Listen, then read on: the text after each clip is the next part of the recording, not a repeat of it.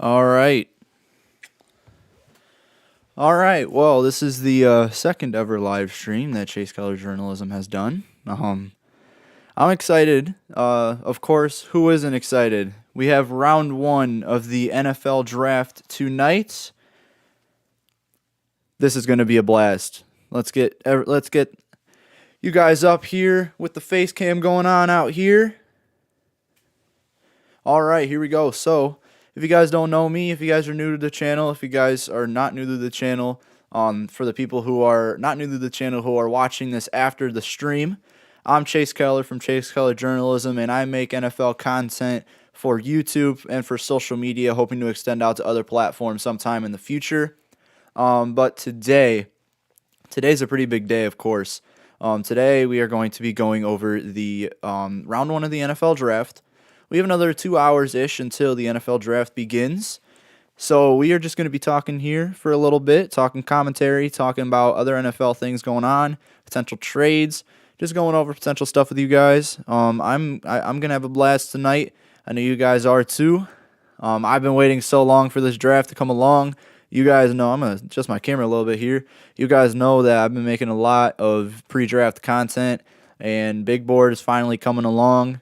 So with that being said, we got the draft here in 2 hours. So before we talk about the draft, I have one thing I want to talk about with you guys.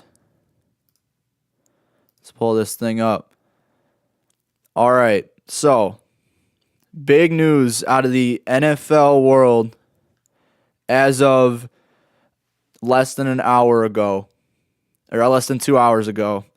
Lamar Jackson is now the highest paid player in NFL history with his 5-year, $260 million extension with the Baltimore Ravens. So now, of course, what does this mean for football? What does this mean for the AFC North? What does this mean for the NFL? This is massive. So we, of course, saw a lot of trades that have been coming along and or hadn't been coming along yet, but trades that we've been thinking about. And Lamar was in a lot of those trade rumors going along. I saw a lot to the Falcons, Raiders, Commanders, teams like that. And now he's staying with Baltimore. And if I'm being completely honest, I didn't see it going any other way than Baltimore. I just knew all along that this Ravens team is going to do something, and that something is going to keep Lamar. I did not think it was going to be Odell, but it turned out to be Odell. And now it's potentially DeAndre Hopkins, as I am hearing.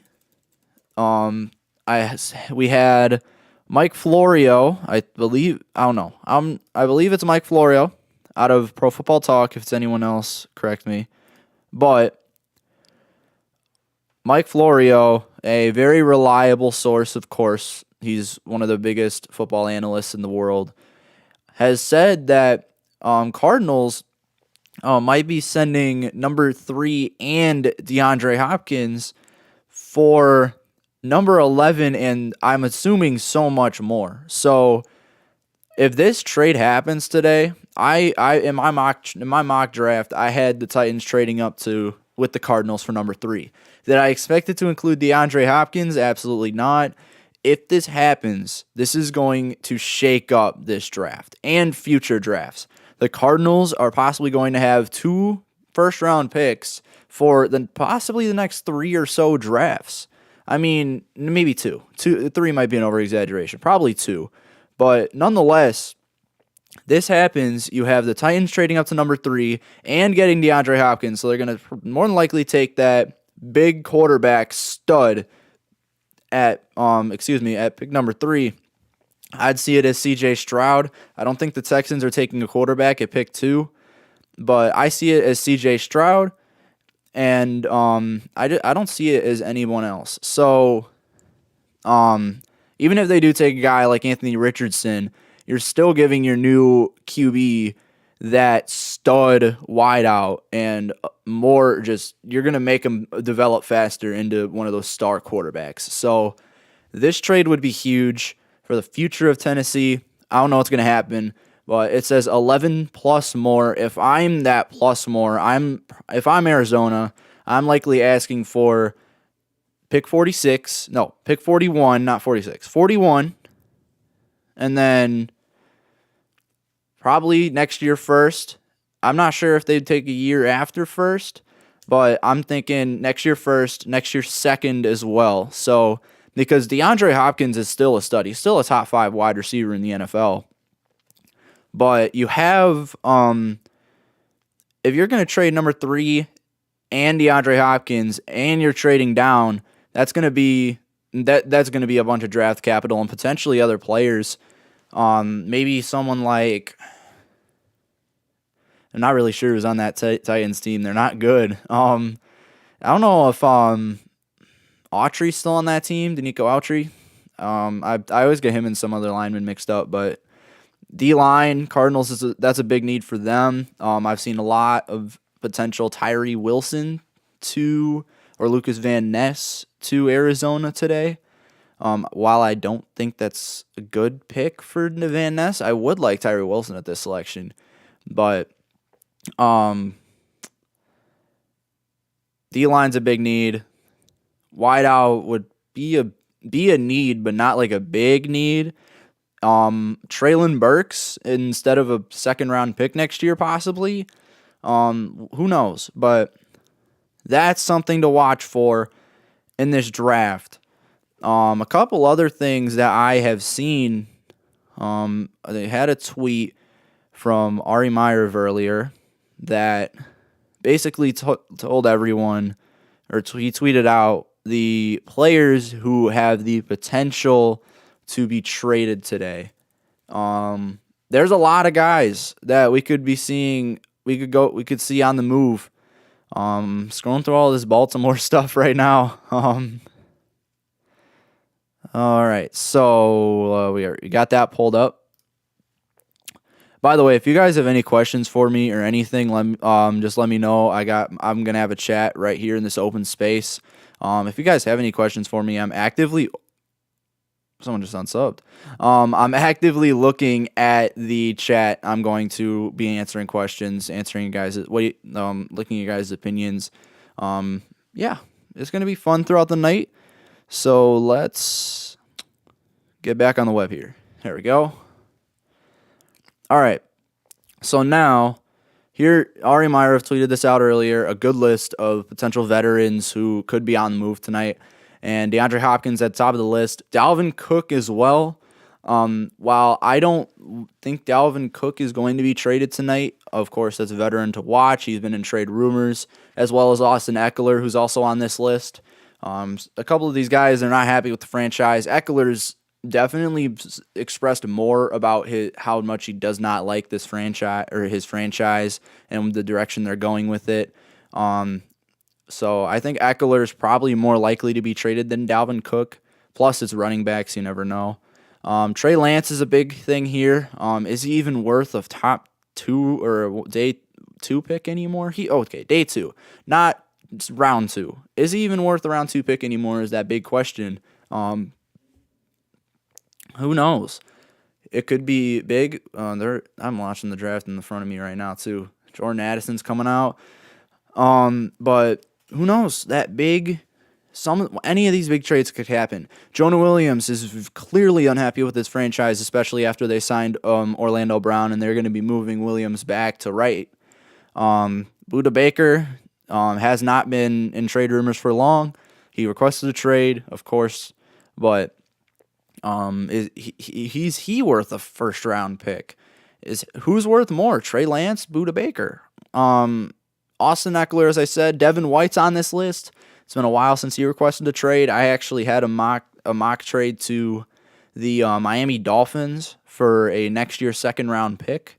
That's where I have Devin White going. And then Cedric Wilson, speaking of the Dolphins, Cedric Wilson's pretty big. Yeah.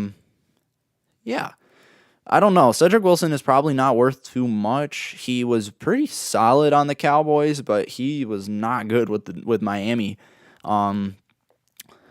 Yeah, that's a lot of those guys could be traded.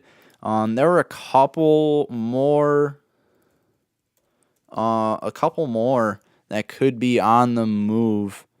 I just got to remember who tweeted this out.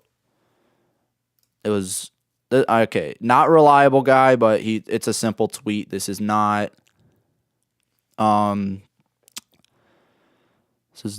serious. Here we go.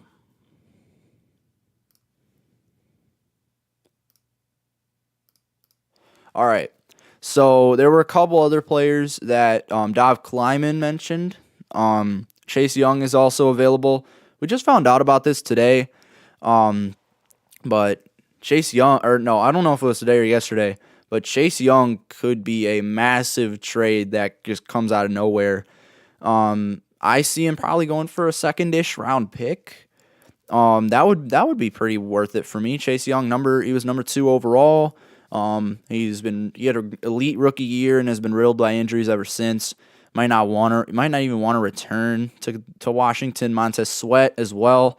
I've heard that the Commanders are willing to trade one of those two guys in Young or Sweat.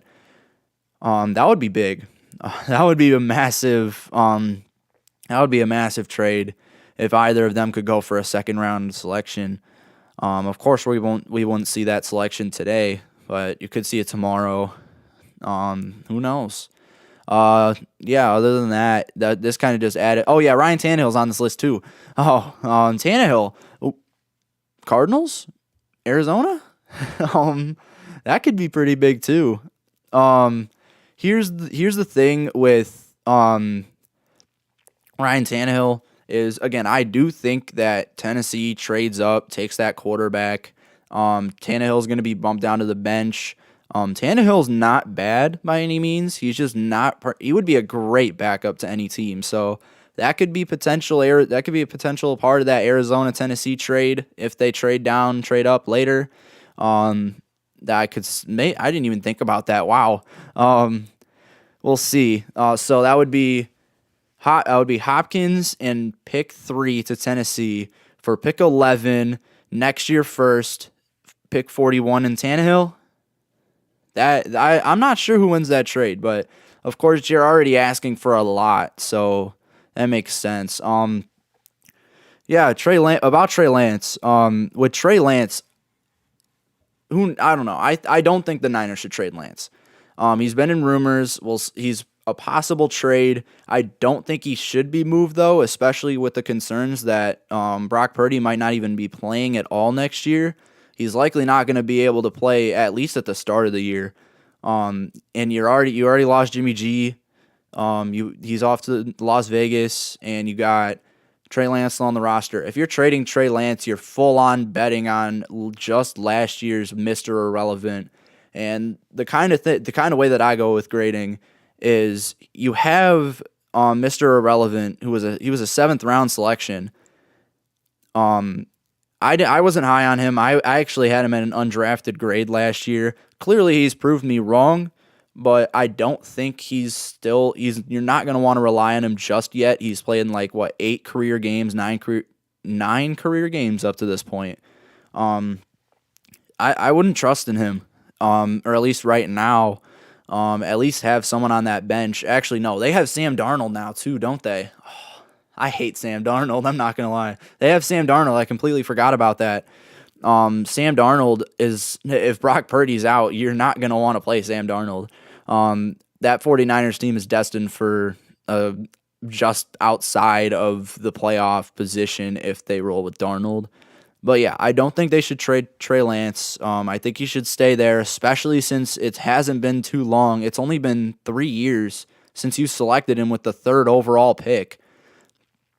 I don't think it's worth giving up on him just yet. He was in the same draft as Chase Young, actually. I just realized that. Or what? No, was he? I don't remember. But nonetheless, Trey Lance, I don't think he should be moved. If he is moved, though, that's still something to look out for. Maybe not even tonight, maybe tomorrow during the draft as well. Any other news that I'm missing out on at the moment? I'm not 100% sure. Let me check. Anything new pop up while I've been talking about Trey Lance and Montez Sweat and Chase Young?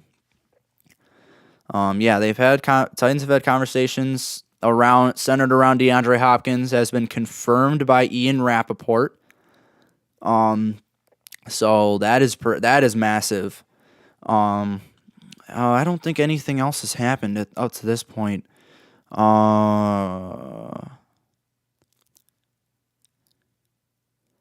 Yeah, I don't think anything else has happened. But you got all these teams bringing in their final mocks. So actually, that's someone who I want to look at. I believe Daniel Jeremiah just released his final mock. All right. Yeah, he just released his final mock. Excuse me. But I mean, you already got Bryce Young, number 1, CJ Stroud, number 2. Again, I disagree with a quarterback at 2 for Houston. Houston, I'm not saying roll forward with Davis Mills, but when you're at that number 2 selection, you can select a generational talent in someone like Will Anderson when you need that position really bad.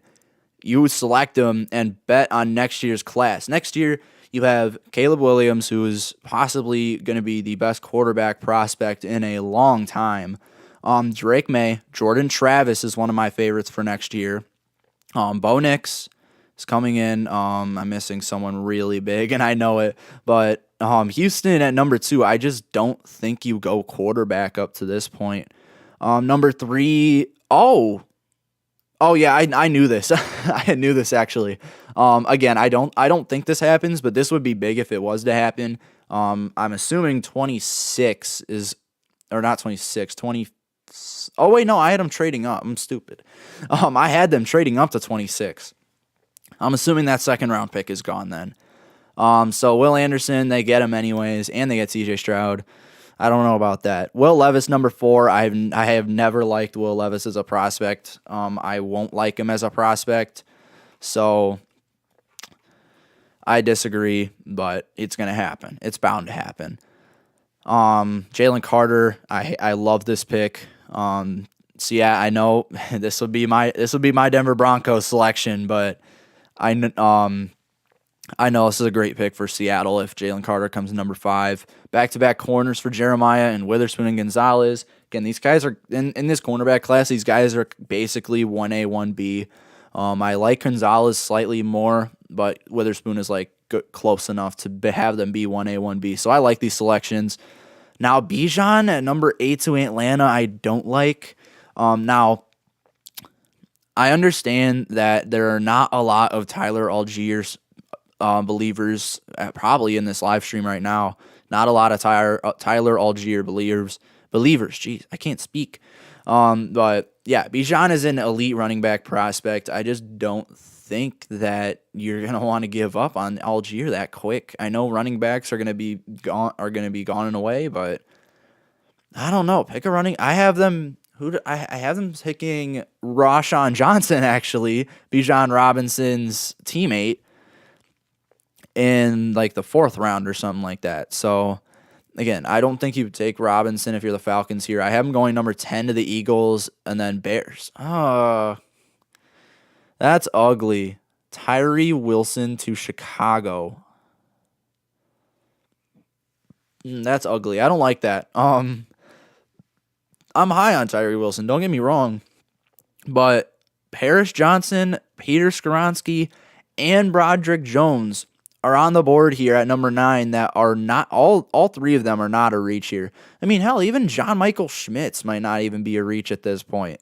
I love John Michael Schmitz, but Tyree Wilson, I just don't think you take him at 9. He could go a different positional direction at number 9. And then Nolan Smith, I guess this is a good pick. Better options. You have Miles Murphy on the board. And I have BJ Ojulari as being better than Nolan Smith on my board. But yeah. Number 11, you got Tennessee with Zay Flowers, first wideout off the board. Nah. I like Zay Flowers. Don't get me wrong. I do like him as a prospect. But number 11 as the first receiver off the board to Tennessee. Yeah, he explains it perfectly. Seeing Flowers go this early would be a little bit of a surprise. Yeah, you are not kidding. Uh, yeah, I think here would be Quentin Johnson would be a better pick. He's my number one wide receiver in this class, and then at number 2 in this class, at Jackson Smith-Njigba would be a better pick as well for Tennessee. 12, here's that trade with Houston. They still get Paris at number 12. Again, I think Chicago's should be in play for Paris Johnson, but I do agree with this selection. I think it's a fantastic pick. 13, Green Bay, Dalton Kincaid.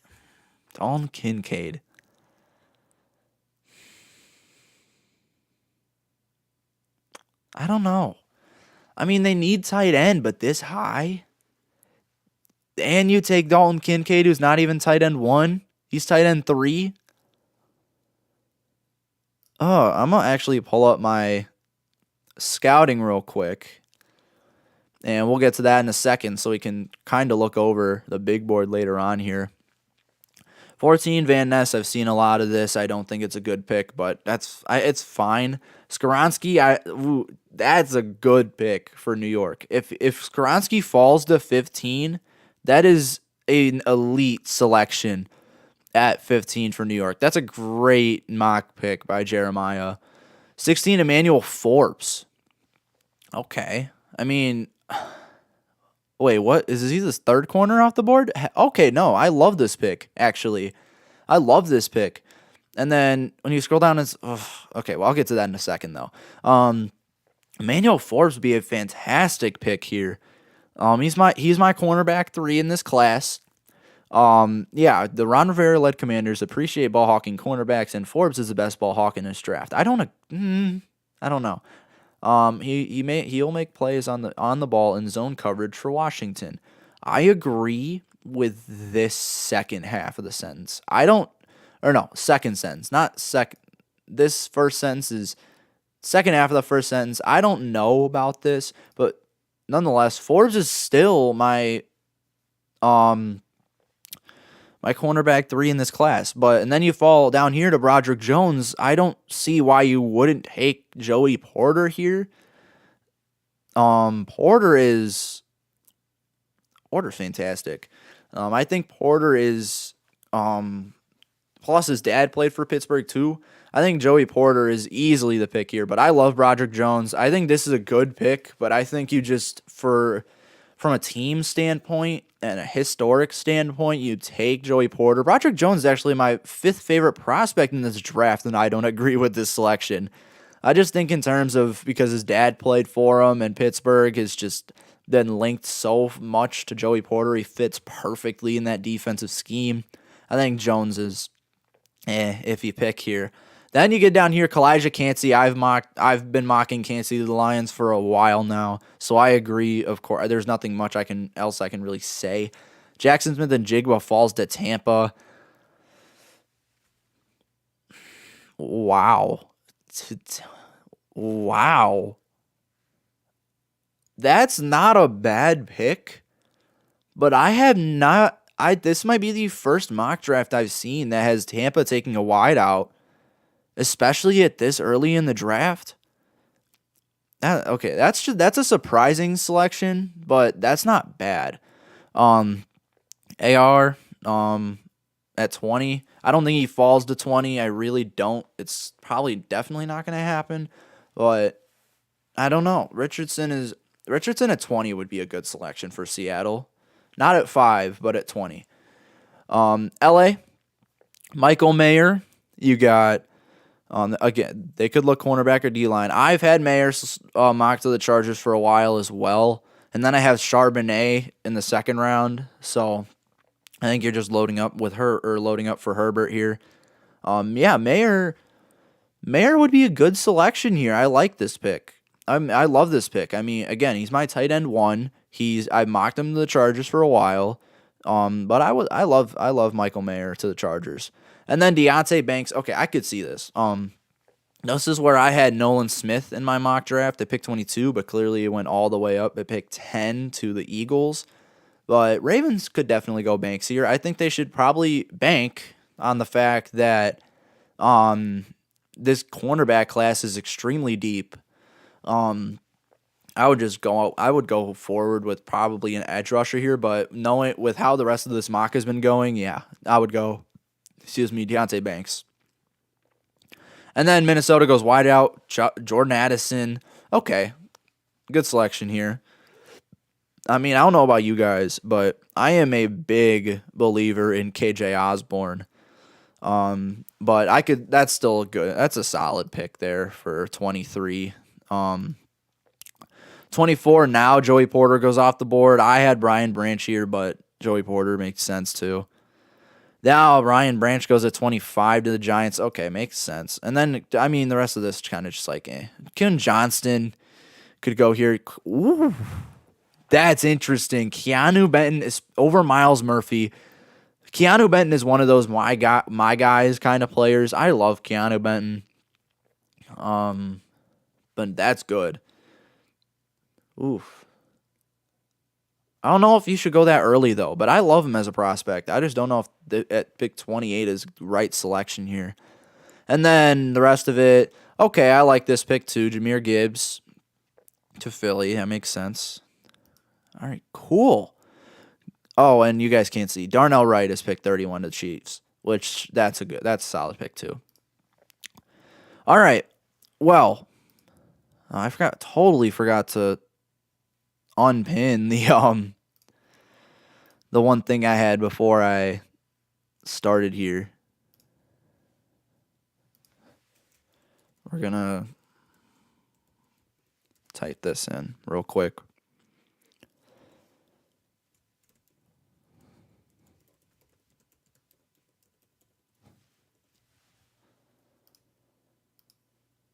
All right, we're gonna pin that though.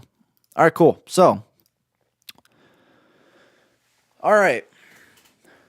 So, in terms of the NFL draft today, if you guys are new to the channel, or if you guys are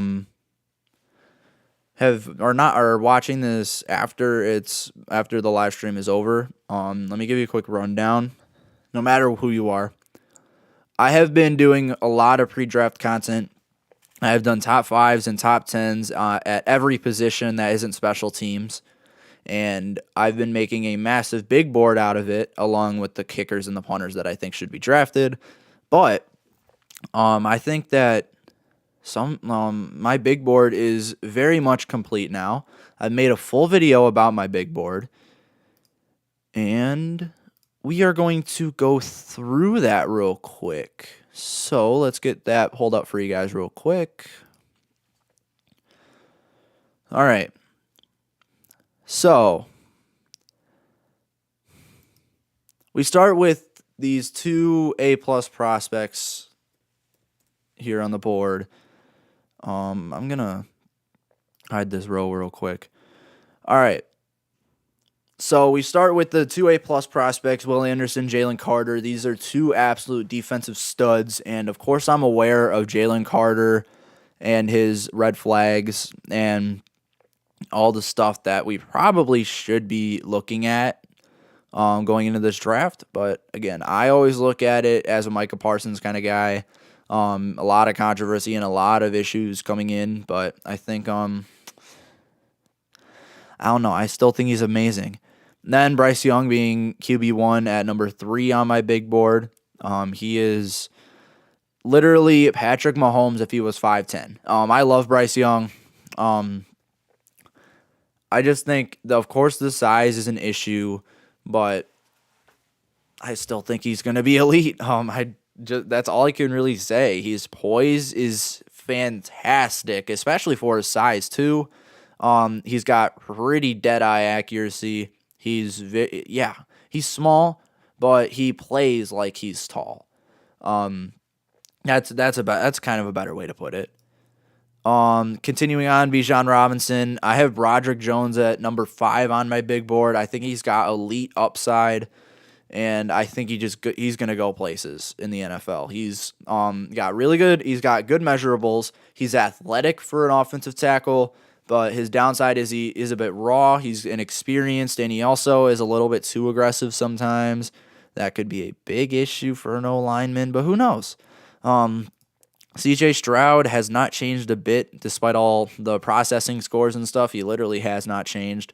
Johnson's my wide out 1. Gonzalez is my corner 1. Again, as I said, these guys are so close together that they're basically cornerback 1, cornerback 2. Or cornerback 1A, cornerback 1B. That's better. Kalijah Cansey, I'm really big on. Emmanuel Forbes, as we were going through that mock draft, I was explaining that I'm really big on Forbes. He's my cornerback 3. I'm pretty big on Trenton Simpson, too. I thought this cornerback, or the linebacker class, was going to be much worse than it actually is, so I like Simpson. And I also have a pretty high grade on, where's Jack Campbell? Jack Campbell, early second-round grade on Jack Campbell, and a mid-second-round grade on Drew Sanders. So I thought this class was going to be a lot worse before I went and dug deep into it. It's actually pretty solid. Some other guys I'm really big on, as I said, BJ Ojulari I'm really big on. He's my edge 4, my prospect number 18. I love his upside. He does have some size concerns, but he's very athletic. He's got a high motor, and you can just very much rely on him for basically anything. He's good in both pass and run as well. I'm high on Isaiah Foskey. He is my prospect number 30. Another one of these guys who I kind of just like to call him my guy, because Foskey, or he originally was actually my number 3 edge, and now he's my number 6 edge in this class. But nonetheless, I still love him as a prospect. I think he did struggle a lot against NFL talent in college, but he was absolutely elite when it came to when he struggled, he was bad. When he was not struggling, he was elite. So we know what he can do, and I think that's what he's going to do in the NFL, simply put. I'm very high on Rashee Rice, wideout. I think he has a lot of deep threat ability or deep threat upside. As well as Christopher Smith. He plays like a cornerback as a safety.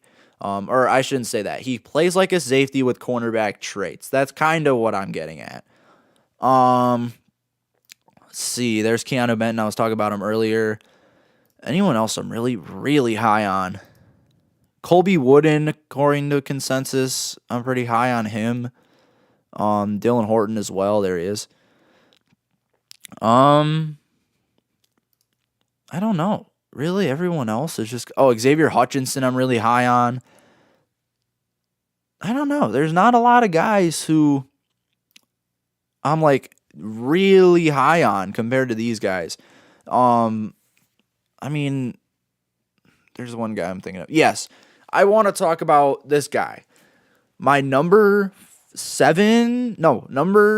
8 tight end in this class is Leonard Taylor out of Cincinnati, who a lot of you viewers or a lot of just general people don't know who this guy is because he's projected to go undrafted in this draft. I love Leonard Taylor, and the reason I say that is because he can do everything. He's not too developed yet, but he can do everything, and he reminds me so much of George Kittle when George Kittle came into this draft. George Kittle is... George Kittle wasn't drafted too high, and now he's one of the best tight ends in the league. And I think Leonard Taylor has genuine upside to be just like George Kittle. So, really bold. But I think Leonard Taylor is my prospect number 80. He is my tight end 8. Love the guy as a potential just diamond in the rough in the late rounds.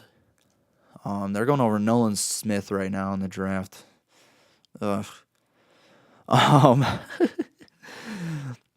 high on Isivis. I'm high on Keaton Mitchell.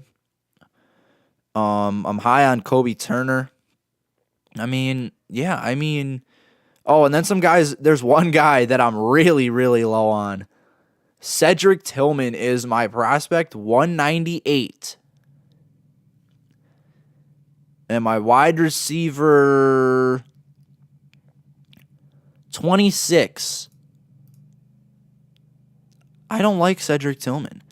I think he's not he doesn't have a great and or appealing athletic profile. He didn't produce he didn't produce. I know he was hurt, but he didn't produce his senior year or his junior or his final year or whatever year it was in an offense where statistics from quarterbacks and wide receivers are absolutely manipulated because of their fast tempo offense. Their offense is always near the top in scoring. Tillman didn't do a lot. I know he was good 2 years ago. He had 1,100 yards. But I don't know. I just don't like Tillman in this draft. I'm not going to lie. Other than that, yeah, these guys are just default have at the bottom. Rashad Torrance is probably the worst prospect on my big board, but he's still draftable. Okay. Anyhow, I'm going to take a quick break here in a few moments.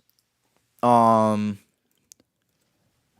me just get stuff pulled up here. We are going to take a quick break. I'll be back in a bit. Few minutes. We'll just say a few minutes. I will be back. I just gotta make the thing real quick.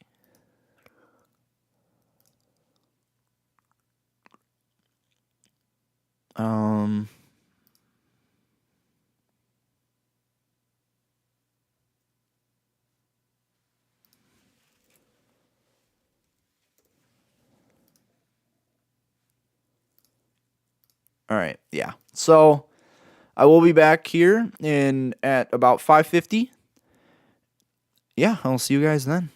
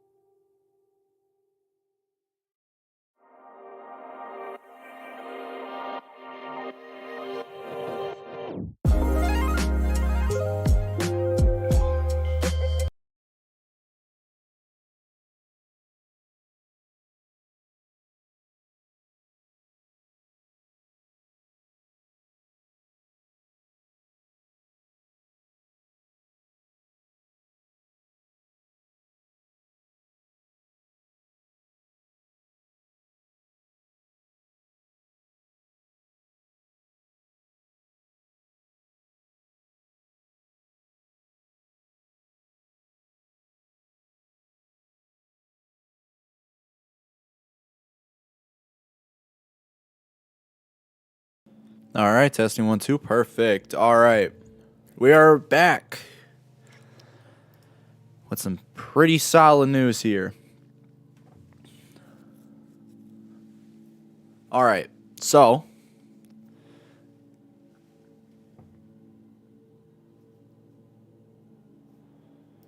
I accidentally closed out my microphone. Whoops. That wasn't supposed to happen. Now it won't let me open it again. All right, anywho. All right, so we have some pretty significant news that we have no real confirmation yet, and we won't until later tonight. Fairly obvious. So, let me get the web pulled up. All right. So, the pretty big news that I am referencing to has been reported by Albert Breer, and he is reporting that the Panthers are going to be selecting Bryce Young with the first overall pick. I'm not surprised.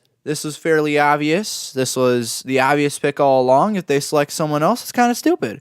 But nonetheless, it said Albert Breer has tweeted out,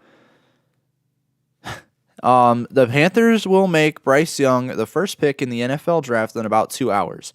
And as for what stood out to him, his football intelligence and ability to process really separated Young from the pack. He was the baseline pick when the trade happened, and he held serve. So, BY going number 1 was fairly obvious.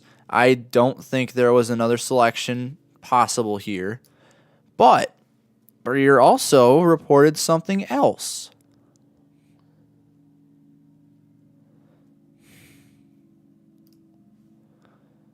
Breer, I have to figure something out. Where do I find this?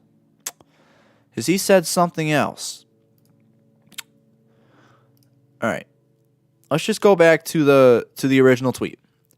Because Breer has also mentioned that the Panthers may be trading back up into the first round. They take Bryce Young number 1, but they trade another selection to get back into the first round to select an edge rusher if the time is right. This edge rushing class is fantastic, and I'm not 100% sure if Carolina needs to do that. If they do, though. Sorry, I'm like going back and forth, making sure nothing else is happening while, because I got Twitter going crazy right now in my phone. But here with this, if the Panthers trade up into the first round for an edge rusher, it can really only be guys if like BJ Ojulari is on the board, or if Nolan Smith is on the board. Now, everyone else isn't really worth it. So I say that as in I'm thinking the Panthers are not going to trade back into the first round. I think they're going to stick, and I think round 2. I think round 2, Isaiah Foskey is probably a really good selection for them there, especially since they run that they run the 3-4. I think Foskey could fit really well there. I think Lucas Van Ness would work on the inside of the line, on the interior line in Carolina. I don't know, but here's what's going to go down now. We're going to get rid of Albert Breer. We're going to go through every position in this class. I'm going to bring this back down. We're going to go through every position and go through the rankings that I have going on. Draft is almost here. And these are the guys who I have each position scouted except for every position in depth. I'm not going to go through kicker or punter. But unless someone asks, which no one's even watching this live stream right now, so I wouldn't be surprised. But so I would be surprised. But we got the quarterbacks to start us off.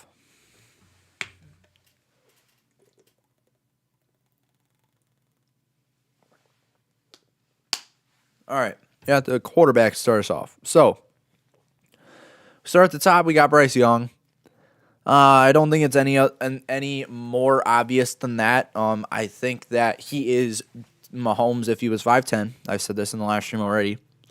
I think that one's just obvious at number 1. Number 2, though, CJ Stroud. His processing score or whatever has been making teams stray away, particularly from him. I don't think that's worth it. I think Stroud, from what I've seen on film, is very good without immense pressure. So if he goes to a team like Tennessee, or if he goes to a team like Indy, maybe even Las Vegas, not really.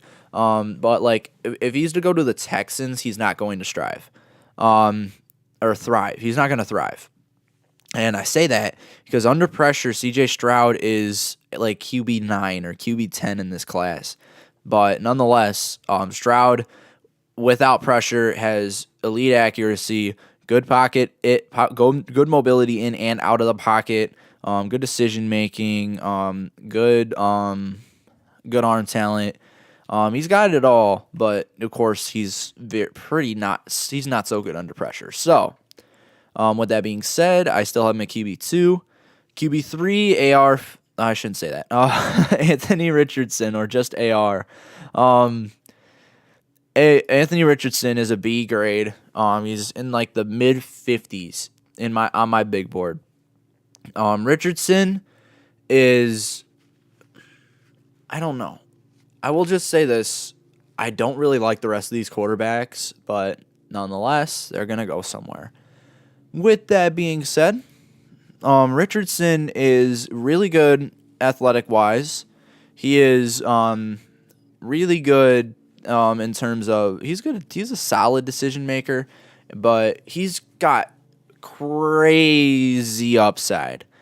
It's just right now he's very inaccurate. He's got arm talent is what I was trying to say. He's very inaccurate. Under pressure, he's not good. They're literally on the TV talking about Anthony Richardson right now. Talking to Anthony Richardson right now. This couldn't come at better timing, guys. But anyways, Richardson athletically is extremely gifted, but in terms of what he brings to the table right now as a quarterback, it's not great. And then Will Levis is literally the same thing, but I had Levis over Richardson originally, and I don't like either of them. Hendon Hooker is very... Ooh, we got some news, guys. We have some news, so I'm going to switch you guys back over to the pre-drafting real quick. We have some news. Not major, but we have some news. Let me get this pulled up for you guys.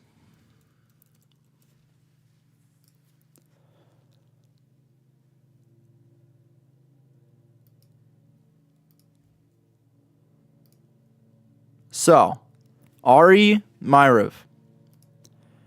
Again, this man is coming out with everything right now. He is our savior. But, again, don't confirm or take a lot from this. But according to Myriv, the Eagles are starting to work.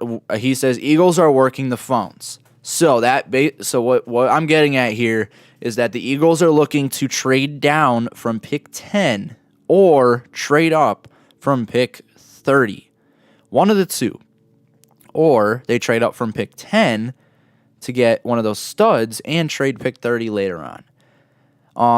I think the Eagles should stick where they're at unless they want to trade up for a guy like if they want to trade up like just a couple spots to get a guy like Bijan Robinson maybe, or if they want to trade up pick 30 possibly and get a better edge rusher and a guy like Nolan Smith or BJ Ojulari maybe. Depends where Ojulari really goes. But I think that the Eagles, it really depends where the Eagles trade up to and what's available. If there are some good players available on this board or on the board wherever they're trading up, it could be a special trade. I could see this being good. Let's move back towards here though. I was stuck on Hendon Hooker. Hendon Hooker, he was my QB6 originally, now QB5. The thing with Hendon Hooker is he's hurt, and he played in an offense that manipulates offensive production. But that doesn't take away from the fact that Hooker has great arm talent, great decision making, good mobility. He's good at everything that you ask for in a QB. He's just hurt, and he played in a questionable offense. So that is where I'm getting at with that. It's 6 o'clock now. We are 60 minutes away from the NFL draft. But nonetheless, we move on. Some of these guys later in the draft, you got Tanner McKee, Jaron Hall, Stetson Bennett. Those are your guys who are probably just career backups. I have the one I can think of at the top of my head is I have Stetson Bennett to the Rams to play backup to Stafford. They kind of remind me of the same guy-ish, except Bennett's actually got wheels. I shouldn't say that. Other than that, the rest of those guys at the bottom are kind of just either role players. I can't speak. Role players or cut candidates. We are moving on to running back. All these teams are now tweeting out 1 hour away, 60 minutes away. We start here. Bijan Robinson is the best running back prospect since Saquon Barkley. I think it's very justifiable throwing him up there at running back number 1. Running back 2 is Jahmyr Gibbs out of Bama. I think maybe not even a running back wise, but kind of like a gadget player. Gibbs is going to be really good. Running back, I don't know if he's a three. He's not proven to be a good 3-down back and reliable 3-down back just yet. But if he can be, that's going to be pretty good. Then those B grade guys, you got Tyjae Spears. I'm actually really high on Spears. Great receiving threat in terms of catching screens. He's very fast and quick. He's got really good vision too. He's just very small. Zach Charbonnet is like the polar opposite of Tyjae Spears. Charbonnet has really good vision as well, though. But Spears has a pretty big frame, and he's more of a like play strength kind of guy instead of your Tyjae Spears, who's athletic, and Charbonnet is not too good athletically. So a lot of people are calling him a bust, and I just don't see it. Devin A-Chain, another guy is kind of like Jahmyr Gibbs. I don't know if he's going to be a 3-down back, but in terms of gadget player, I think A-Chain could be special. Sean Tucker, Syracuse, he's kind of fallen on my board a little bit. I'm not sure if he's even a B- anymore, but nonetheless, Tucker has the vision. He has the prototypical build. Athletically, he's okay, and he had that injury concern for him having to push his pro day really far back. And then Zach Evans also at B-. Another guy a lot of people are calling a bust. I just don't see it. I mean, I don't think Evans is going to be a reliable starter, but he could be something good. Other than that, though, your C grade guys, your guys who are kind of just like there. Rashawn Johnson, Keaton Mitchell, Chase Brown. These three are the guys in my top 100. The rest of these guys are not. Bigsby, I'm not too high on.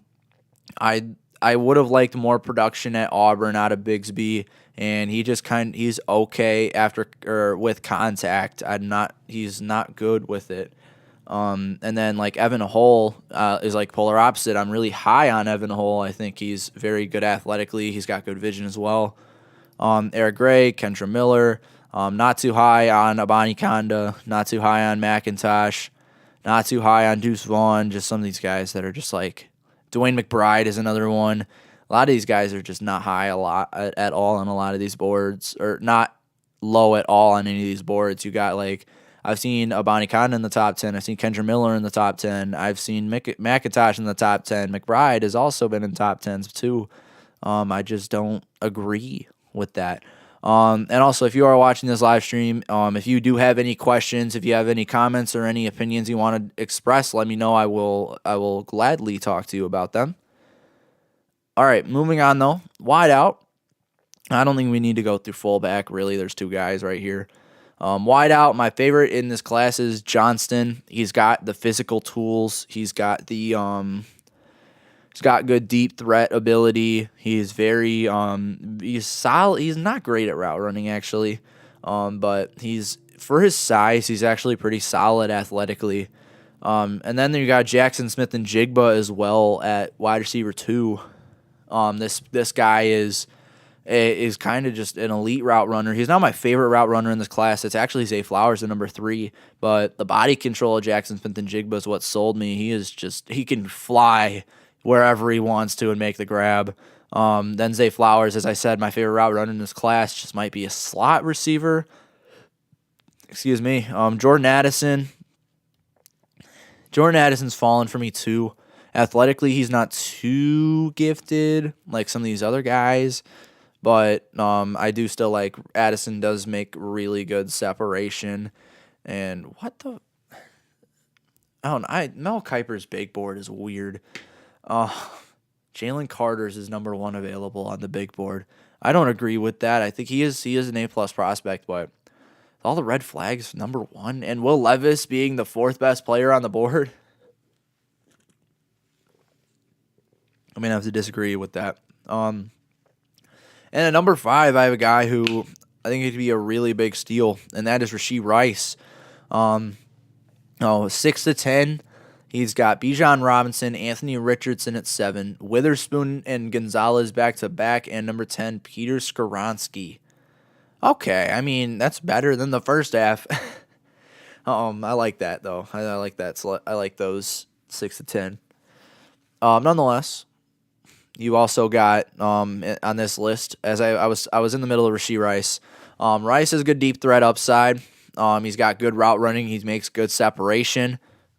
He's just very good, and I know he's coming from SMU, but I don't see why he's not higher on a lot of these other big boards. He's still a really good wideout. And I mean, some of these other, like Cortland Sutton is a good example. I think he reminds me a good chunk of Cortland Sutton in him. And Cortland Sutton was an SMU guy too.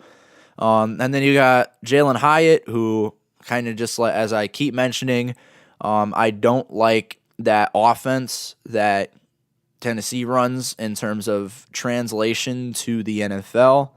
I think Hyatt's and even Cedric Tillman, who's really low on my list, those statistics could be very much manipulated. But nonetheless, I think Hyatt is just that guy who he's very fast. He's got a very good athletic profile. Don't get me wrong. Route running isn't great. The separation he creates on his deep routes is really good, but short and medium is just mid in terms of creating separation. And then you got body control is okay.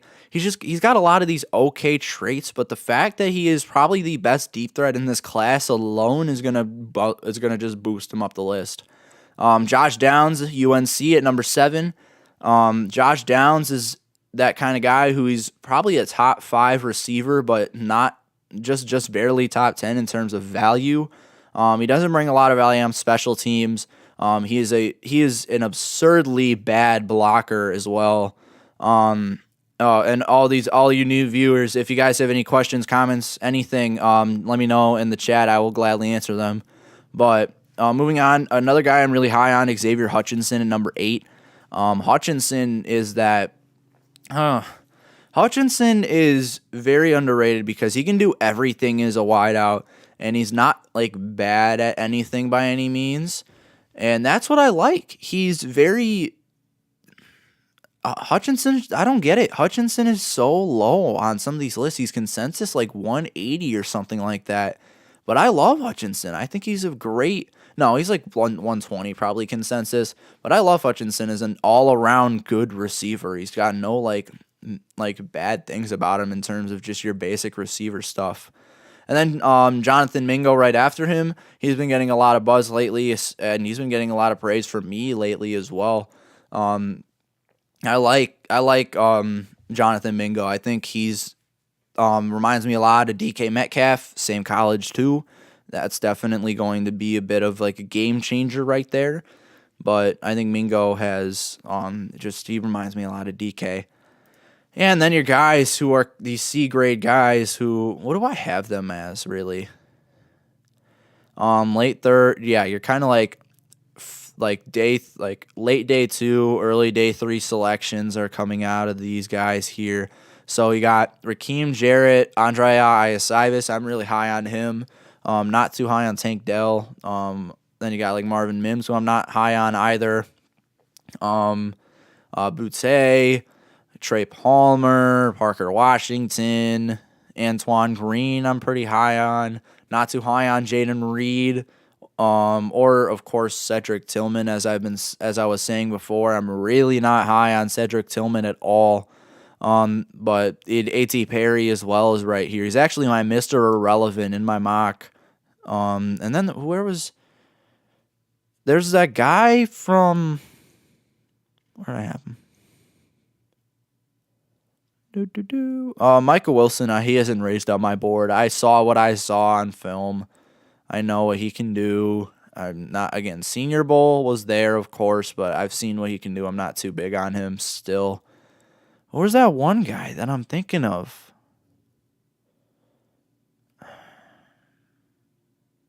Something, I don't know. I can't find him. But nonetheless, we're moving on tight end. Tight end here is also very interesting. You got Michael Mayer's my tight end 1. I think this tight end class, before I do anything, this tight end class is probably the best we've seen in years. When Michael Mayer's your tight end 1, he is an all-around threat to anyone.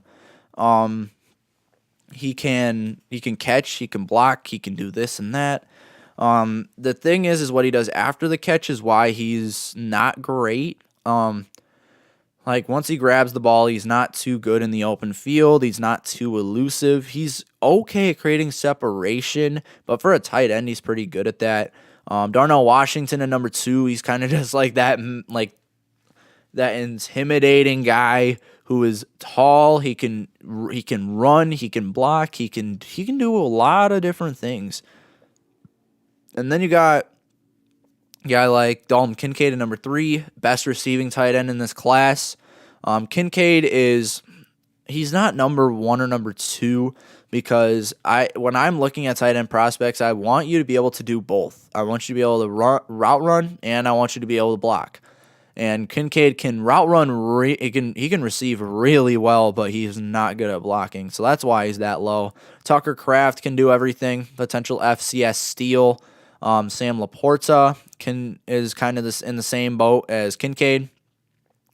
Luke Musgrove as well. I just didn't like the production that I saw out of him at Oregon State. And then a guy who I want to talk about real quick. 1 second.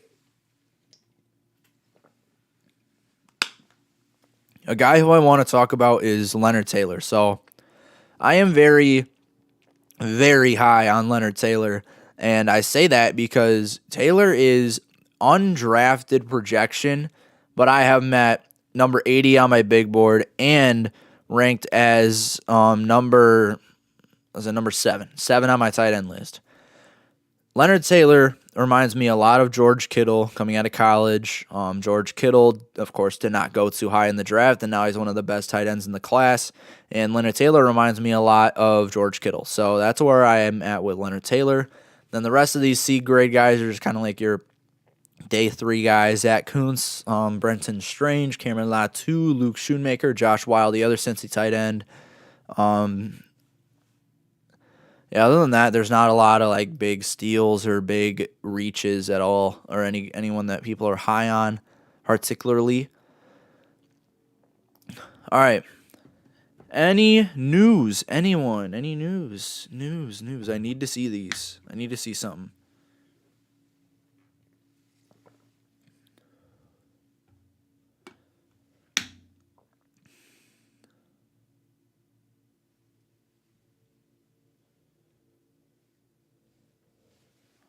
All right.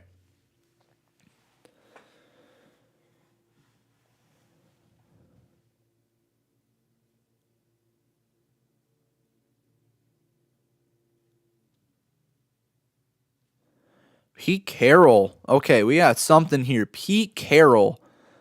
Let me transfer back to the pre-draft thing here. So we got Pete Carroll just tweeted something very, very concerning. I know these don't mean a lot, so don't quote me or anything. But look at this. Pete Carroll puts out these draft clues. He puts out these draft clues that every year, or the last 2 years, that don't really mean a lot. But this is when you have something. Look at this. Pete Carroll just tweeted Kelsey Plum launching a t-shirt into the crowd. And the announcer saying in the back, oh, she should be a quarterback, as a draft clue. That is something. I mean, one of these guys said this. Threw it into the nosebleeds equals nose tackle equals Carter. That could be something.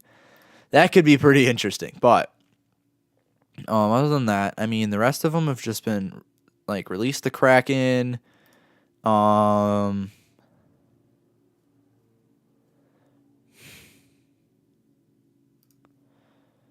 Yeah, draft clue 1 is Love is Blind.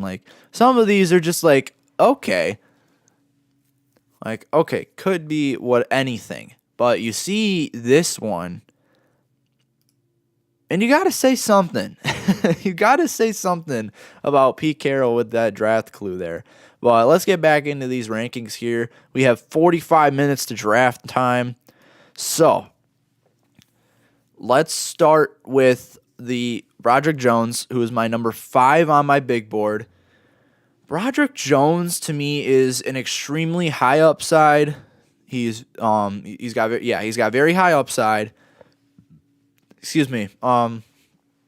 He's already got the measurables for the NFL. So, excuse me. We know we know he's ready for the NFL, but he's got even bigger upside here. What the? They're talking to Goodell right now. Yeah, we're getting close to where I can play this in the background, but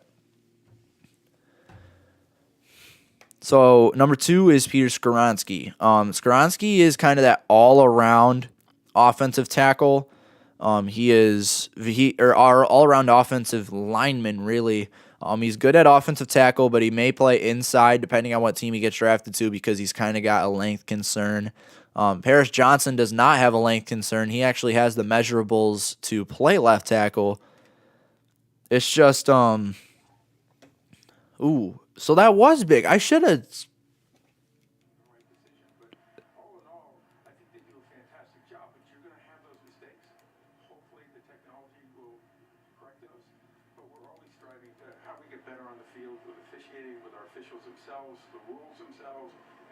Something about officiating now.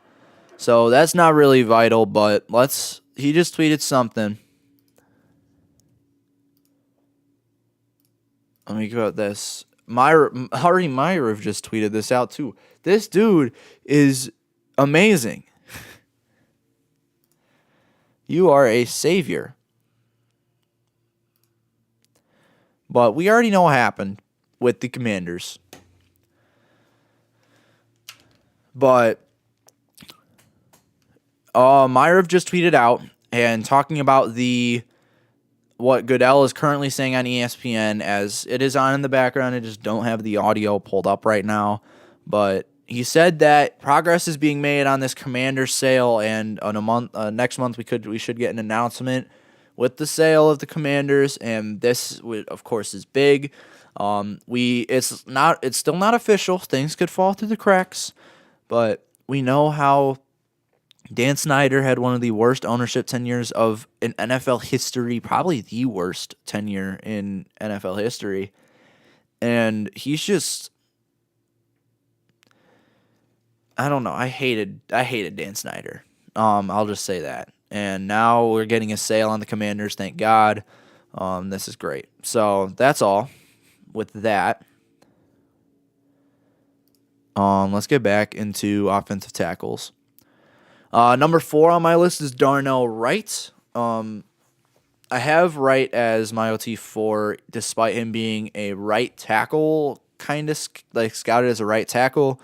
And that's because Darnell Wright is very versatile. He can play left tackle if he wants to. He might not be too successful at it, but he can play inside and outside. And the reason I'm so sold on Darnell Wright is because he held his own against Will Anderson and is probably the only person in this draft who can say, I manhandled Will Anderson. And that should say enough in itself. When Will Anderson is my number 1 edge rusher in this class, my number 1 prospect in this class, and Darnell Wright is holding his own against him, that's saying something. And then your B guys, you got Anton Harrison. Anton Harrison's kind of fallen for me. I mocked him to the Colts, and a lot of people have been saying, like, why the Colts? They had a very disappointing blocking season last year. Bernard Raymond could potentially be put on the inside of the line, and you can move draft Anton Harrison, put him at left tackle. But Anton Harrison, another player that a lot of these NFL analysts are saying, hey, this dude could be a bust, and that's because again, there's some trait with these guys who are trending upwards to be called a bust. And like Anton Harrison, it's athletic. He's not that athletic. He's great at upfield blocking, but he's very tight. when he's moving. So again, I'm making sure that nothing coming out right now, big news wise. But I don't know. And then you got DeJuan Jones, as I was talking about with Paris Johnson Jr. DeJuan Jones has the measurables to be elite. Just DeJuan Jones has like no experience playing on the left side of the line. That's going to be a concern. So, Cody Mauch as well. Cody Mauch is there. North Dakota State. I'm at a B-. Yeah, I think Mauch is also a very versatile piece on the O-line. You could play him inside. You could play him outside. Yeah, I scouted him on the outside because that's what he played majority of the time while at North Dakota State. But I think he could play inside too. I think he's very strong, great play strength. He's got the run defense play on the inside, but he's also got the very solid movement and lateral ability to play on the outside. So it really depends what team drafts him and where they're actually going to utilize him. And then your C grade guys. Ooh, I just opened something I did not want to open. There we go. Your C grade guys, you got Bergeron. I'm not 100% sure how you say that. Jalen Duncan, Blake Freeland. I'm very high on Asim Richards out of North Carolina. He's very experienced, and he's shown that he can do really well against NFL talent. Warren McClendon, Wanya Morris, Tyler Steen, Nick Saldiveri, Ryan Hayes. And then your guys who are probably going to get either cut or just be a third-string guy in the NFL. You got Connor Galvin, John Ojukwu, and Luke Haggard. All right. One more position here. And we got interior O-line. As well as I've said before many times, if you're watching this live stream and you have any questions, you have any opinions you want to express or anything like that, just anything NFL related, let me know in the live comments. I am looking at these constantly, so I will be able to answer you. All right, we start with John Michael Schmitz at interior O-line out of Minnesota. I do have him higher than Osiris Torrance. Consensus is Osiris Torrance. Me is John Michael Schmitz. Schmitz is a good pass blocker and a good run blocker. He was fantastic at center at Minnesota.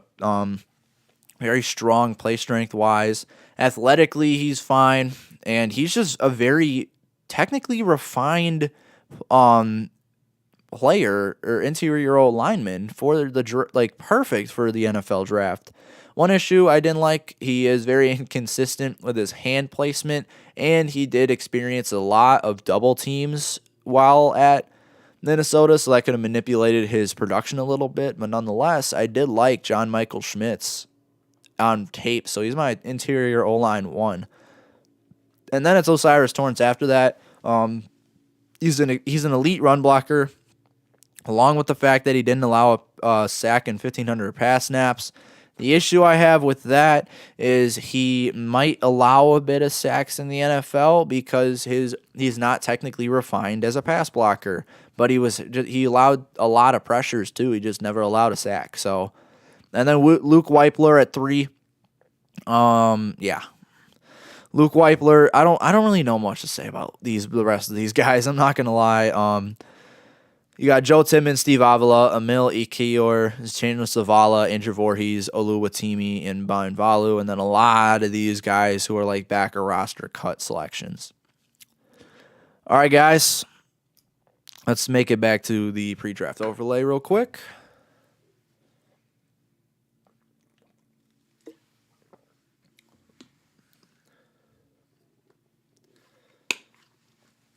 All right. So, anything that you guys have, let me know. But I just want to hold on one second.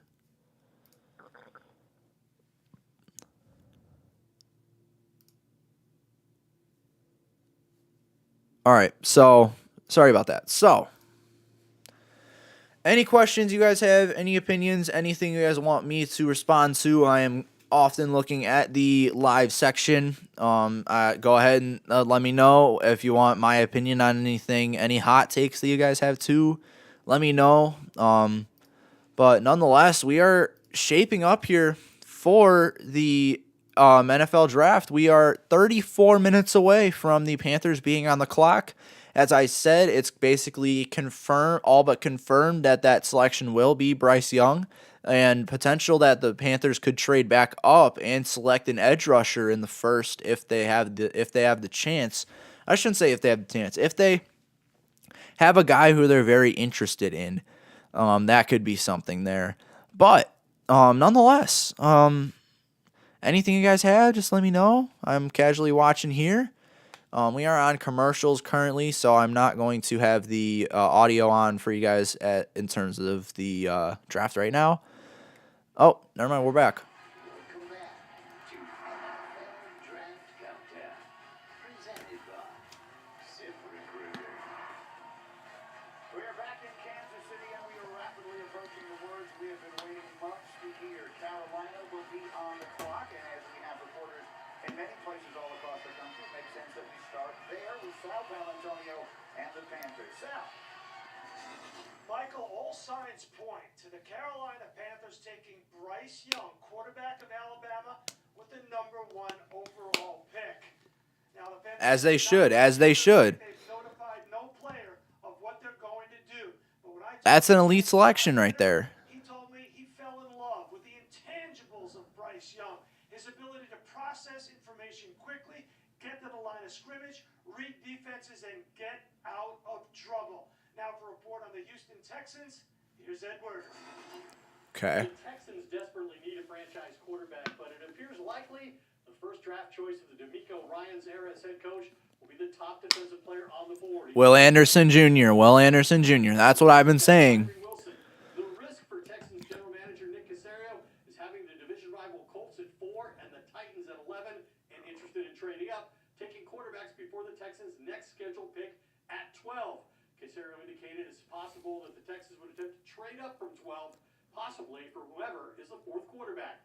And now to Indianapolis and Kimberly Martin. Indianapolis. Who are they? Colts will look to correct their past QB mistakes by selecting another new face of the franchise tonight. But even they aren't sure which QBs will be available when they're on the clock. New head coach Shane Steichen has worked with Justin Herbert and Jalen Hurts, so the Colts are flexible when Okay, it comes to I'm gonna mute real quick because in terms of the Colts here, I think you have a good amount of quarterbacks that they could select, and it's very clear that that's the route that they're going. The problem is I've been hearing a lot about they're talking about Seattle right now, but I'm hearing a lot of Will Levis, and here's the thing. If the Cardinals stay at 3 and take a guy like Paris Johnson Jr. or Jalen Carter or Tyree Wilson, the thing with that is CJ Stroud is on the board, and I don't care if you like Will Levis. If that pick is not CJ Stroud, that is at least at best a C+C range pick at best. So that's just where I stand with that. I really don't like Will Levis. General Manager Rand Carthon will be making his first pick as general manager in just a few minutes, and it may actually be sooner rather than later. I've been told that the Tennessee Titans are in deep discussions with the Arizona Cardinals about a possible trade out of 11 to get up to 3, where I was told the Cardinals are very open for business. Talking to people inside this building, they tell me that Carthon and head coach Mike Vrabel have been lockstep this entire process. And just last week, together, they decided this is their guy, and we're going to do everything to go get him. Greeny? All right, everybody, thank you. When you get a sense of just how unpredictable this is, Bryce Young, you expect this to be the first name that we hear called tonight, but from that point forward... Okay, so they talked about Tennessee being trading up to pick number 3. That's what I've mocked. That's what I mocked in my latest mock draft. You trade up to number 3, you potentially have the Texans not picking at QB. If they do take QB, I'm not trading up if I'm Tennessee. If they don't, I am immediately making sure the Cardinals are in the loop and they're going to get number 3. I really like CJ Stroud, of course, as I said with the Colts. Excuse me. If the Titans trade up and take CJ Stroud at number 3, number 4 is basically a toss-up. If you want Will Levis or Anthony Richardson, either of the two, in my opinion, is I would prefer that the Colts would take Anthony Richardson, but nonetheless, even if you take Will Levis, it's just an okay pick, and in terms of talent. But I do think that if you're gonna take that new franchise quarterback at number 4, you can take either two, and it's not like one of them is not like miles better than the other. Unlike if the Colts were to have C.J. Stroud and Will Levis on the board and they're to take Will Levis, that is that situation where you have a prospect that's miles better than the other. So if you're to take Will Levis, you are missing out on C.J. Stroud, and you are missing out on someone who's miles better than the guy you just selected. So they are in commercial break right now, so we are going to let this sit for a little bit. Get back to watching soon. I got to keep making sure that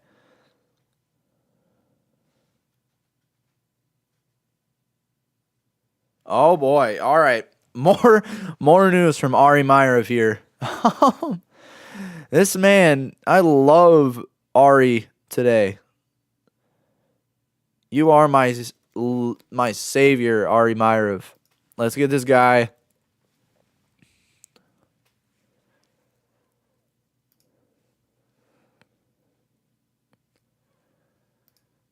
All right. Ari Meirov has released a new tweet, and it says, Seahawks head coach Pete Carroll told Jeff Darlington that there is a possibility that, and he's spoken to Geno Smith, there is a possibility the Seahawks could go quarterback tonight. If they do, I don't think that's a good idea. Anthony Richardson, I've heard they really like him, but I really don't think that's a good idea. I mean, I get Anthony Richardson. If like him and Will Levis are still on the board, I guess Richardson would be the better pick because you're taking the more developmental guy, and the more guy who's more raw to probably sit behind Geno Smith for a year or two. And of course, he says Jalen Carter has also been linked to Seattle, and no one is ruling out a possible trade down. I think Jalen Carter, taking him at pick 5 is what you're going to have to take him at pick 5. If I'm Seattle, that's an A-plus pick right there if they take Jalen Carter at pick 5, in my opinion. That is A-plus material. But yeah, that's Ari Meirov. You are continuing to be amazing. Yeah, so, all right, let's get back to the pre-draft overlay.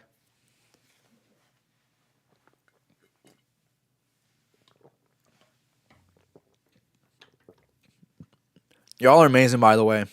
650 subscribers. Fantastic. I love you guys so much.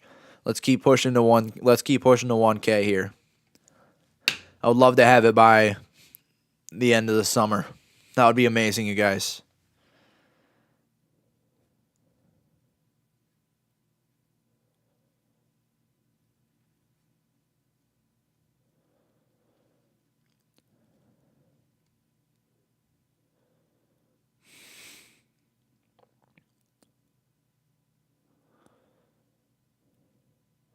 This is a very long commercial break going on right now. We need some news. We need some entertainment right now. We need something. This is not cutting it right now. We need a blockbuster. Here we go. We're back. Back and our aerial coverage is provided by Goodyear from their first step on the field to their first step on this stage. These players have drive. Goodyear more driven as we continue from Kansas City. And if you hear loud, I love the draft site, by the way. I hate Kansas City. Oh. his annual tradition will include introducing several of the college football coaches who are here tonight. In the meantime, gentlemen, let's look at They're not going to show that.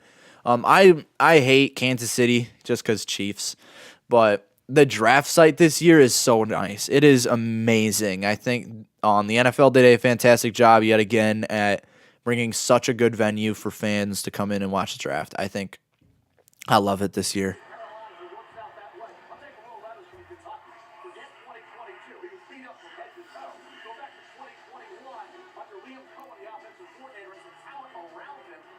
offensive line to go block somebody, and he had a heck of a year. 2 years at Kentucky, 65.7 completion percentage, the exact same completion percentage as Bryce Young. 2 games he missed. You see the rocket on, you see the composure, you see the... I wouldn't go ahead and reach and say Will Levis had a fantastic year. He did not have a fantastic year last year. He was not that good.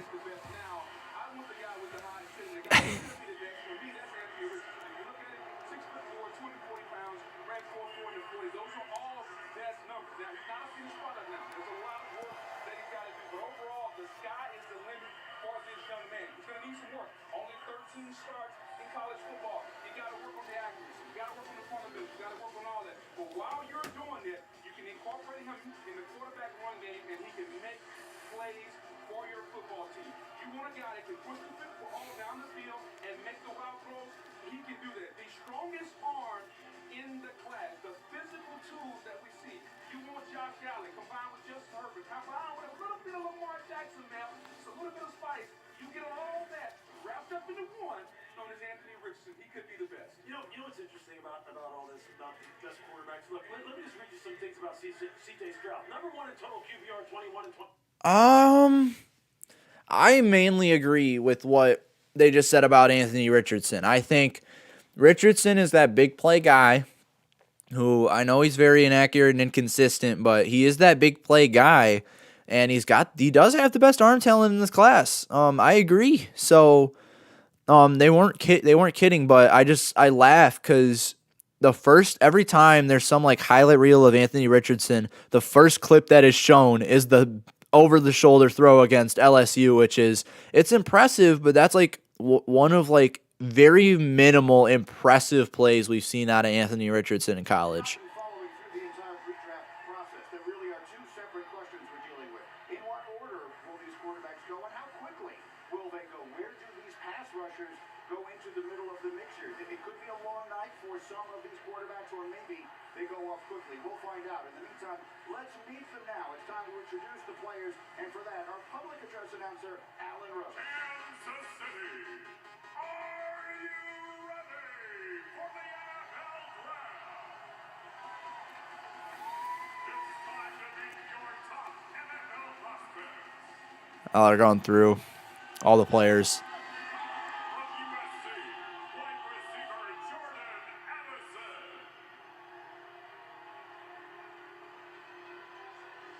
From Alabama, linebacker Will Anderson Jr. From Alabama, safety Brian Branch.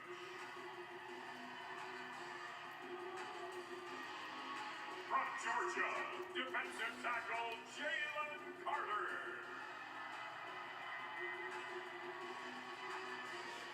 I don't know. I think it's just my TV. I'm going to go back real quick because everything is so delayed in terms of what I'm watching.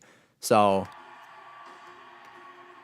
Zay Flowers, I love that man. Cornerback Christian Gonzalez. We're back on track now. I'm going to move my camera, actually. I think you have a very solid angle this way. Harris Johnson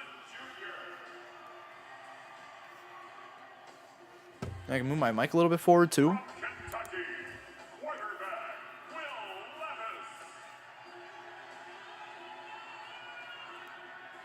From Penn State, cornerback Joey Porter Jr.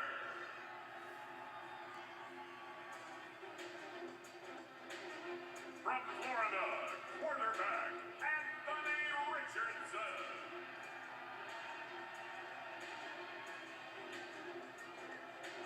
From Texas, running back Bijan Robinson. Dog. Bijan is a dog.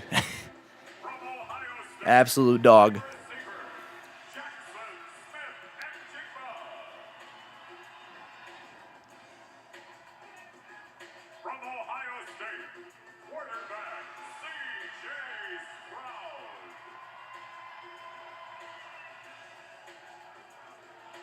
From Georgia Tech, defensive end Keon Wade.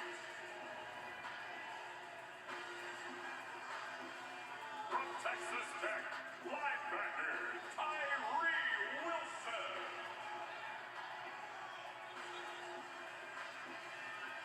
From Illinois, cornerback Devin Witherspoon.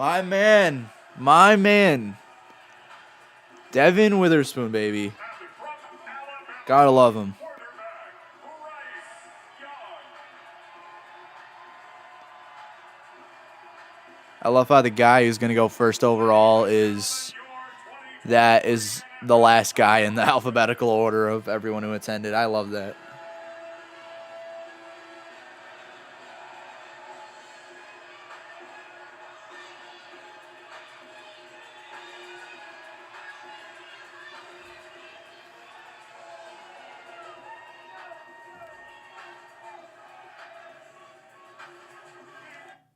All right, I think they're about to go to commercial break here off of what I'm assuming. So, yeah.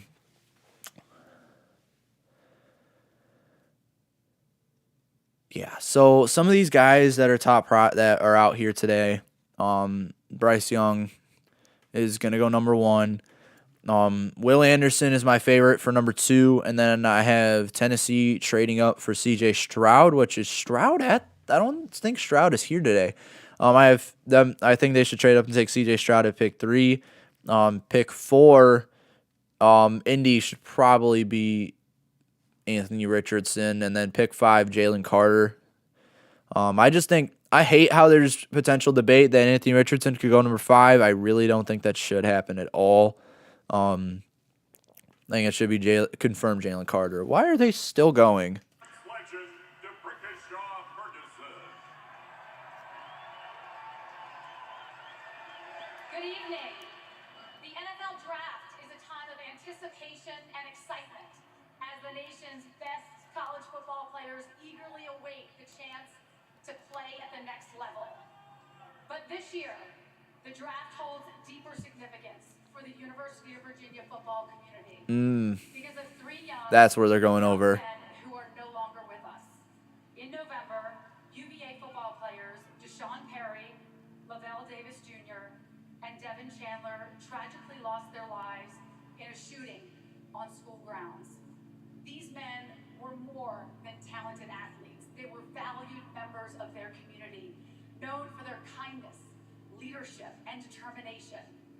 As the draft gets ready to start, we remember number 1, 15, and 41, and the impact they had on so many in so short a time. They will live on in the hearts and minds of those who knew them and in the UVA strong community around the world. Deshaun Perry was a determined young man, both on and off the football field.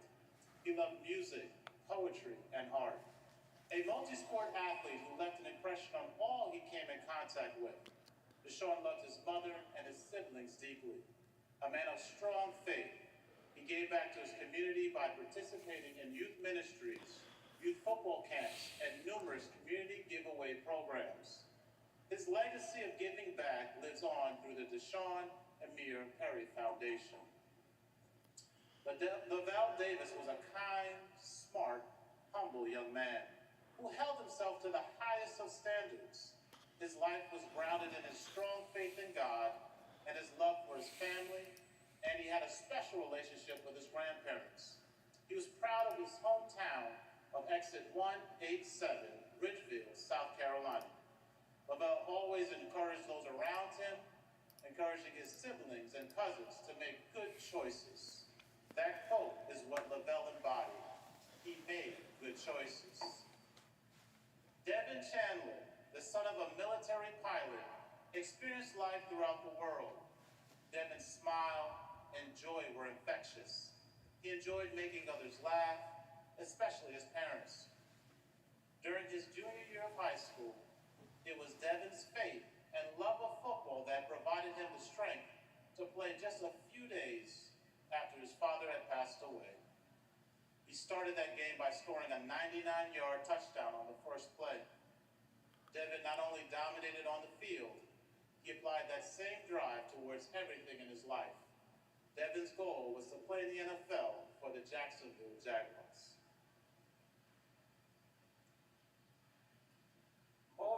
these young men had dreams of one day being drafted and playing in the NFL. Tonight, we can make one of those dreams come true. We'll now invite their families to join us on stage.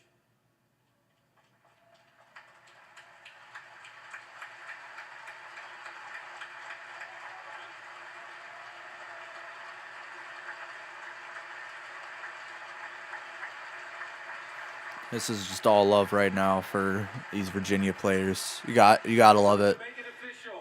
With the first picks in the 2023 NFL Draft, we welcome to the NFL family Deshaun Perry, Lavelle Davis, and Devin Chandler of the University of Virginia.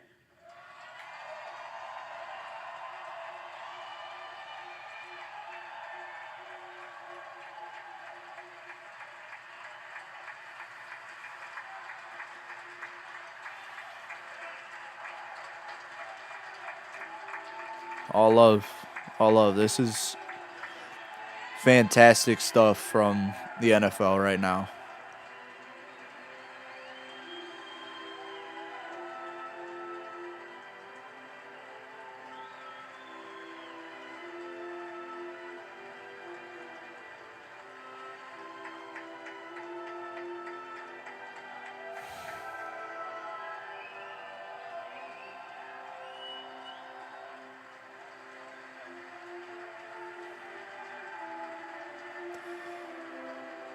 Gotta love it when the NFL does stuff like this. This is fantastic stuff.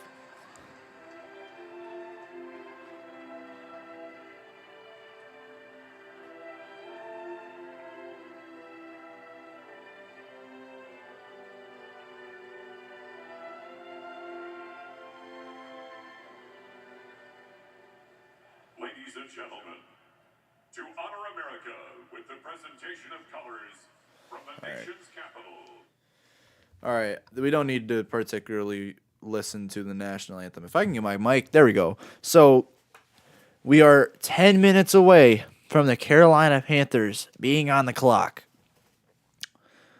So I think, as I said, at this point, it's very guaranteed that Bryce Young is going number 1 overall. I think that's just fairly obvious.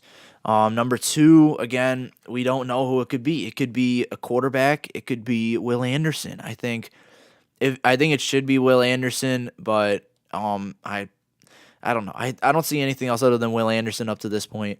I think it's easily the best pick on the board.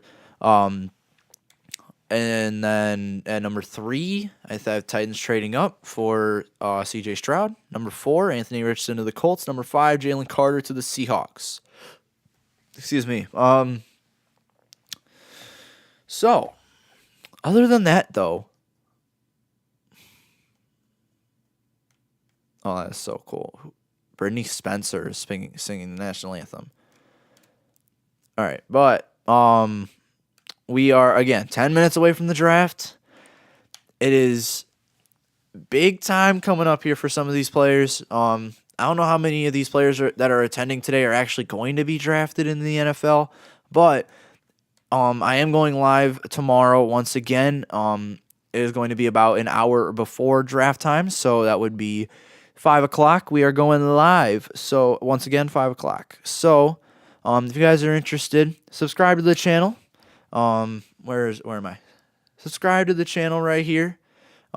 Subscribe to that channel. Let's get to 1,000 subscribers here by the end of the summer.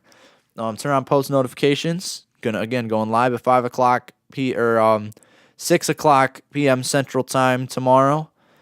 And so we are getting really, really close here to the NFL draft. I know I'm ready. I know you guys are ready too. So, all right. Once the national anthem's over, I'm sure they're going to commercial break. So I want to talk about some guys who I think might be first round steals. So these are the guys who I have really high on my board who could be going lower. I'm gonna start here. I'm actually gonna pull up my big board so don't mess anything up. All right, let's get you guys looking at my big board here. All All right, so I want to start with Broderick Jones. I am going to hide this row again. I'm going to start with Broderick Jones, my number 5 prospect. He is the consensus number 3 offensive tackle on the board. He's my offensive tackle number 1. He's got very high upside, and he's already got the measurables to be good in the NFL. A little bit raw and experienced at especially a left tackle, sometimes just a little too aggressive, but I think he can make up a lot of ground in coming into the NFL. So, also Quentin Johnston, I've seen he's been falling down a lot of draft boards. I don't understand it. I don't see it at all. Yeah, they're going to commercial break right now. But I think Johnston's my wide receiver 1. He's got the physical tools to be elite. His route running could use immense improvements, but he does have basically everything else. I think, again, first-round steals. I think Emmanuel Forbes could potentially be a first-round steal if he goes in the back half. And then a lot of these guys just aren't going to be going at all in the first round. Trent Simpson's my linebacker 1. I have him in at first-round talent. B.J. Ojulari as well. He might not be drafted in the first round. I think he should, but I don't know. He's definitely should be. He's my edge number 4. Jahmyr Gibbs, we'll see where he goes, really. John Michael Schmitz, I think he's going to be a name to watch for tonight. I think JMS he's fantastic. I think hopefully teams are going to realize he's the better of the 2 interior offensive linemen that are being debated for that top spot. Foskey, too, a big steal, but yeah. So, again, if you guys are watching this live stream, I want to hear some of your opinions. So, if you guys have anything that you guys would like to express, or any comments, any questions for me, anything else, I will gladly answer those. So, just let me know here in the comments of this live stream. We are now running on over 2 hours of this live being up. So, we got the draft in 7 minutes here. Let's go. Let's get started. All right, I'm so excited, you guys. I'm so pumped. Anything that's happening in the NFL world right now, you guys? Is anything happening?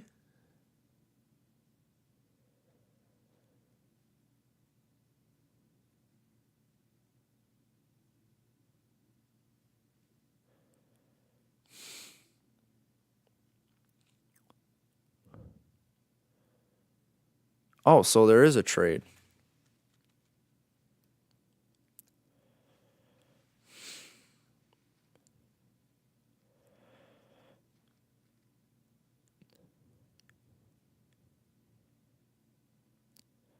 We do have a trade.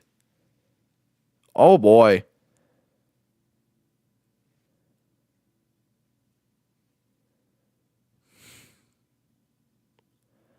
Oh, my goodness. Oh, boy. We have something pretty big. We have something very big. Uh-oh.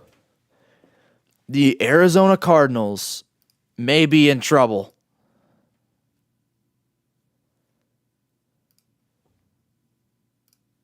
Let me get you guys filled in here. The Arizona Cardinals may be in trouble. Here is what a statement reads in a joint statement from the Eagles and Arizona Cardinals.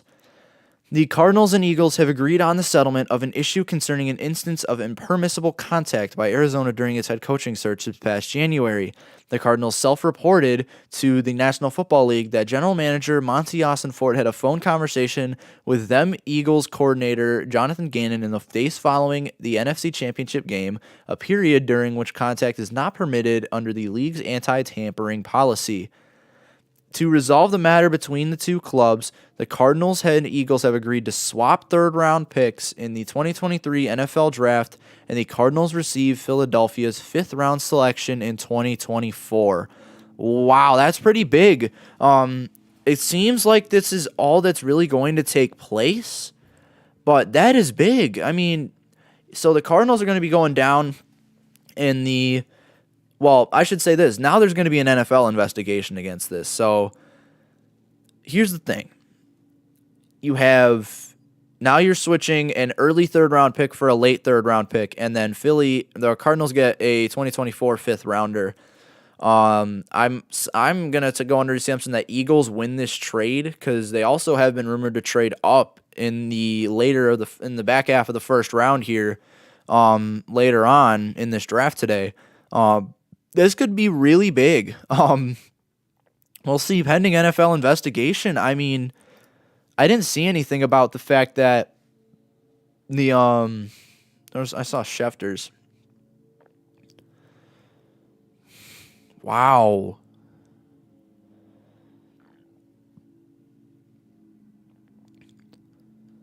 That's big. Oh, wow. So that is, I'm going to go back to that tweet actually. That is massive, you guys. So again, Eagles and Cardinals are swapping third round picks. So the Eagles are going to be trading up here in the third round, and then the Cardinals are getting a Philly fifth round selection. So again, I don't know if the NFL is going to go deeper into this. If they do, this could potentially be a forfeit of a first round pick for next year, maybe even maybe just a second round pick. But nonetheless, the Arizona Cardinals tampered.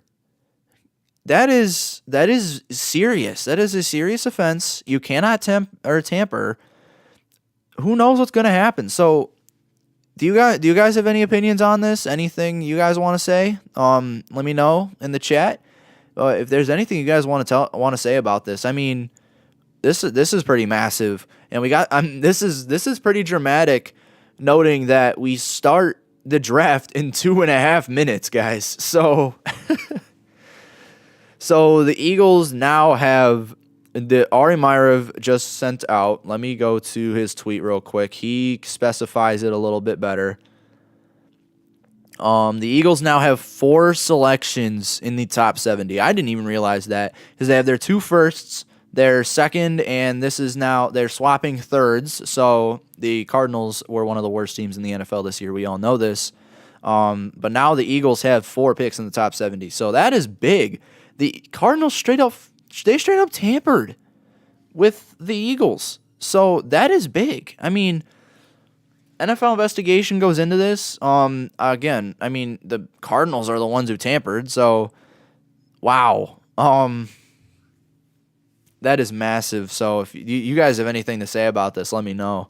I will gladly talk to you in the chat about this or respond to your chat. But Jeez, people. That is something very dramatic going into now a minute left until the draft is officially begun. Wow. I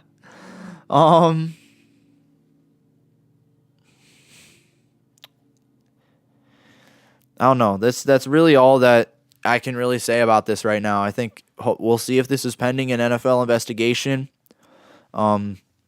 If it is, we could see the Cardinals giving up a high pick in the future because the reason the Dolphins don't have one is because of tampering. So why shouldn't the Cardinals be treated the same? So we'll see what happens. Of course. So the trade they did settle on it. So I'm not 100% sure if the NFL is going to take action. But nonetheless, that's pretty big for the Eagles. So Eagles lost a lot of guys in free agency. So, well, draft is about to begin. So let's get to the draft overlay.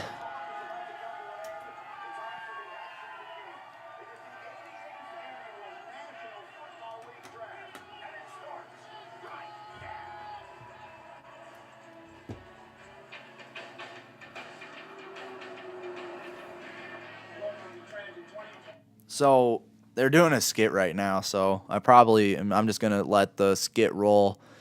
But no, this draft is gonna be really fun. Actually, why don't we just go back to the web real quick while we're at it to just continue talking about this now new news about tampering going on with Arizona. This is massive. this is I don't know. There's not a lot I can really say other than if this gets into an NFL investigation, this could be huge. And I don't know. We'll see what happens. Again, as Myriv puts it perfectly, there is a lot to digest. But again, Eagles now have 4 picks in the top 70. That is very big. Serious for both Arizona and Philly, as Myra says here. Serious for Philly, as now they have 4 top 70 picks, and serious for Arizona, as if this turns into an NFL investigation, this could be serious. I don't know. I'm just waiting. I'm casually waiting for this. I know they're going through a really. I don't even know what skit's going on right now, but they're going through one. I'm just waiting for the end of it. I see Katy Perry, the Jonas Brothers are in on this thing. That's Luke Bryan's in on this thing. Brock Purdy. Oh, jeez. Oh my goodness. Okay. Yeah. So. Kansas City, again, the NFL has been doing a really good job so far as of what I've seen.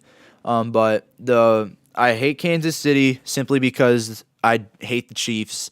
But the venue that they have this year is fantastic. Let's try and, I mean, if you guys aren't watching the draft, this is crazy right here. This is a fantastic venue. Yeah. Oh, okay. College basketball news just came out. I don't know who we got in the crowd here. Any college basketball fans in the crowd? Max Asmith just transferred to Texas. Oh, I wasn't expecting Texas at all. I was expecting either Kansas or not Kansas. Yeah, Kansas State or Wichita State. I didn't think Texas was in the mix. Oh, that's massive. So yeah, we are now. So NFL draft news, yep. Carolina, I know this is, again, old news. But I don't know why, Shams is tweeting out about the, NFL. But he just said that we have official news. This, again, I'm sorry that there are spoilers involved, but Bryce Young was very clearly going to be the number 1 overall pick. There was absolutely no reason for him not to be number 1 overall. So, fantastic pick. Now this is me giving live grades. So I'm going to be giving out live grades today for you guys, as well as keeping you guys updated with what's going on with the picks and just give my live reactions. But we do have our first selection in the bag at quarterback, Bryce Young. So I am going to... Here's the thing. I never particularly liked the trade up in the first place, but I do think that it was a good idea to go with... well, I got to make a new source now. But Bryce Young, I don't think it was any other possible selection you could have made here. Where is the one I'm looking for? Hold on, guys. I got to remember what font I used for this stuff. That's right. Okay. So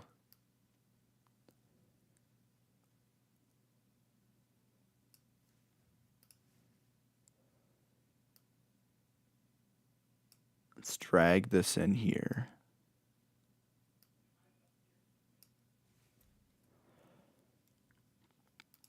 I'm trying to put this in a good spot.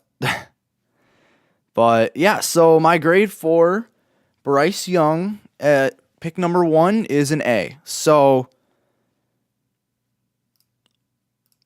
yeah, I think A is a very fair selection for Bryce Young. Again, I'm going to put this 100 pixels over. Again, I was not a massive fan of the trade up, but I mean, it was the best selection on the board. You couldn't I gotta make. Oh my goodness, I am struggling right now with Streamlabs. But you got to make that selection. It is an easy selection to make. Bryce Young. If you're a Panthers fan looking for any context on what's going on here, Bryce Young is a very how should I put this? He is Mahomes, but 5'10". He has amazing poise, dead-eye accuracy, solid arm talent. Arm talent's not as good as we got with Mahomes, but good decision-making, mobility in and out of the pocket. He wasn't particularly utilizing his mobility to scramble while at Alabama, but I think he was. Yeah, I've already said a lot about Bryce Young. I've probably mentioned him at least a dozen times. But yeah, it's fairly obvious that Bryce Young is this number 1 overall pick. Courtyard by Marriott. Here's the moment we've been waiting for. The commissioner, Roger Goodell.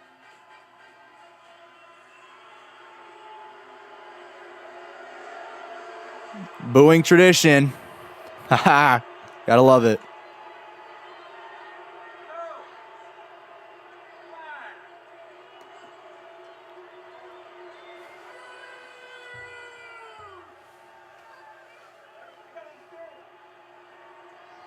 Okay, welcome to Kansas City and the 2023 NFL Draft.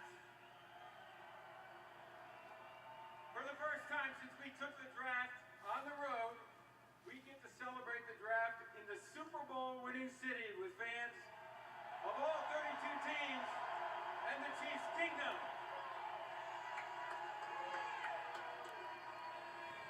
As you can see, I have some friends on stage with me that you might recognize. They are Kansas City natives and love this community and their Chiefs. Give it up for Eric Stonestreet and Heidi Gardner of Big Slick, Kansas City.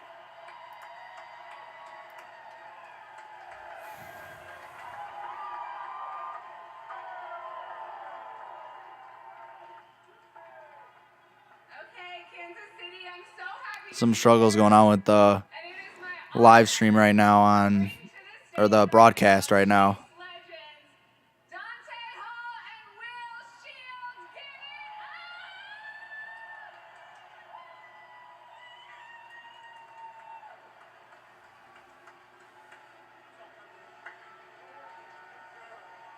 All right, Kansas City, I want to hear you.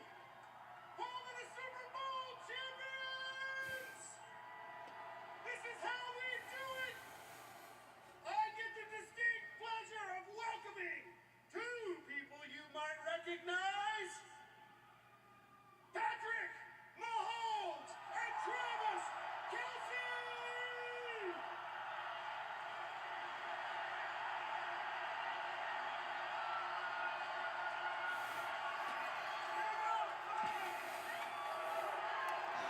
I do not like Kansas City at all. I do not like Kansas City. Boo.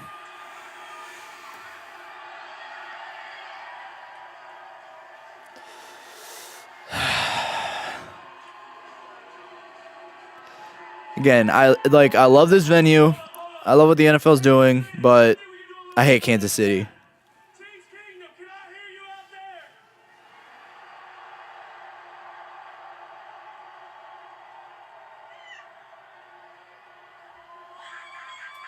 All right. Hey, Chiefs Kingdom, we in this thing or what? Hey, we fuck going right to party, baby. How about it?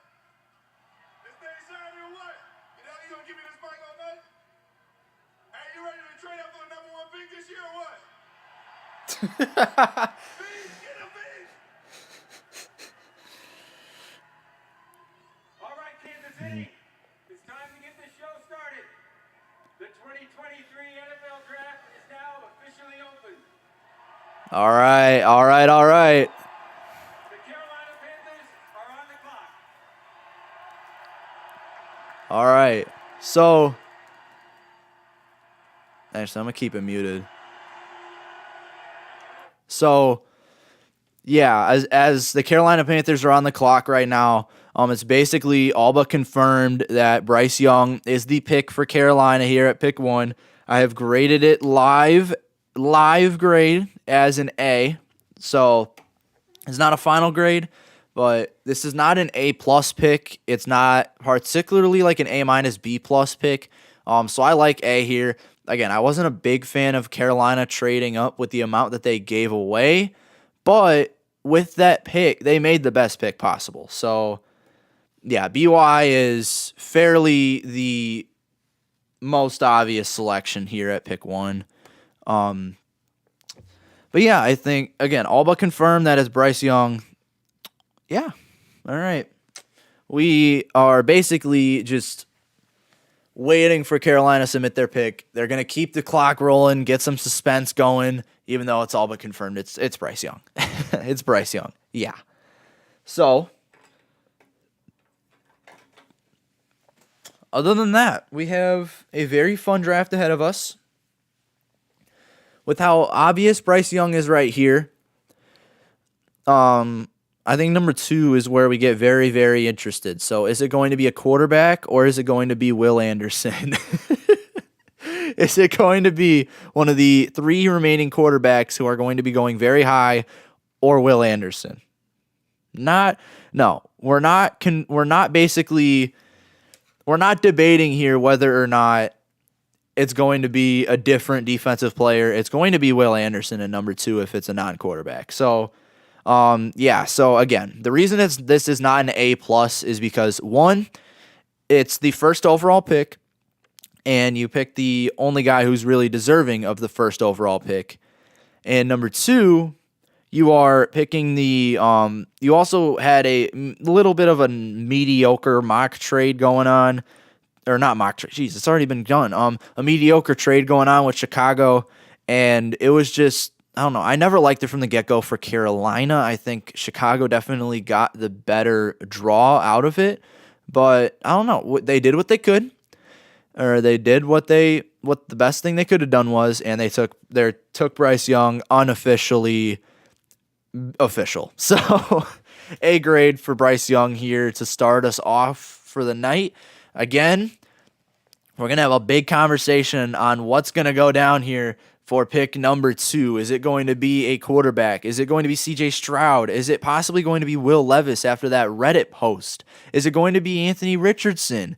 Or is it going to be that non-quarterback, the only non-quarterback who should really be taken here, and that is Will Anderson Jr.?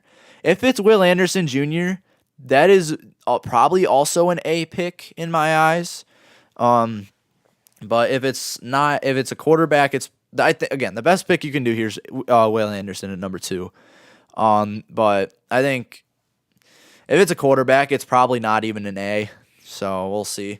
But Carolina is still on the clock. They're going to absolutely milk this clock out, 100% milk this clock out.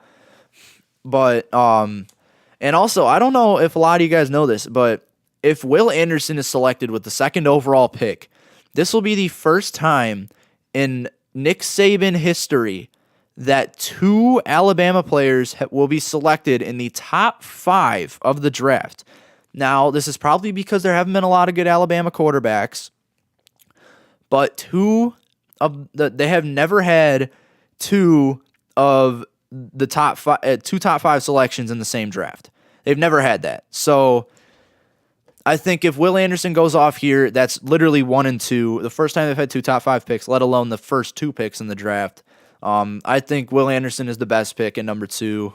Quarterback is probably not an A pick. I think, especially if you're in the situation of Houston, if you're not expecting to be as good as, or to be that good next year, you should have you should wait out on a quarterback. Next year's quarterback class includes Caleb Williams, who's going to be one of the best quarterback prospects in recent memory. Drake May, Jordan Travis, Bo Nix is on the board. A couple other, possibly 6 QBs out in the first round. So we'll see what happens when that draft comes around. Let's stay focused on this draft. We have still 5 minutes left. And yeah, we still have 5 minutes left. They have not stopped talking about Bryce Young. They've been talking about Bryce Young for 4 minutes up to this point. And they still have not stopped talking about him. If that doesn't guarantee the pick, I don't know what does. But I think it's Bryce Young. It's Bryce Young. But yeah, I give it an A pick if Bryce Young is a selection. At number 2, if it's Will Anderson, that's also going to be an A. If not, it really depends on which quarterback is selected. We'll see what happens at that when that time comes around. But Carolina is just going to keep milking this clock off and wait until. And Ari Meirov agrees with me. It's like everything I say, Ari Meirov has something to say back. Every time. Ari Meirov tweeted out a couple of minutes ago, yes, the Panthers were probably told to milk the clock.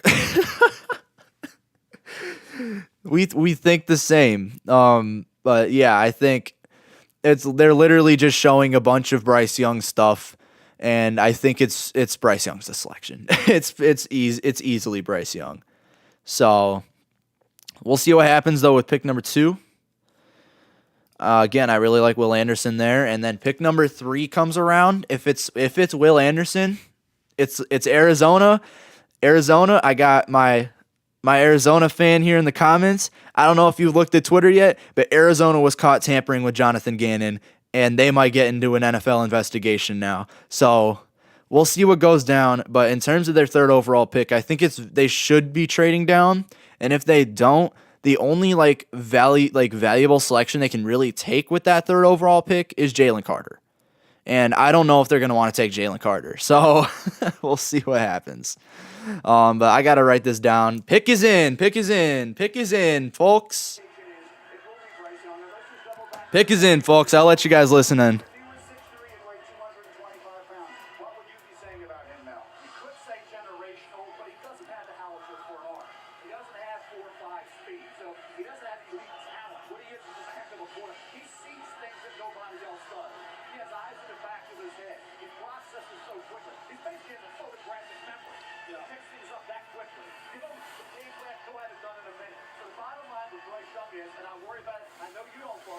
I worry about him being able to withstand that punishment at only 5'10". And what's he going to play at? 185, 190? And we've never seen that in the history of the NFL. But if you see some of the bigger quarterbacks, Josh Allen, Justin Herbert, they've all been hurt. It's not if they're going to get hurt, it's when. That's why I don't worry about the durability so much. I worry about when he plays, can he be consistent? Can he be the guy you want him to be? Yeah, you're right. They do all get hurt, but I'm telling you this, there are some mean quarterback hunters out there right now, man. And I would be holding my breath every time he takes a big shot. The Panthers have had the first pick in the draft once before. They selected a quarterback then. It was Cam Newton. They're about to do it again tonight. The second time in history the Panthers have the first pick. Here it comes.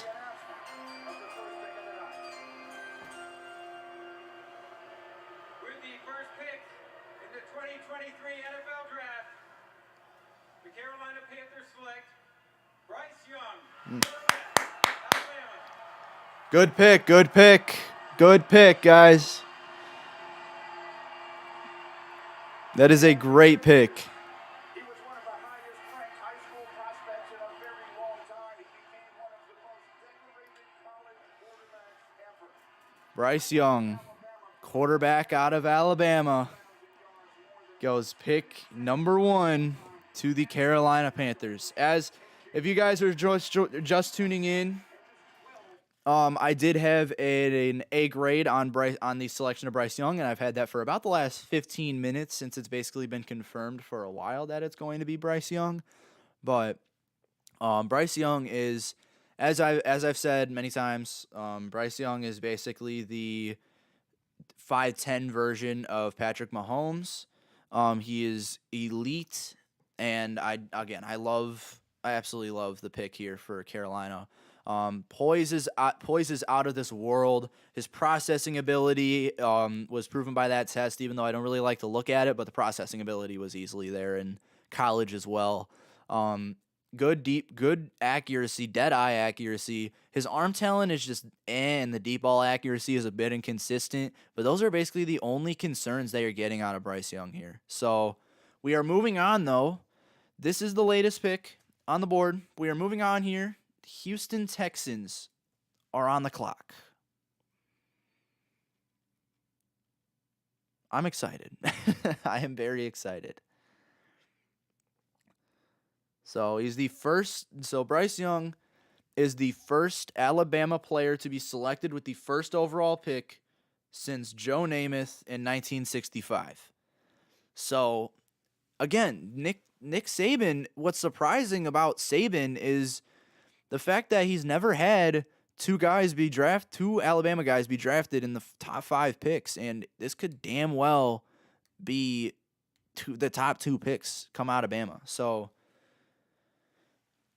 and we know about Bryce Young. Houston on the clock. I gotta get this overlay going. Over here. I'm going back to the pre-draft thing real quick, you guys.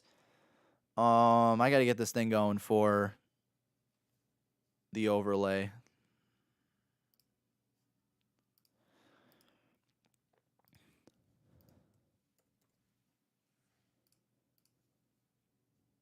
All right.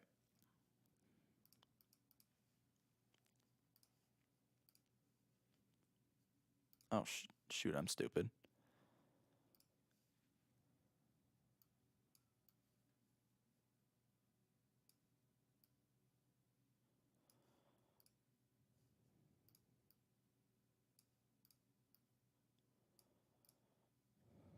All right. So, we are moving on to Houston at pick 2. The pick is in, folks. Is it Will Anderson? Is it a quarterback? Let's find out. All right, and so you take a look. These are the highest drafted Alabama quarterbacks in the common draft era. You might be wondering where Joe Namath's name was won in 1965, number 2 overall in the old American Football League. That, of course, was before the common draft era. So Bryce Young now the highest drafted of any Alabama quarterback of all time. So now we have gotten through the portion of the evening that we foresaw. Let the intrigue begin. Number 2 is Houston. Mort and Adam, what can you tell us? Well, Brady, this goes back to the regular season finale where the Houston Texans won that day, but lost out on the number 1 overall pick. They tried to trade up for number 1, didn't get there. There's been a lot of debate in this organization about whether to go defense. Yeah, that was something I thought was totally just a gimmick. With the Texans winning that week 18 game, I thought that was totally just a gimmick. You have now the Bears. The Bears now go up to number 1. But yeah, Bears go up to number 1 with Lovie Smith there as head coach. So I think that makes sense for the Texans to go. The Texans are number 2 though. They got options. I think the only valuable option that would remark an A grade for me is Will Anderson. So let's see what happens. Surprise. Right now, Brady. All right, guys, thank you. And so for the last several weeks, Mel, the suspicion here has been that they would go defense, that the Texans were willing to eschew the opportunity to take the future quarterback. You hear them suggesting that they're settling in on the offensive side of the ball, so maybe we are about to see something we weren't expecting. Yeah, we were surprised when we heard that it wouldn't be whatever quarterback was left, whether it was Stroud. I was still a Levis guy, but they seemed like it was Stroud or Young they were waiting on. Once you knew Young was going on, you thought it was Stroud. I will say this, you're chasing Trevor Lawrence. It's gotta be Will Anderson, guys. It's gotta be Will Anderson.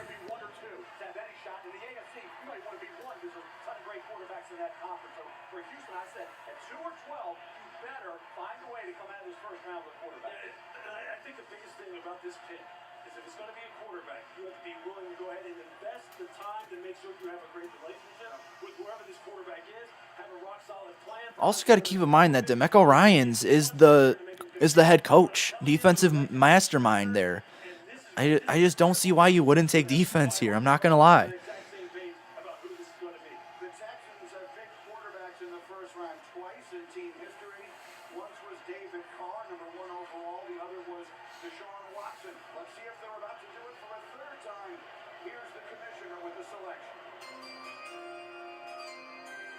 With the second pick in the 2023 NFL Draft, the Houston Texans select C.J. Stroud, quarterback, Ohio State. They took Stroud. How many times have we heard this go back and forth, and where it finally lands is on the quarterback many believe is the second best candidate Oh my God. on his face. Sat behind Justin Fields for a year in Columbus. Then became a 2-year starter for the Buckeyes, a finalist for the Heisman both years. Regular season numbers off the charts, 81 touchdowns, 12 interceptions. Postseason Oh man. Rose Bowl 2 years ago against Utah. Well, there's my reaction to it. Oh, okay. Let's get this put into the stream for you guys here, so you guys are aware.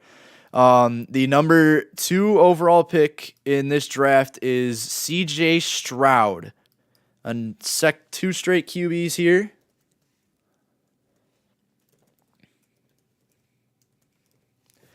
I'm not going to lie. Okay, I'm a fan of this selection, but it is not. Okay, I wouldn't say C.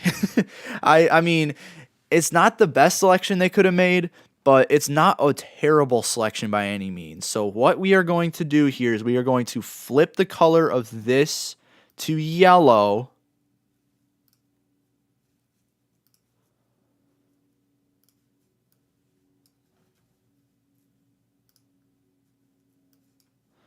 And we are going to switch to a B+.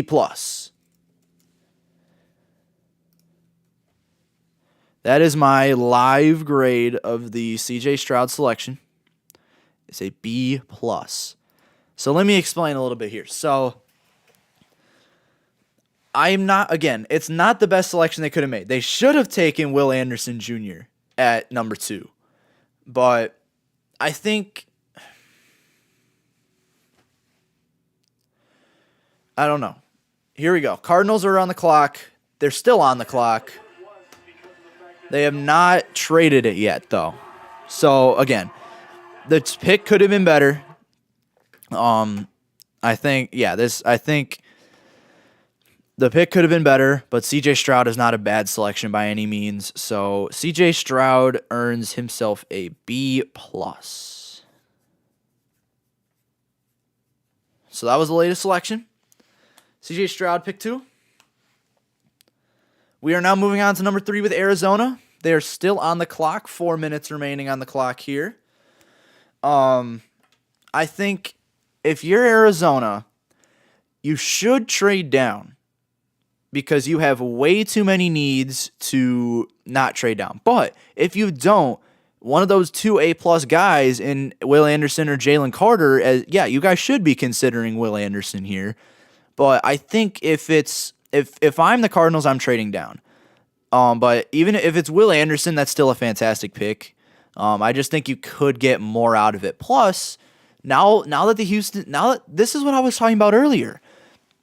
The Texans have now they took a quarterback. So now all these defensive studs are still on the board. So the Titans are probably not interested in trading up anymore. They probably still want DeAndre Hopkins, let's be honest here.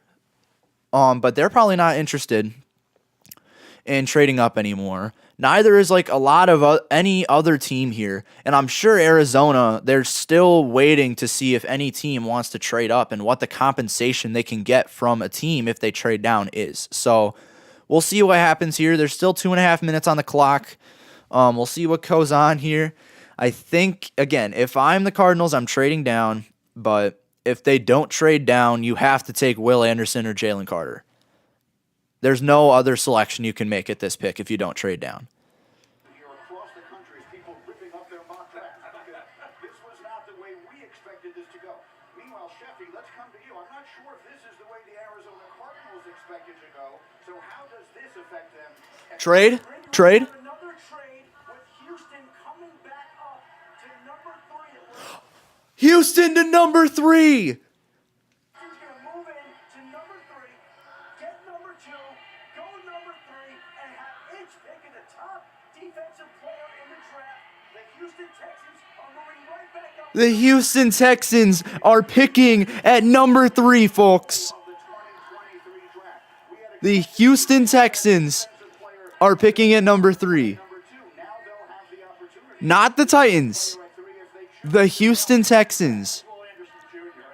Now you take Will Anderson. If this is an A+ selection, if you take Will Anderson Jr. here, that's an A+. This is an elite trade up right here. If you guys are not tuning into the draft right now, it is not official. Nothing has been said on the broadcast yet, but it seems as if the Houston Texans will be trading up to the 3rd overall pick and likely selecting Will Anderson Jr. with that pick. If they do, that is 100% retrieving an A+ grade for me. That is an elite trade up. Yep, trade alert.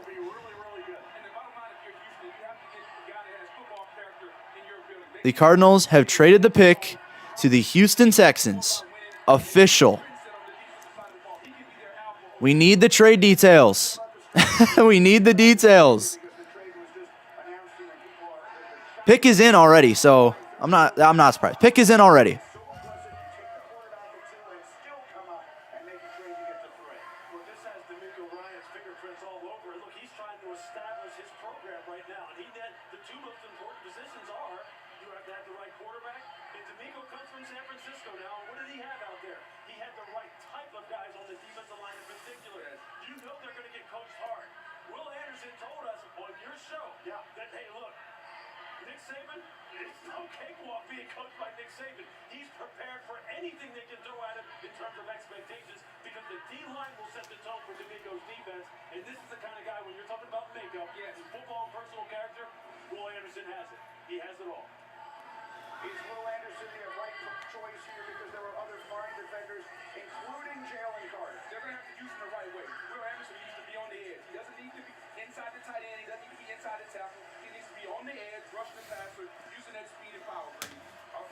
These guys got me stressed out. These guys have me stressed out, guys.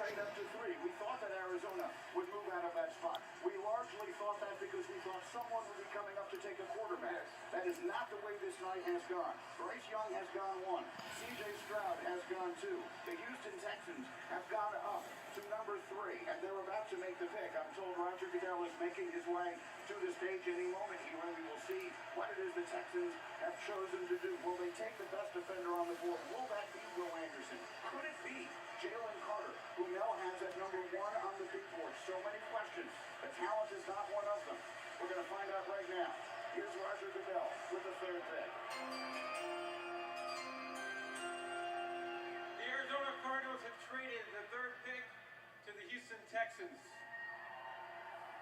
With the 3rd pick in the 2023 NFL Draft, the Houston Texans select Will Anderson Jr. Elite! Alabama. Elite!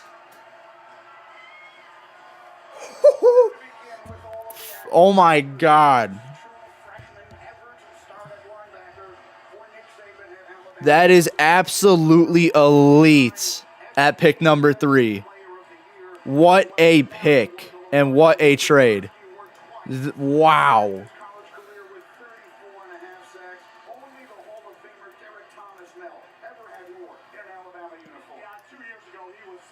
Can I make this 64? I'm struggling with the... Oh, I guess I still can. All right. So...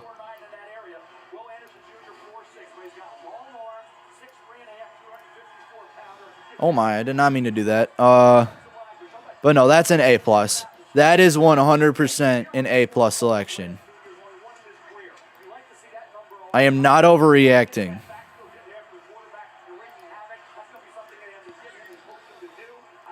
What a... This is madness right now. This is madness. Absolute madness. Wow.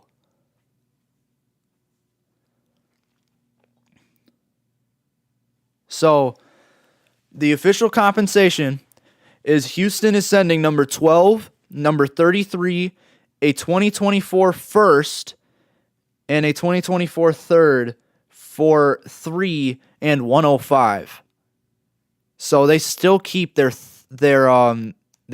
keep their 30 they can't keep their 33.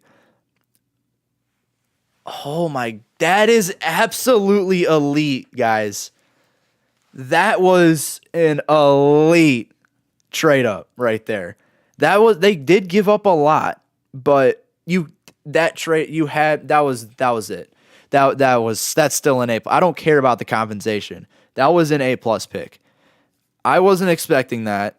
We reacted to Daniel Jeremiah's mock draft earlier, and he had the Houston trading up to number 3 for Will Anderson. So Daniel Jeremiah is onto something, guys.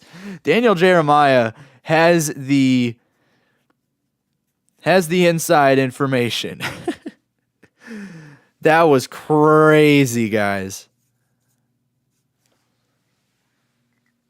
Wow. Oh my God. Okay.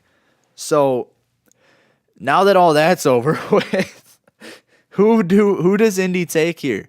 If they take Will Levis, Anthony Richardson is damn well still available for Seattle to take a QB at pick 5. If they take Will Levis, or if they take Anthony Richardson, I think it's very clear that the Seattle Seahawks go Jalen Carter at 5. I don't think they like Will Levis. If they take Will Levis at 5, that's stupid. Nonetheless, in the pick here is quarterback, and the pick is in. In this decision.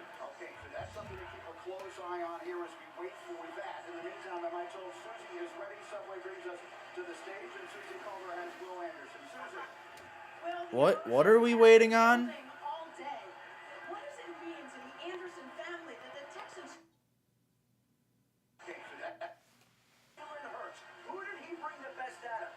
Jalen Hurts. So he would be looking for a quarterback that could do similar things, but the Colts are expected to take a quarterback. Okay. Shane Steichen, their new head coach, is going to loom large in this connection with this coaching... Just making sure we're live. with this coaching staff and D'Amico Ryans. Tell everyone why. Yeah, man, they're good guys. They smart. They know they want out of players. They know how they want to use me, but they're good people. And for me, that's what I want to be around. Good people. D'Amico's a Bama guy. Bama South Side, that's what we call it, baby. That's what we call it. Congratulations. Thank you. I appreciate it. Susie, thank you. The Texans are the third team in the common draft era that had 2 picks in the top 3 overall. Washington in 2000, the Colts in 1992 were the others. They take C.J. Stroud at 2 and Will So the first team since 2000 to pick 2 times in the top 3. That is crazy. looking for here. Shane Steichen comparing a quarterback to Jalen Hurts. One would think that might suit Anthony Richardson before one would think Will Levis. Also did a great job as the OC with the Chargers with Justin Herbert when he had 31 touchdown passes, most ever by a rookie in the National Football League. Jalen Hurts, 18 rushing touchdowns, most ever by an NFL quarterback. So Steichen is one with the pocket guy with the big arm, and Herbert is one with the guy who's the dual threat in Jalen Hurts. They have tried so many different ways in Indianapolis with veterans, and it just hasn't happened for them. Yeah, and it's time for Chris Ballard to go out, rip the Band-Aid off, go out and get your quarterback. And with Shane Steichen, the ability for the quarterback to use their legs, it seems like we're going to go Anthony Richardson here. Yeah, look, he's just too good of an athlete. He's just too good of a thrower. Just watch the Texas A&M game from last year. You'll see everything that would make Indianapolis want to take this young man, baby. One would assume we're about to see the future of quarterback play in Indianapolis selected here in this draft at this moment. We've seen 2 quarterbacks go off the board in the first 3 picks, and we're about to see the third. Here's the commissioner. With the 4th pick in the 2023 NFL Draft, the Indianapolis Colts select Anthony Richardson. There we go. The better QB on the board. That's a good pick. They go Richardson. A lot of upside and a lot of work to be done for a young man who grew up right there in Gainesville, Florida. Only started 13 games in his college career. The one everyone remembers was the opener in September when he ran for 3 touchdowns and a wild upset win over Utah. The rest of the season filled with some highs and more than a few tough days.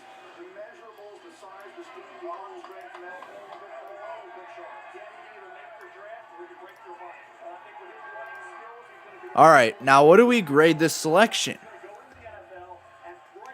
So what do we grade this selection? So Indy clearly needed QB, and it was fairly obvious there's going to be a QB all along. So I agree with the selection. Now, all right, we're gonna give this an A-. We're gonna give this pick an A-. That's where we're going with this pick. So I say A- because with Anthony Richardson, he's very raw, like very raw as a quarterback. But he's still very athletic. I'll give him that. So, but the thing is with Richardson is he isn't particularly an elite QB by any means. So my pick here would be Anthony Richardson as the best pick on the board possible, but he's not too talented. So A-, we're going to go with A- here. Again, Anthony Richardson was the right pick. It was the right selection. So, all right. So at this point, if you're Seattle, I'm taking Jalen Carter or trading down. There's no other possible way I could see Seattle going here. I think it's either you stay and take Jalen Carter or you trade down. So Anthony Richardson has received an A- grade. All right. Nice.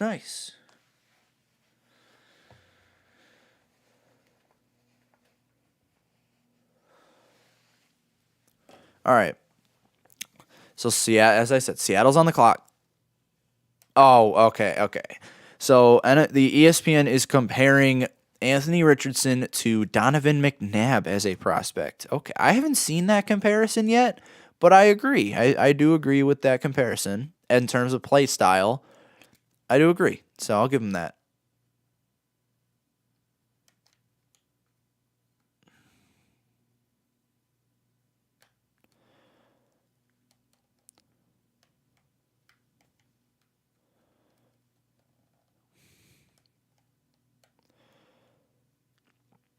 I like how ESPN here, they're talking about arm strength, and they show Anthony Richardson throwing like not even a 20-yard pass. Oh, that's amazing. All right. But anyways, we are moving on to pick number 5 here. So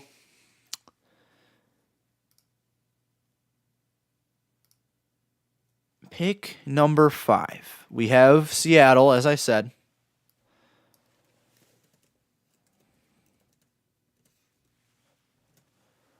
So if I'm Seattle here again, I'm taking Jalen Carter. If I'm Seattle, if you don't take Jalen Carter, you trade down. If you want to go ahead and take Will Levis, you are not going to get a good grade. You are not getting a good grade if you go ahead and take Will Levis here. That is just awful. But still got 3 minutes on the clock. The pick is not in yet. We'll see what happens here. I think if you're Seattle, you're taking Jalen Carter. If not, trade down. If it's anyone that isn't Jalen Carter, I'm reconsidering giving you an A grade. I think Jalen Carter here is probably worth an A+ grade for Seattle. If they take Jalen Carter, I think that's an A+. I think it's straight up A+. Jalen Carter is an A+ prospect. I really do not care about the red flags. Are they going to commercials? Yeah, they're going to commercials.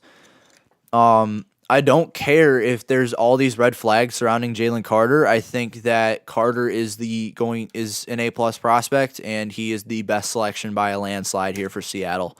Tyree Wilson will probably conduct an A grade, an A- maybe. Other than that, I mean, I don't see them taking anyone else. So we'll see. I should have thought Tyree Wilson is probably a solid selection here.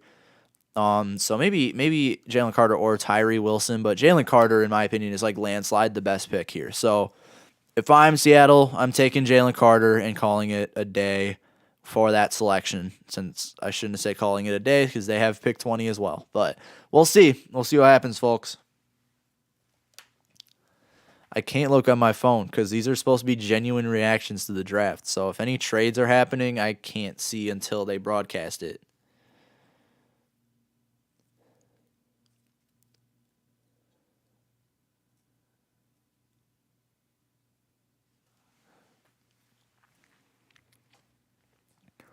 Yeah, I love it when it gets this interesting here. I love it.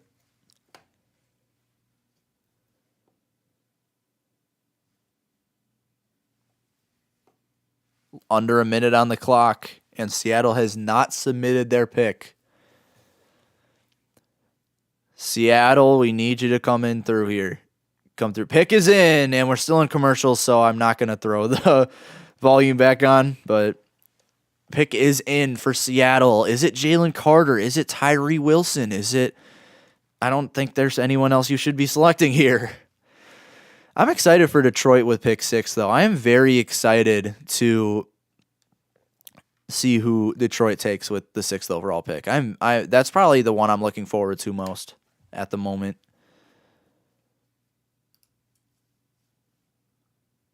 All right. Can we be done with commercials? Please. No, we're still not done.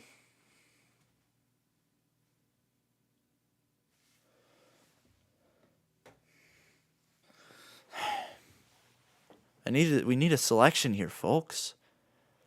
Get out of commercial.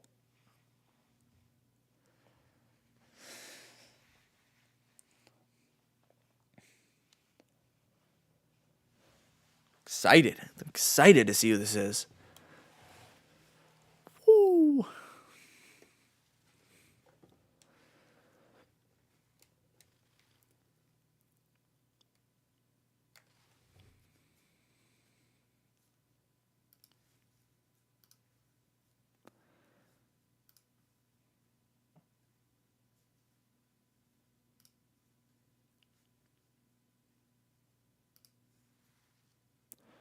All right, here we go, folks.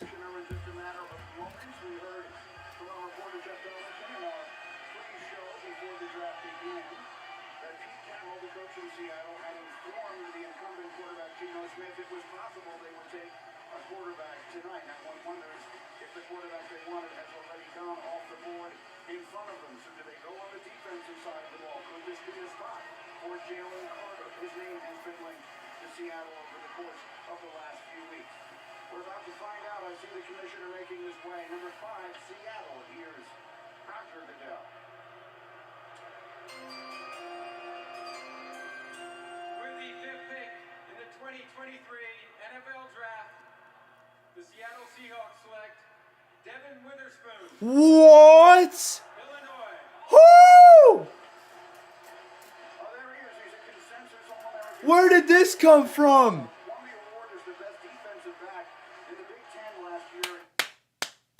My man, Devin Witherspoon, baby. Okay, I don't know how I want to react to this pick, but I'm big on Illini. I love the Illini. I love Devin Witherspoon. This was not the best pick. Wow. Devin Witherspoon, top 5.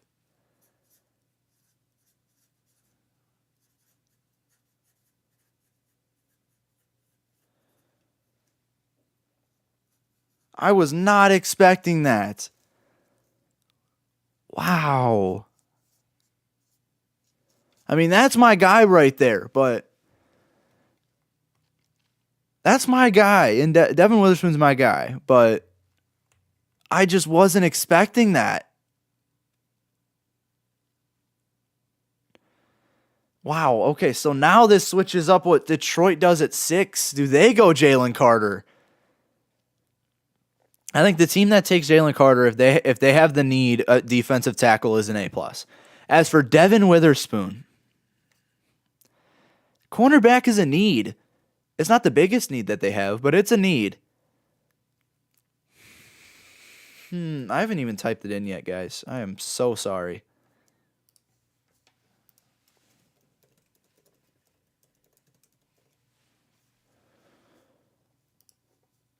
We are going to go with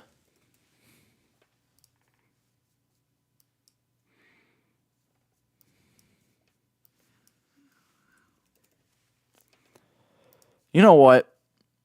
We're going to stick with A- here. I promise you there's no bias involved with this pick at all. I promise. But that's pretty good at number 5. Devin Witherspoon's a solid pick. It's not the best pick on the board. Not even the best cornerback on the board, but I think 1A, 1B for Christian Gonzalez versus Devin Witherspoon. So I like this selection. Don't get me wrong. Good pick. I forgot to turn my mic down, but good pick. Good pick. I think it's definitely not what I expected, and I was not expecting a corner to come off here, but Gonzalez would have received the same grade, I would say. But that is a jersey that I am buying, too, is Seahawks Devin Witherspoon. All right, I'm going to be right back, folks. Don't go anywhere.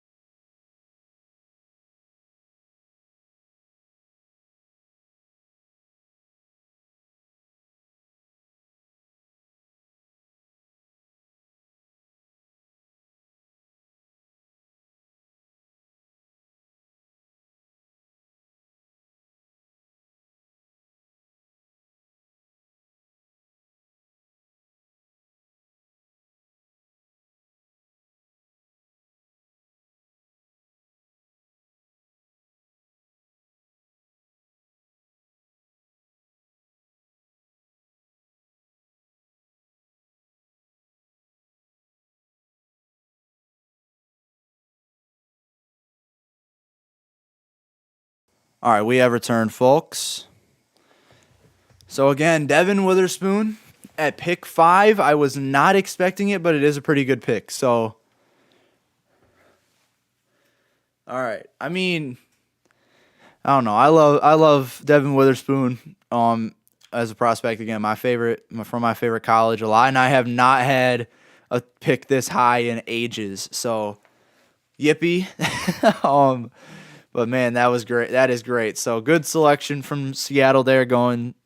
Again, Jalen Carter was the best pick, and at this point, whoever takes Jalen Carter is getting an A+ grade. So we'll see what happens here. We now have Detroit on the clock. I did step away for a couple minutes. I'm not sure if the pick is in or if they have traded it. I doubt they have traded it. They have many good options at pick 6, plus they already have pick 18. So don't see them trading or anything unless I've missed it. We'll see.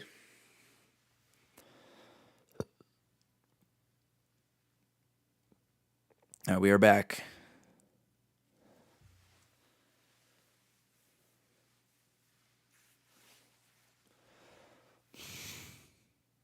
Yeah, pick is in for Detroit. All right. The Arizona Cardinals have moved up to 6. So the recap Wait, what?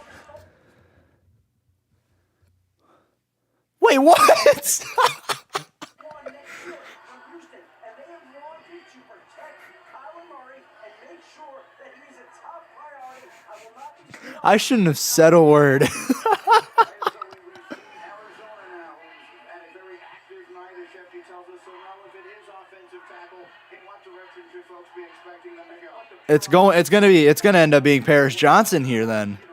I'll say versatile is moving inside from left tackle to guard center, which he had done. He's been a left tackle. You want a guy who's been a left tackle for 1 year and a right guard for 1 full year. It's Paris Johnson Jr., who was the #1 player in the state of Ohio coming out of high school. This was unexpected. So it's sixth. It's sixth for 12 and 34. Okay. So that's a good trade right there.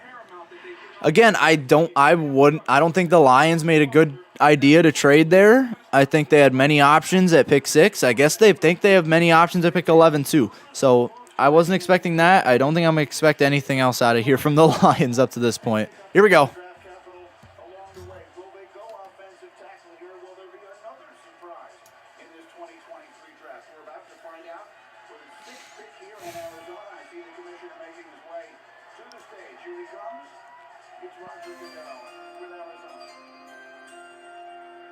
The Detroit Lions have traded the 6th pick to the Arizona Cardinals.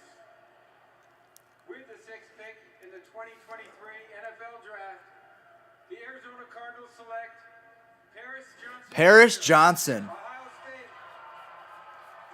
Paris Johnson Jr.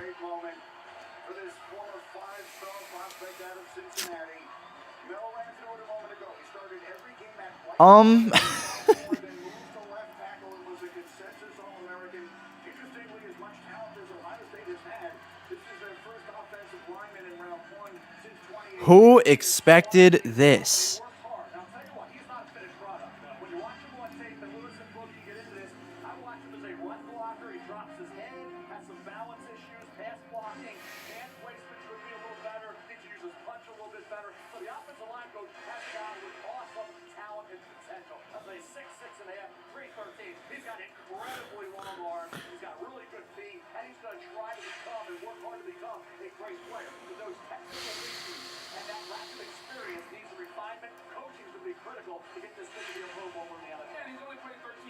All right.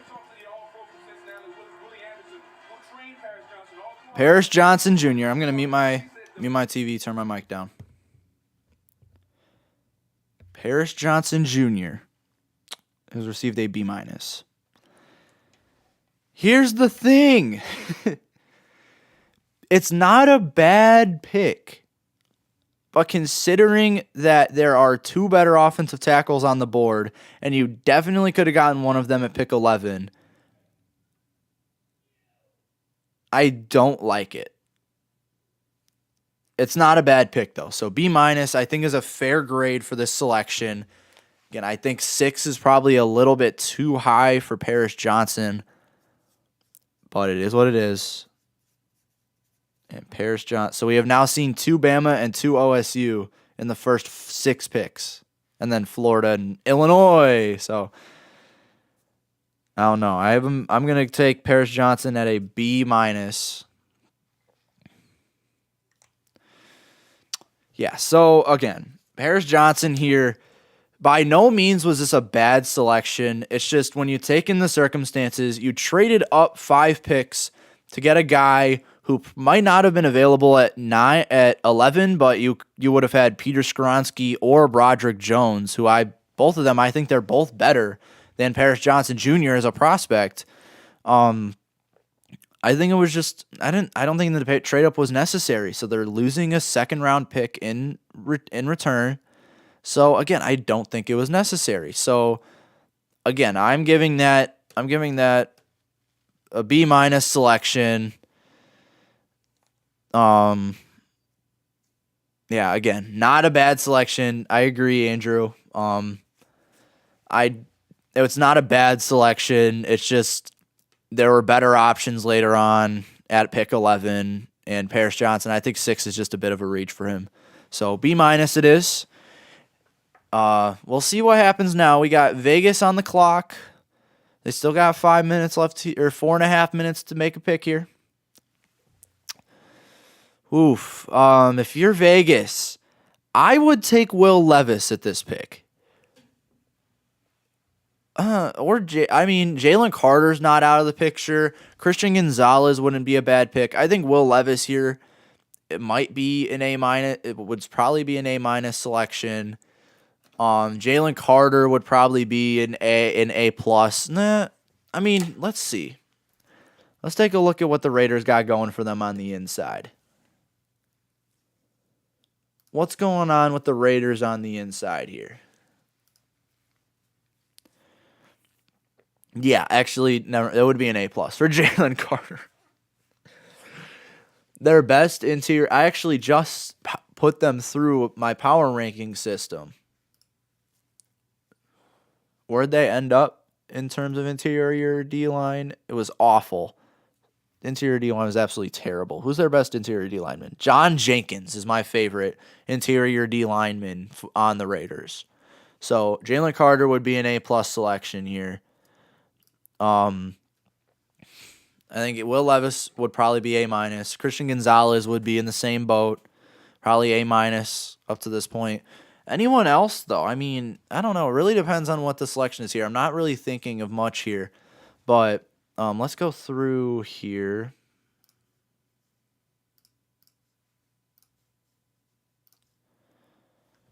So Anderson is off the board.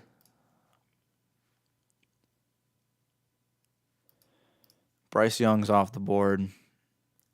Stroud's off the board. Anthony Richardson is off the board. Witherspoon is off the board. And Paris Johnson Jr. is off the board. So if I can take you guys here to the big board currently,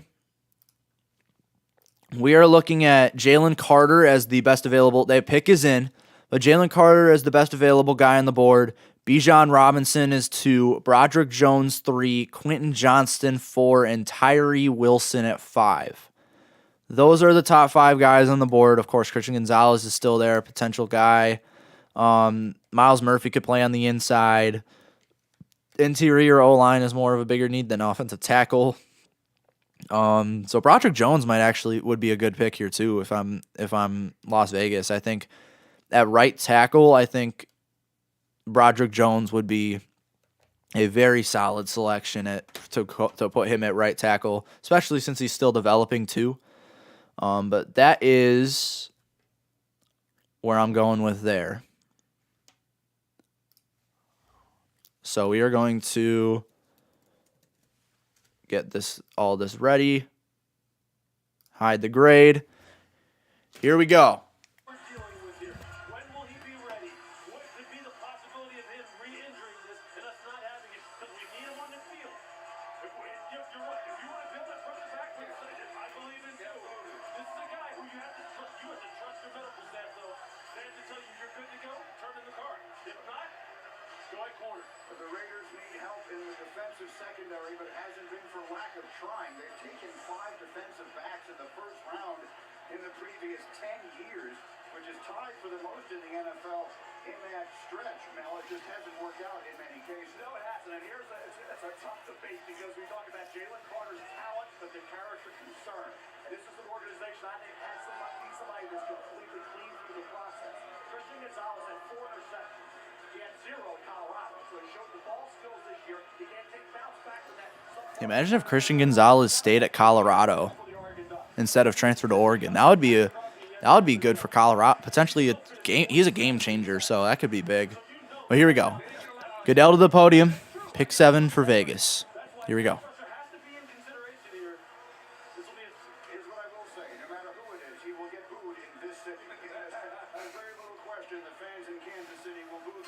They aren't kidding. With the 7th pick in the 2023 NFL Draft, the Las Vegas Raiders select Tyree Wilson. Okay. Texas Tech. Okay. All right, so there he is, a transfer from Texas A&M. He had a huge final season, 7 sacks. Okay. 15.5 tackles for loss, 43 pressures.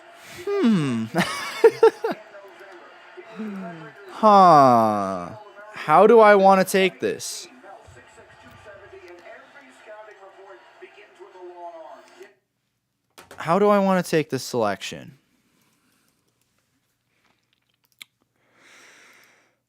I mean, you take a look at the needs for the Raiders here.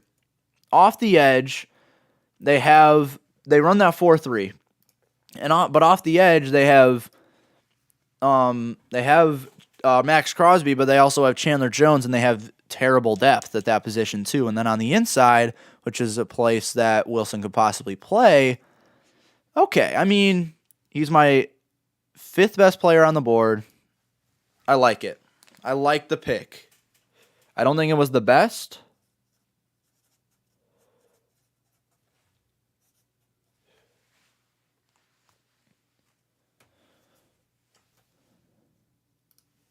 I don't think it was the best pick. But it was good.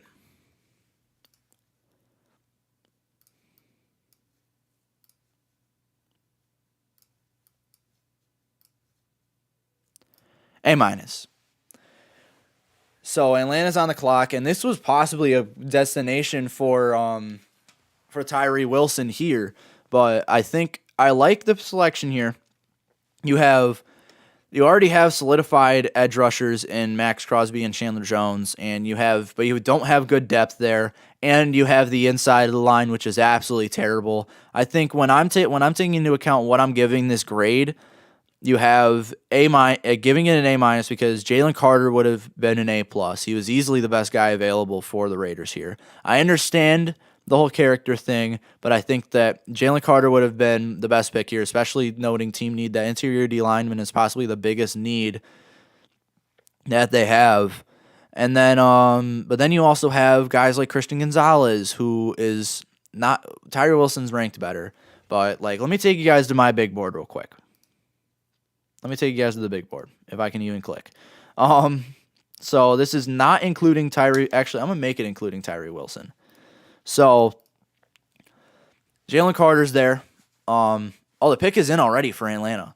Roderick Jones at right tackle would have been good, but probably not a better pick.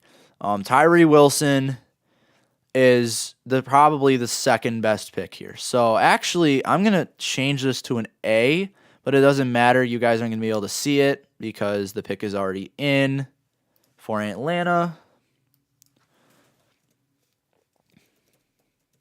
So Atlanta's next, but I think I'm going to actually change this to an A. I do think it's a better pick than I originally thought it to be. So, I don't know. I like the pick, actually. So, Tyree Wilson gets an A grade for Las Vegas. Probably the second best pick on the board there for them. So,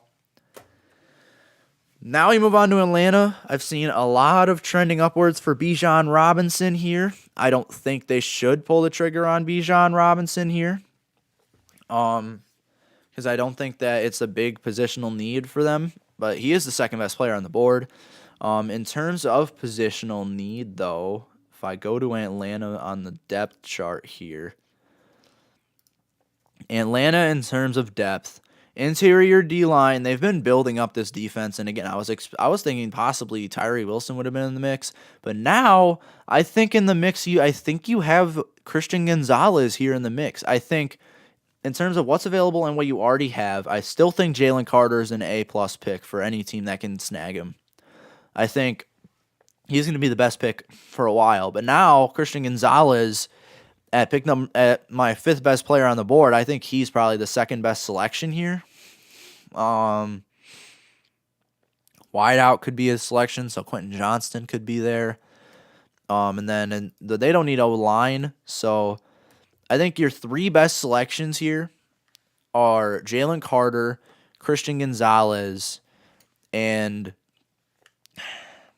probably Quentin Johnston from this point on. Yeah, Quentin Johnston is so. The 3 guys who I would give A selections to would be Jalen Carter, Christian Gonzalez, and Quentin Johnston. Those would be your A grade guys, of course, varying on A, and A+, A, and A-. So we'll see what happens. I mean, Myles Murphy wouldn't be a bad pick here.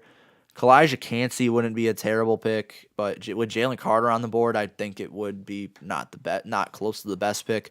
If you want to take Bijan, go take Bijan. It's just not a big positional need. I trust Tyler Algier to do his thing. Pierre Skoronski, if he plays on the inside, wouldn't be terrible, especially if he can move Hennessy to center.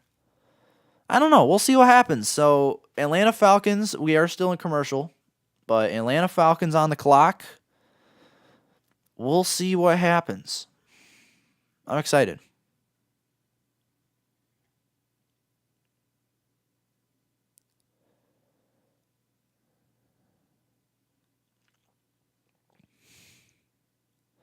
All right, here we go.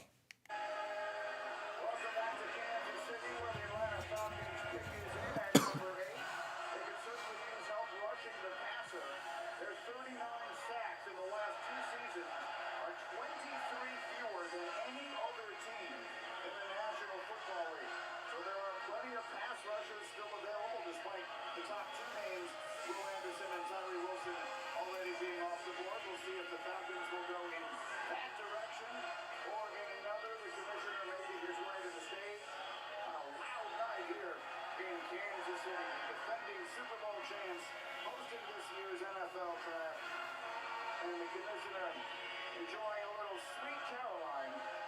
He seems to enjoy the Neil Diamond, and who among us does not? Crowd is about allowing the crowd to continue with the chanting back part of this, which has become so popular in many ballparks. Here we go. Here's Roger Goodell.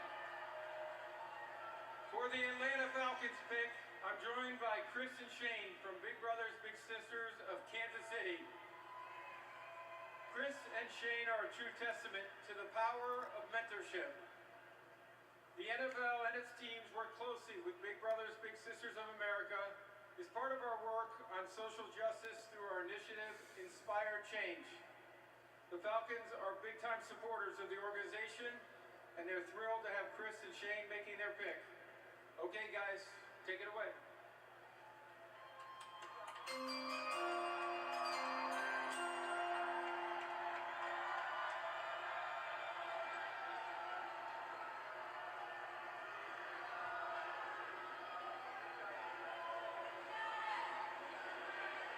With the 8th pick in the 2023 NFL Draft, the Atlanta Falcons select Bijan Robinson. It is Bijan.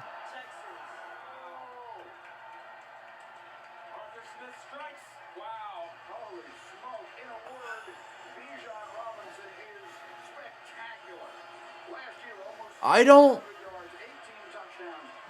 Do I like this pick?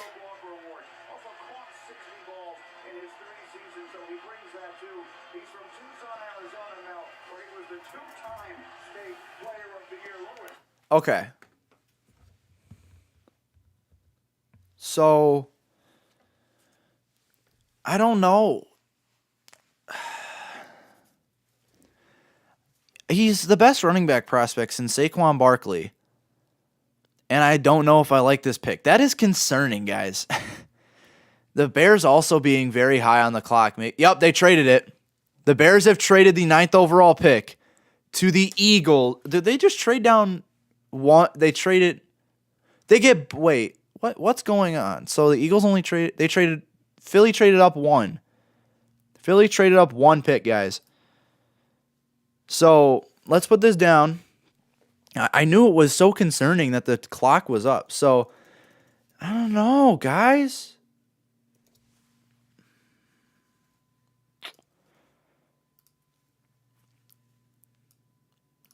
All right, you know what? It's still an A-. I think it's not the... Again, I don't know what to think of this pick. But I think it's still an A-.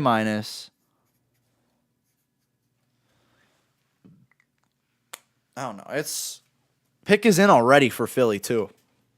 These guys are going fast. So who does Philly want, then? Are they going to take Jalen Carter? That's probably why they jumped him.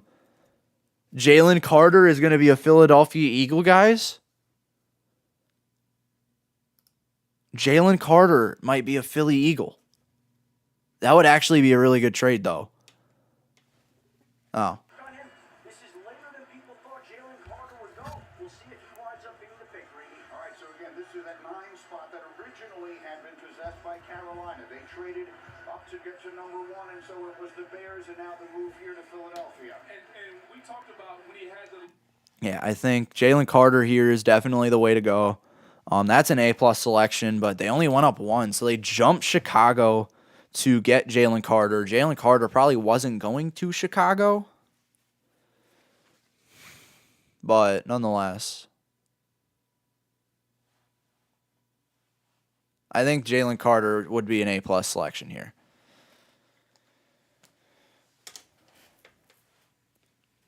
They're standing up and clapping. It's going to be Jalen Carter. It's going to be. If you're not, then you already have a good back end out here, and you have Christian Gonzalez, quarterback Oregon, sitting there for a secondary they could have used. But you had point with Atlanta. Nobody ran the football in the National Football League more than Atlanta. So, yeah, Algiers had a good season, but when you can get a back like Bijan Robinson, who I think is a combination between Saquon, Barkley, Christian McCaffrey, because Steve Sarkisian said he was the best receiver on the team, I think that's too much to pass And up. look, I think we forget just how look, Saquon was like one-of-one type of talent. Like Adrian Peterson, those type of guys. Look, I get you have that discussion there. I'm with you, Mel. Mel's converted me. Okay? I'm one of these guys who now believes, look, there's just too much evidence that suggests that in the top of the second, late first, you can get running backs who are going to be Pro Bowlers, who are going to be MVP candidates. Look, Arthur Smith had one in Derrick Henry, who was a second rounder down in Tennessee, so he knows. But I'll tell you what, moving forward to this pick here with Philadelphia, you think about the veteran presence they have on the defensive line, Yes. it would be perfect to absorb a guy like Jalen Carter. Fletcher Cox. Remember that name too. Guys, Subway's taking us down to the stage, and Susie, who's with Bijan. Susie. Another childhood dream comes true. How does this all tie back to your granddad's Leo? Oh man, well, first of all, I just want to say give honor to God for blessing me to be here with everybody and giving me the gift to be out here. But my grandpa, he's so ecstatic right now, and just doing it with him and being a part with him, it's so incredible, so amazing. But can't wait to celebrate it with him and see what he says.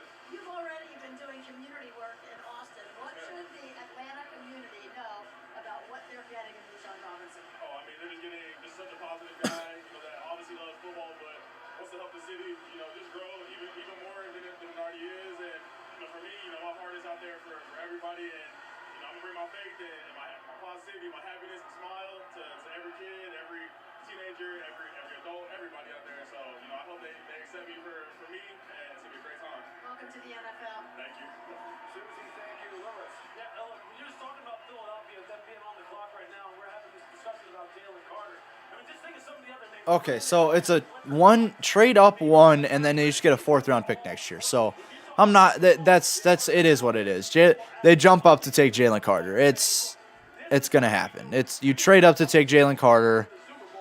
That's an A-plus selection right there. If they don't take Jalen Carter, I don't know. We'll see.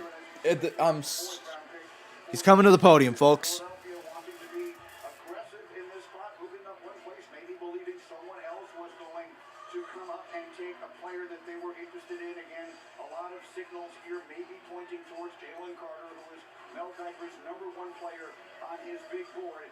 Now, that does seem the direction that this might make sense here, but we've not yet heard anything official. The Eagles tend to want to invest in the trenches in these first-round picks. I thought it would be interesting if Bijan was there. Would they take him? Peter Sturantz, the offensive lineman out of Northwestern, is the kind of guy they need in life.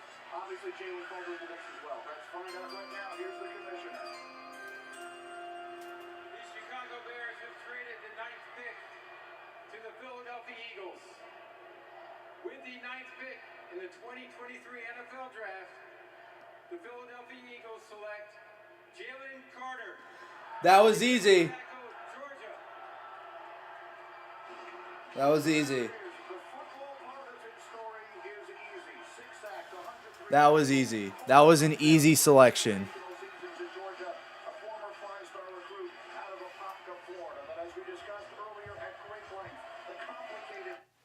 So great pick there by Philly.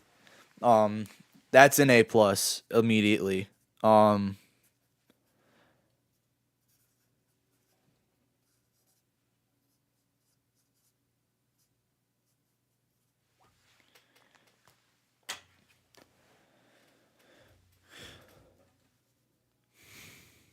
Yeah, so that's an A plus. I don't think there's anything else that the Eagles could have really done there.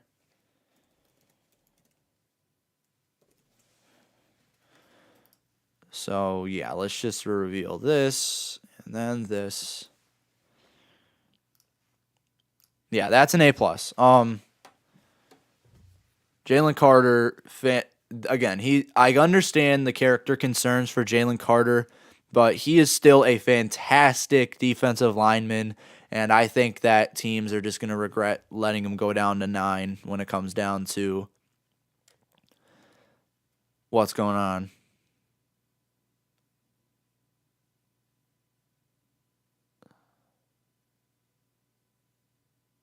He's like bawling his eyes out right now. He is so happy, but so upset. I feel. But nonetheless, that is an A plus pick. If they were to get him at 9, if they were to get him at 10, that's an A plus.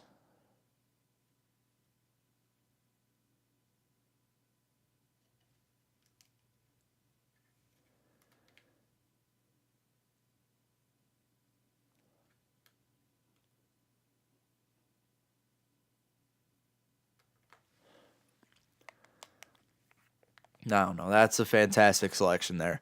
Jalen Carter, you're still getting a guy who is elite, and the pick is already in for Chicago too, so we're going to take this stuff off the board. I'm assuming Chicago knew that Philly wanted Jalen Carter. They trade down to get some extra compensation, and they still get their guy at number 10. So good trade from the Bears. Ryan Poles is cooking.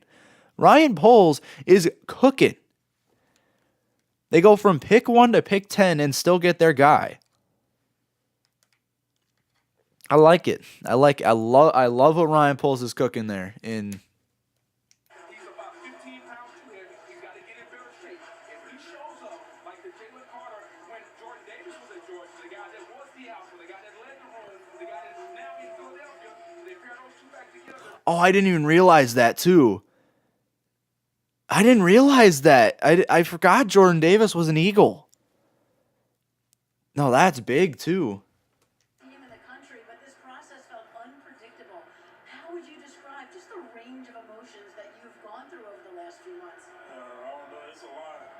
It's a lot. I just want to thank God. I want to thank my mom, thank my family for being out here for me and supporting me. And it's time to work. The Eagles got the best player in the draft. I'm for sure. The Eagles guys got on the phone with you today. What did you tell them? I told them they got the best player in the draft. And day one when I get there, it's time to work before they win the Super Bowl. And you've got former teammates there already. What does that mean to you? That means a lot. Jordan Davis. And Nakobe Dean. They didn't say that, but Nakobe Dean too. Wow, yeah, that's an even better pick for Philly. Oh my goodness. Wow. I'm telling you, it's like a man playing with boys. His quickness, when you talk about just look at that forearm shift right there. I mean, he's going against offensive linemen now who are 310, 315, and he's just throwing them around. And then look at this bull rush. That kind of push-pull. You push him, you get him off balance and jerk him, throw him on the ground. He's got the arm over. He can get on an edge now. He can take an edge and win with it as far as on third down and getting pressure on the quarterback. But I'll tell you what, between him and Jordan Davis now in Philadelphia, when you think of that combination, I can tell you this, Brandon Graham and Buster Cox, the veterans along that defensive line, will get this young man ready to go. They will not allow him to lower the standard in Philly. And if he holds up his end of the bargain, they are monstrous across the D-line. Because it's this highlight after highlight with this guy, folks. That right there, at 315 pounds, is effortless. And for a team that led the National Football League in sacks, with 70 sacks, this is a position of strength. So they take a strength and they add to it. And now they have the ability to be one of the most physical units, not only offensively, but defensively. I love the pick for the Philadelphia Eagles. This young man is going to go in and approach the game like a professional. If he does that, the sky's the limit. Just to reiterate, the last two times this happened, Warren Sapp, number 3 on my board, drops to a 12. Right, turned out to be a great player. Larry Tunsil, number 1 on the board, dropped to 13, turned out to be an excellent player. Jalen Carter, number 1 on the board, drops to 9. We'll see if he's 3 in a row to drop because of character concerns and perhaps he's a really good player. Yep,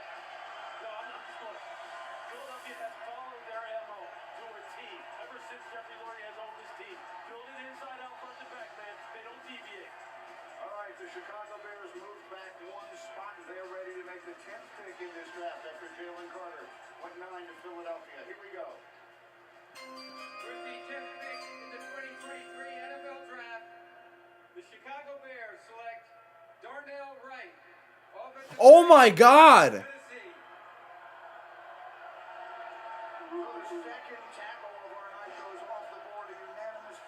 Darnell Wright? What? He's not even at the draft. He's not even there. Oh my goodness. Okay, that's an interesting pick. Oh God, I'm losing my mouse. That's an interesting pick.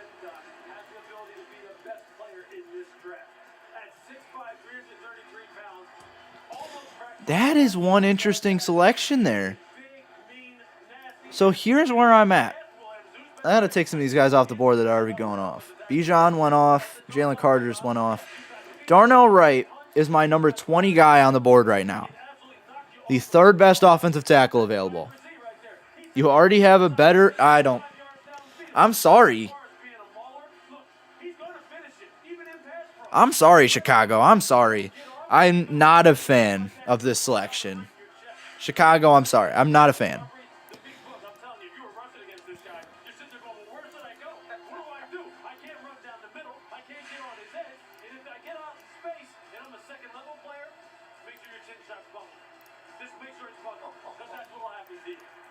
So let's reveal. I have this pick as a C+. So the reason I'm gonna mute. The pick is already in for Tennessee too. So the reason this is the worst selection so far. The reason that it's not good is because he's the 20th best player on the board. You have two better offensive tackles, including one that's extremely versatile in Peter Skoronski. The most versatile guy is Darnell Wright, but you have a better offensive tackle who can also play guard, just a better versatile guy, not better versatility, but a better tackle that has versatility in Peter Skoronski. And you go ahead and I have an early second round grade on Darnell Wright. He's the first guy that I don't have a first round grade on that is going here in this draft. It's just, I'm not a big fan. So it's like, okay, I like Darnell Wright. Don't get me wrong. I do like Darnell Wright. He's a good offensive tackle. I just don't think he's a good guy to pick this high. So Darnell Wright, number 10, C+ is where I'm at with him. So yeah, so we are going to move on here. Tennessee has their pick in, so we got to change.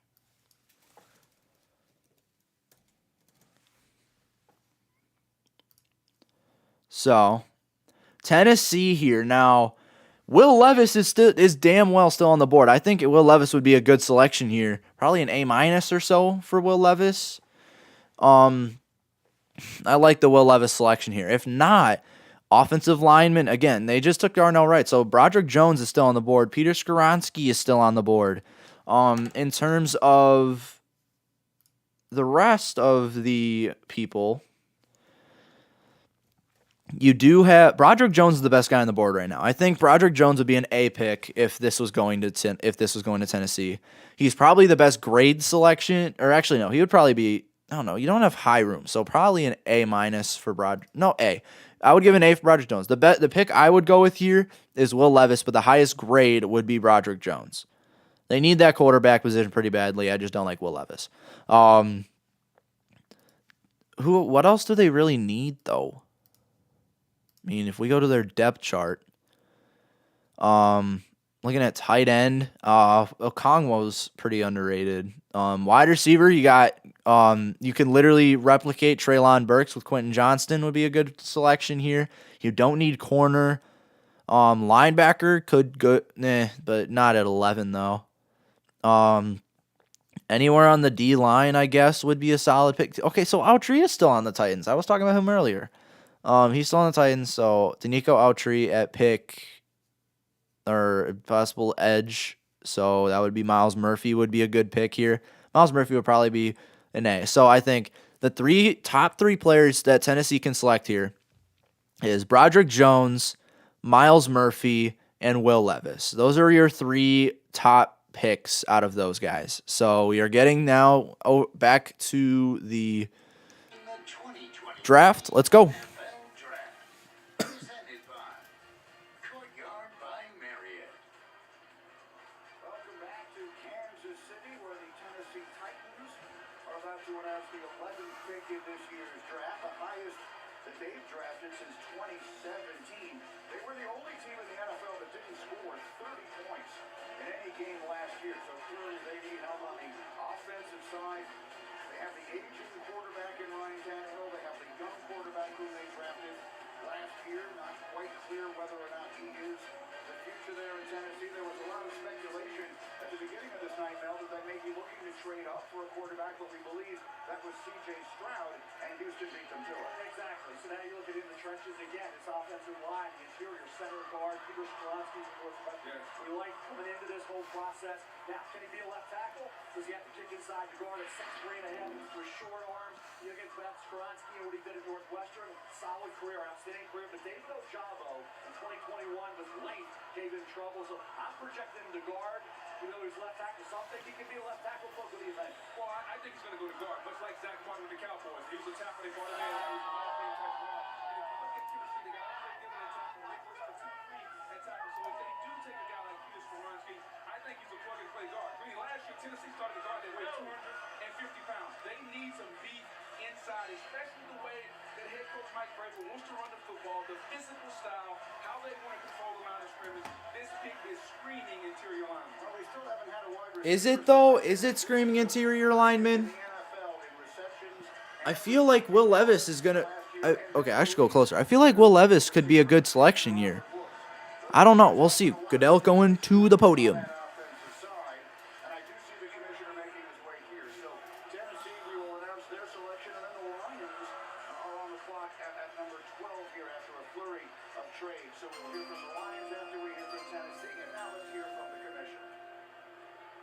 With the 11th pick in the 2023 NFL Draft, the Tennessee Titans select Peter Skoronsky.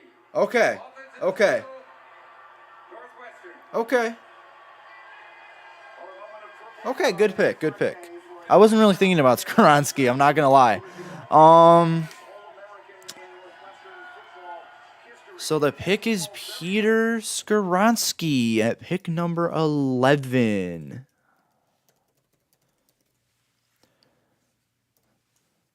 So I'm gonna put him at offense tackle and guard. So when I look at my big board here, I'm looking at Skoronsky's the 7th highest player on the board.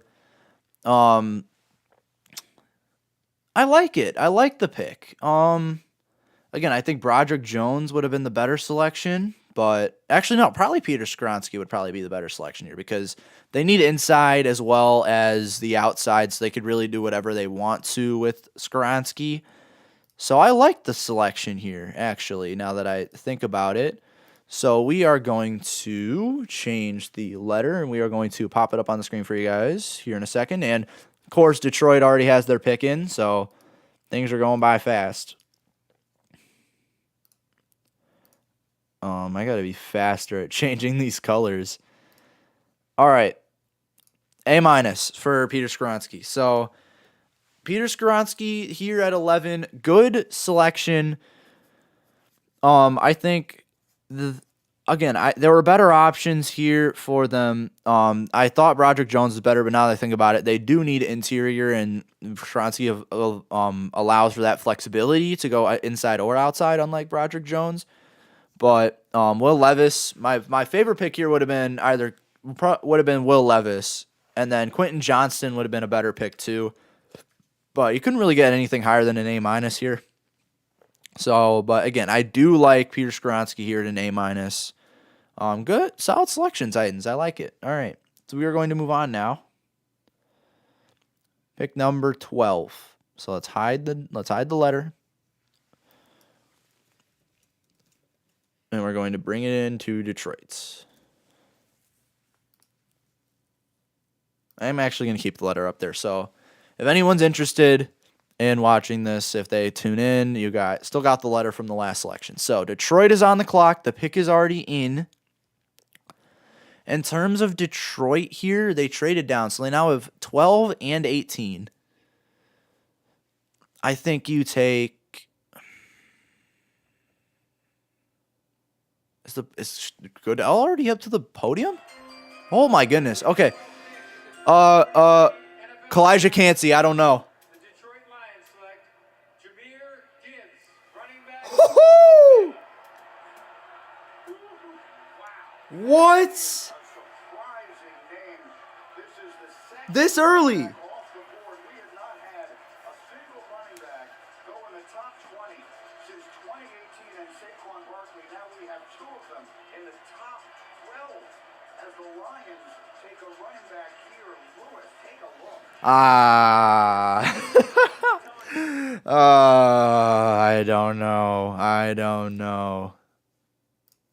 That was a quick pick, though. Oh, my goodness.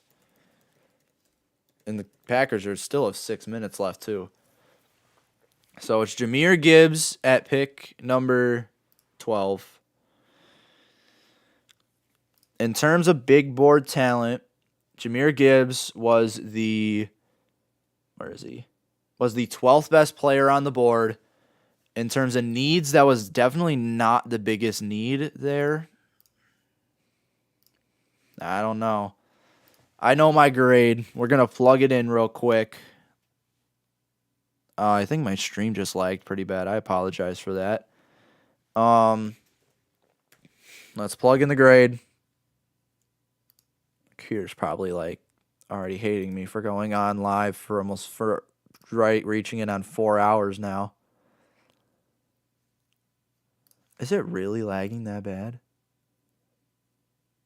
Or is it just my interface?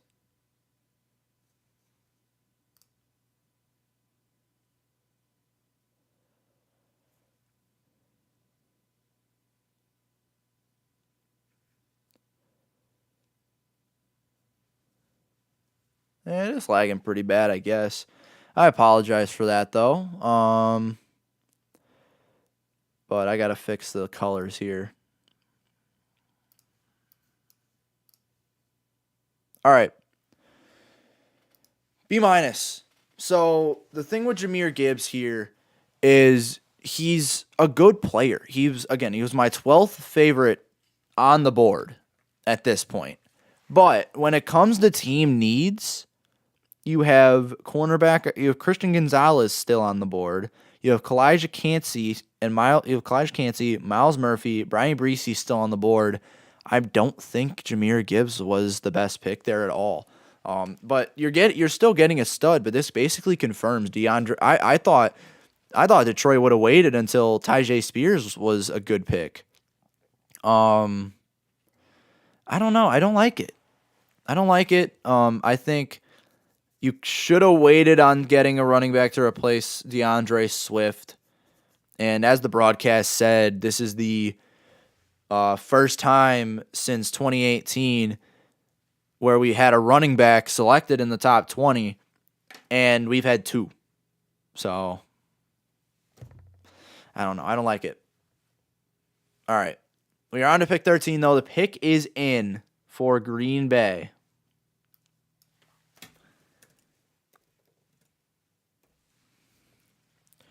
Camera's lagging pretty bad. I'm going to try and see what I can do here.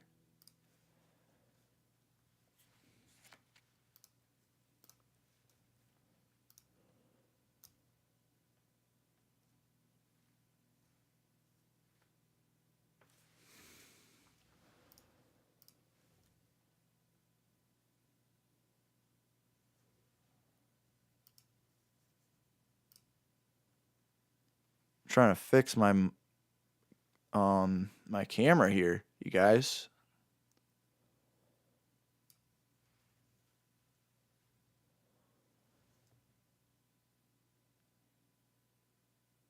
All right. We'll see how that helps. Camera's starting to give out on me here, and we're still got more than halfway left to go here in the draft. Not enjoying that at all.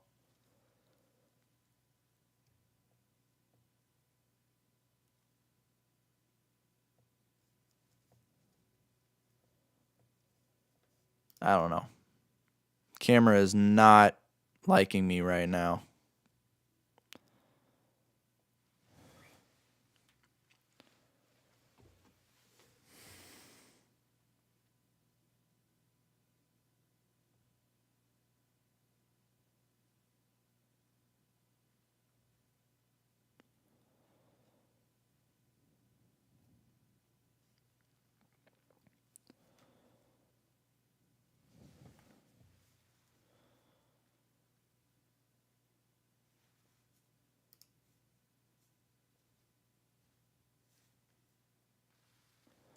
Just promise I'm trying to fix this camera issue here, guys. I promise.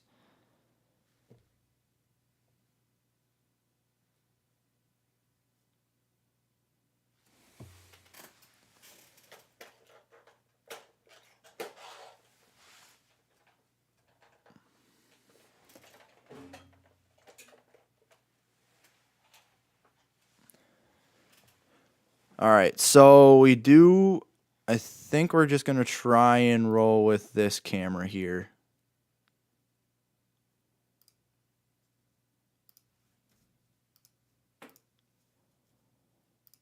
So we'll see if this helps at all. But the pick is in. Goodell to the podium.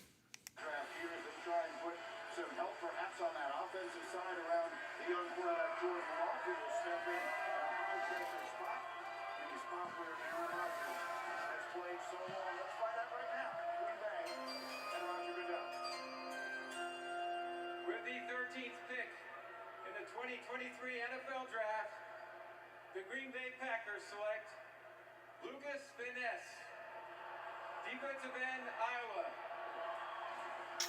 All right, so the Chicago area kid goes to Green Bay.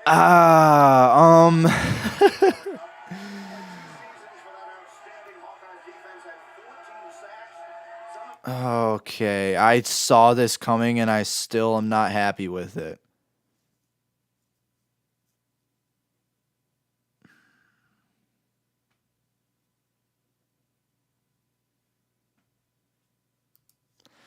So here's the thing. Okay, Patriots have not had their pick in yet. So now that we're here, let's take the grade out. Let's add Van Ness onto here.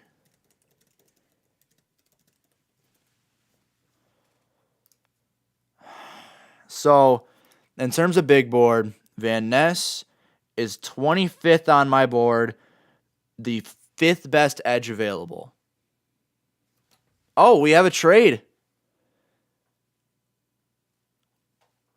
We, in fact, have a trade. The Pittsburgh Steelers are on the clock. I do not have trade details yet, but Pittsburgh Steelers are on the clock. That is not the talk of the hour right now, though. We are talking about how Lucas Van Ness is going to earn the worst grade, the worst draft grade so far.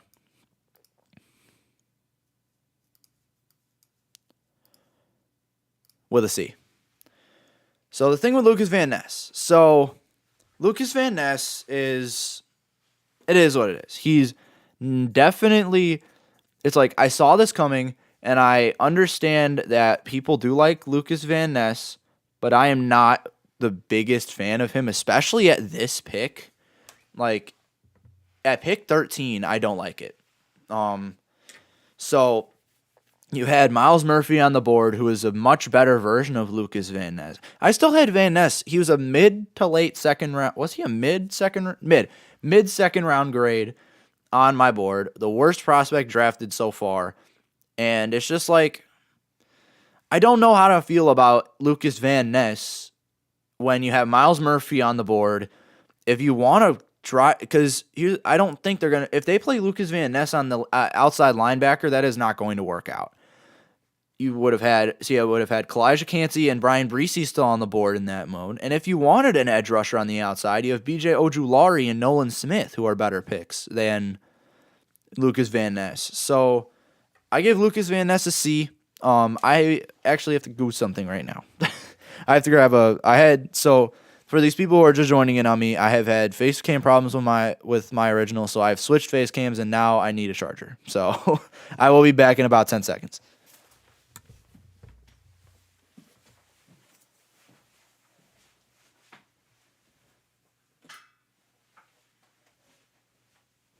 All right, so I'm not sure how good you guys can hear me right now, but Steelers on the clock.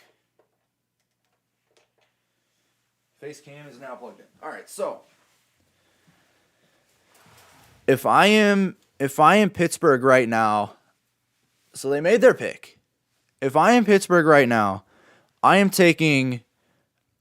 probably taking. Okay, they have Broderick Jones on the TV. Broderick Jones would probably be my pick here. I was going to take Darnell Wright, or I trade up to select Joey Porter and take him instead. So the pick is in. Let's get the grade disappeared. Let's get number 14 here on the board. And let's get listening to who the 14th overall pick is.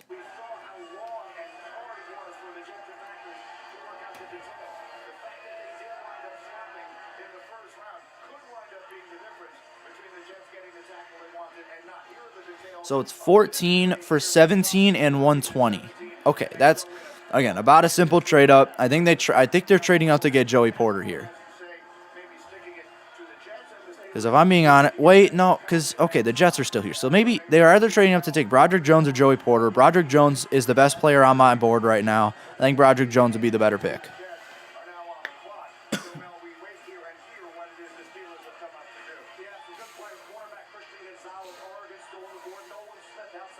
Oh, shit. Christian Gonzalez is still on the board, guys. Oh, Christian Gonzalez should be the pick here then. No, wait, no. I would still take Broderick Jones, but I'll still take Broderick Jones, but the best player on the board right now is Broderick Jones, but Christian Gonzalez is the best DB, so one of those two. Or Kalijah Cansey. Kalijah Cansey would be a good pick, too. Here we go. Goodell to the podium. Let's do it.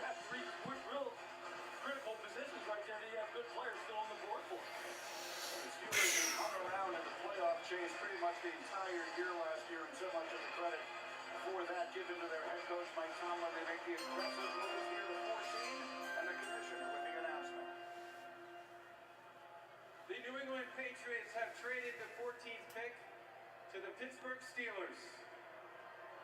With the 14th pick in the 2023 NFL Draft, the Pittsburgh Steelers select Broderick Jones. Yup. Good pick. Hell of a pick, guys. There we go.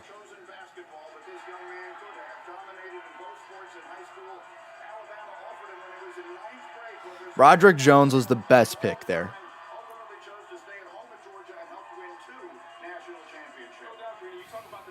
All right, we're going to mute the TV.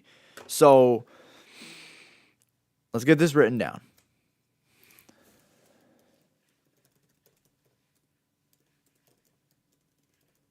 I can't type. I feel like this is going to bring in a bit of controversy.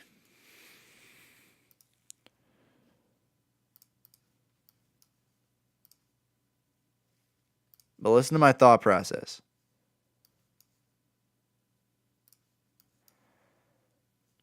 There was absolutely... Oh, my face cam's starting to lag again.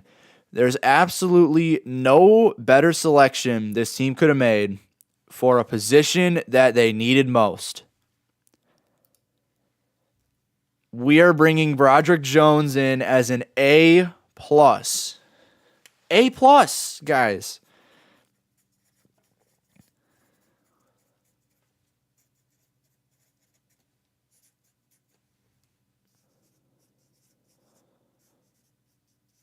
So that was the best pick they could have possibly made, and they get a top 5 prospect in this draft. In my opinion, of course, but I had Broderick Jones as the 5th best player in this draft.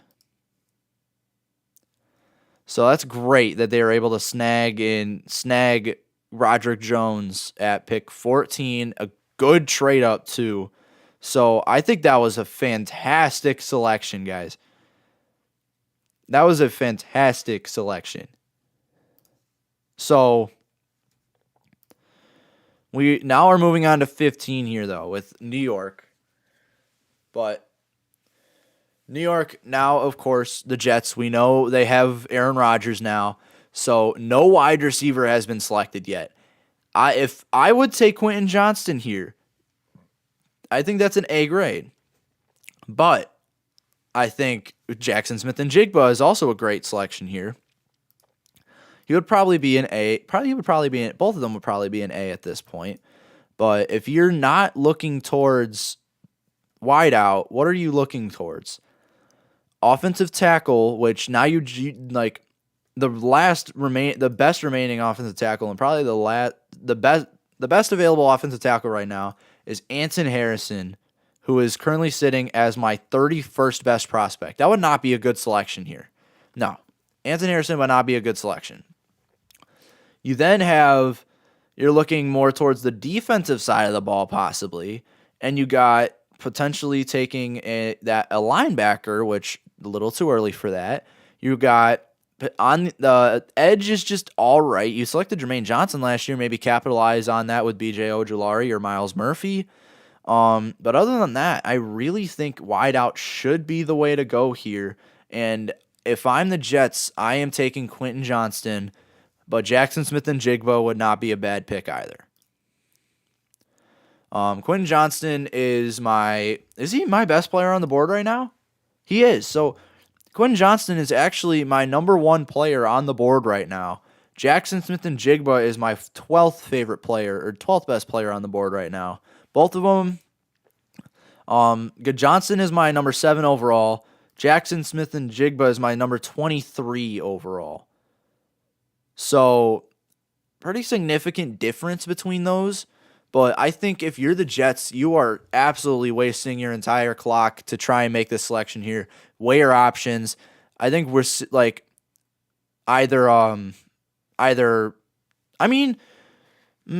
Zay Flowers wouldn't be a terrible pick, but there's two better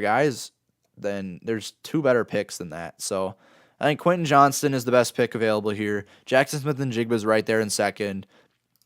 And other than that, I think Miles Murphy is probably your third best option, and then probably BJ Ojulari and Zay Flowers probably share the 4th, 5th best selection there. I don't know. The Jets got a good amount of options here at pick number 15, so we are going to take away Broderick Jones's A+ here now. If you guys are just joining in, Broderick Jones is the 3rd A+ selection of this draft, following Will Anderson Jr. at number 3 to Houston, an elite trade up, and then another good trade up to get Jalen Carter. So all 3 of these A+ selections have been made through trade ups. All 3. So the 3, you have Will Anderson Jr., who is my number 1 prospect, gets picked at number 3. Jalen Carter, my number 2 prospect, gets picked at number 9. And Broderick Jones, my number 5 prospect, gets picked at number 14 in a team where it's only an A+, not because of his like talent wise, but because he's the best player on the board. And he is of the biggest need for the Steelers. So I love that pick. 2 minutes left for New York here. They still have not put a selection in yet. So we'll see what happens, though. Again, Broderick Jones just selected my 3rd A+ grade of the day. I love Broderick Jones.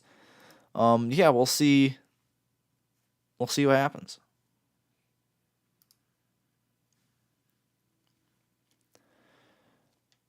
They're showing Nolan Smith right now. That's not a top 5 selection you can make here. So that wouldn't par for a great grade. Nolan Smith is my number 16 on the board right now, but wide receiver is a bigger need for them than edge. Again, especially you have John Franklin Myers was actually really good last year. He was fantastic. They just made their pick. He was fantastic last year. And then on the other side, Carl Lawson is probably going to end up losing his job to Jermaine Johnson next year, which I'm an advocate for that. Why is the clock still going? We are currently getting angles on the fact that New York has just submitted their pick because they're all dapping each other up. So Jets are on the clock and they have officially submitted their selection. That took a while. I do okay. What do I think about the Texans Cardinals trade? So before we go to the Jets here, that Texans trade was absolutely elite. I think no matter the compensation that Texans had to give up for that third overall pick, that was a fantastic trade up. You got your QB at 2. Even if you took Stroud at 3 and Anderson at 2, no matter what, that was a fantastic trade up for Houston. Arizona got a good amount of compensation from it, so they had a good end of the stick too. I did not like the fact that Arizona traded up to get Paris Johnson Jr. though. I thought that was an iffy trade up there. But other than that, Texans made a great job, made a great idea, traded up to 3rd overall, took Will Anderson Jr. Fantastic pick. I love it, and that was the first A+ pick of this draft. So that was a great trade for both ends, a win-win for no matter what. I just didn't like how Arizona used that trade to end up getting Paris Johnson Jr. when there were better options available at 11, which at that point at 12, I mean, you had Broderick Jones on the board. So I think I understand the trade up to get Paris Johnson Jr., but I wouldn't have done the same thing. So that's my opinion on that trade. We are going to get here to the Jets. Goodell to the podium, baby. Absolutely.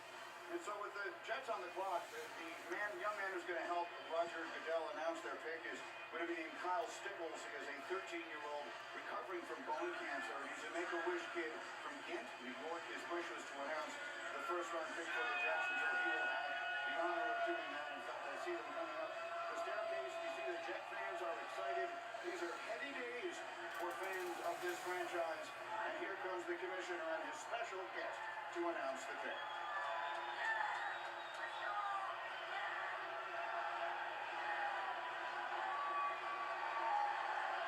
The NFL is proud to be part of the global community that supports the life-changing wishes that Make-A-Wish grants. We're World Wish Day, only a couple days away. I'm joined by Kyle Stickles, a Make-A-Wish kid who battled and overcame bone cancer.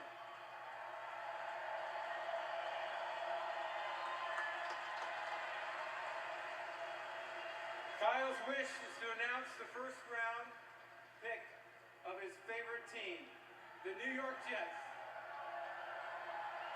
I'd like all of you to join me in cheering on Kyle as his wish comes true. The floor is yours, Kyle.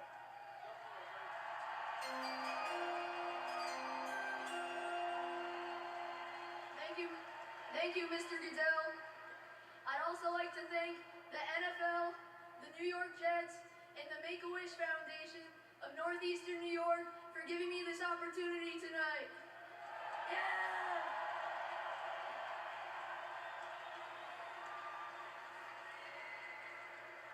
With the 15th pick in the 2023 NFL Draft, the New York Jets select Will McDonald. What? No! Such a good announcement for such a mid pick.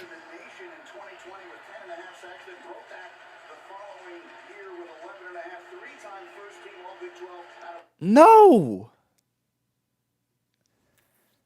Okay, I love this guy's enthusiasm, love his energy. But I don't like the pick. So let's get this entered in real quick. So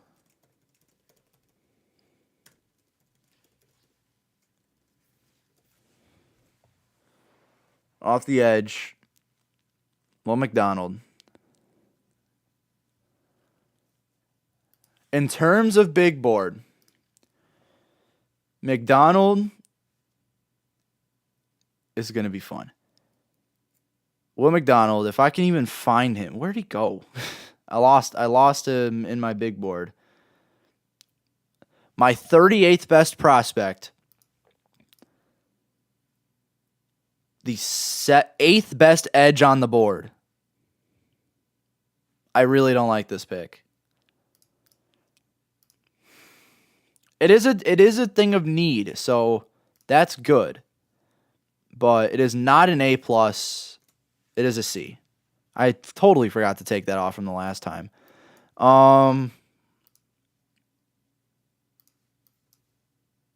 But C. Again, I don't like the pick. It was a position of need, so that saves it from being a great and even worse grade. But I don't like it. Pick was not good. So Will McDonald is going to get himself a C, which is tied for the worst grade so far with the Lucas Van Ness grade earlier.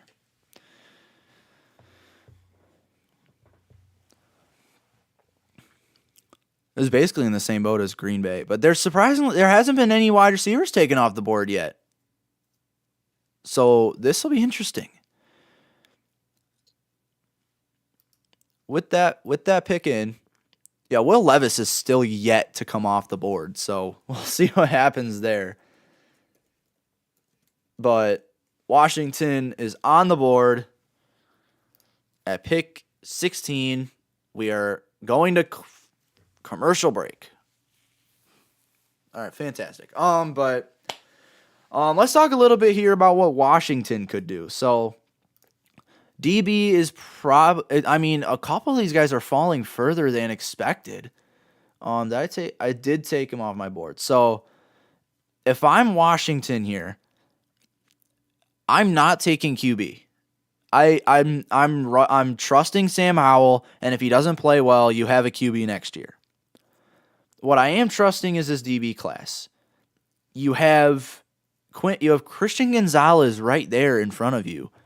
Even Emmanuel Forbes would be a good pick up to this point. And I've seen Daniel Jeremiah's mock had Emmanuel Forbes going off to Washington. Other than that, offensive tackle is not particularly a good option here. Linebacker is not particularly a great. Trent Simpson would be a good pick, I guess. But I don't know. I think I'm taking Christian Gonzalez if I'm Washington. If they take QB, it's not an A grade pick, but it's not an A grade pick if Will Levis ends up going to Washington at 16 here. But it is also not a terrible pick by any means. But other than that, for the viewers who are new here, number 15, Will McDonald just went to the Jets, and I put him as a C grade. I did not like the pick at all. I just think it was 8th best edge on the board, not even in the top 30 in prospects, but it was a position of need, so good selection there for need. I just don't like that he's that high on your board. But other than that, Lions get Levis. Could they? They could, but I don't think that would particularly be a great pick either. Unless you want Levis to sit on the bench behind Jared Goff. I like how Levis is falling this far, though. I think if Levis goes to a QB needy team this far, which is there really even one? If Minnesota takes him with pick 23, that would be an A grade for sure. Other than that, I think I'm trusting Jared Goff. So Commanders are on the clock. Commanders are going to make their pick here in a few moments. I am taking Christian Gonzalez if I am the Commanders. If not, Emmanuel Forbes is there too. Michael Mayer would be a good pick here. But other than that, it really depends on what you're going to do with your 2-star edge rushers there. So if you want to take an edge rusher in Miles Murphy or BJ Ojolari, Godspeed though. My top 5 picks here are Christian Gonzalez, Emmanuel Forbes, Miles Murphy, Michael Mayer, BJ Ojolari. Those are my top 5. Time to select.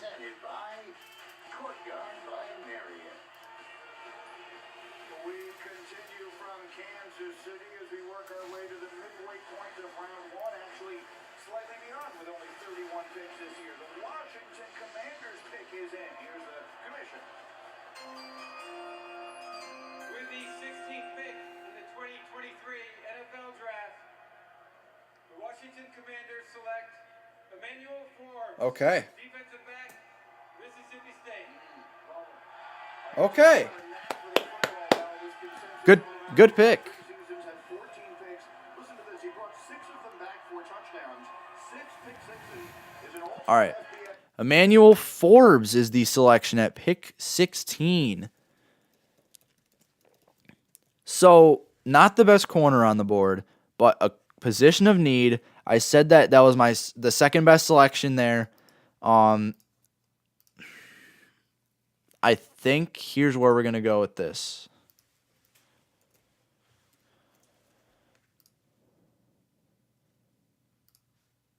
Let's get the colors right.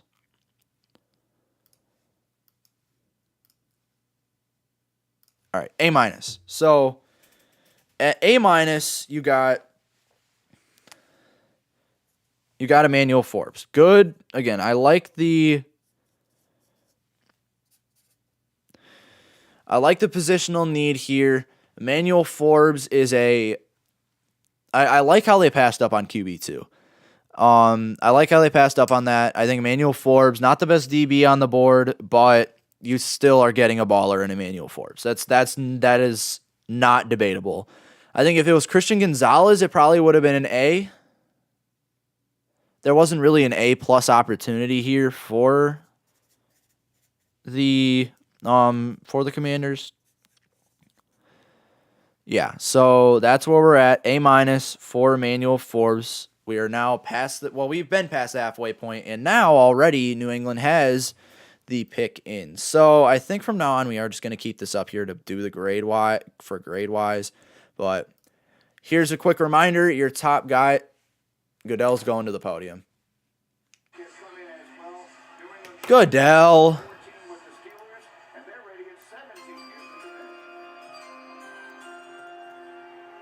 With the 17th pick in the 2023 NFL Draft, the New England Patriots select Christian Gonzalez, defensive back, Oregon.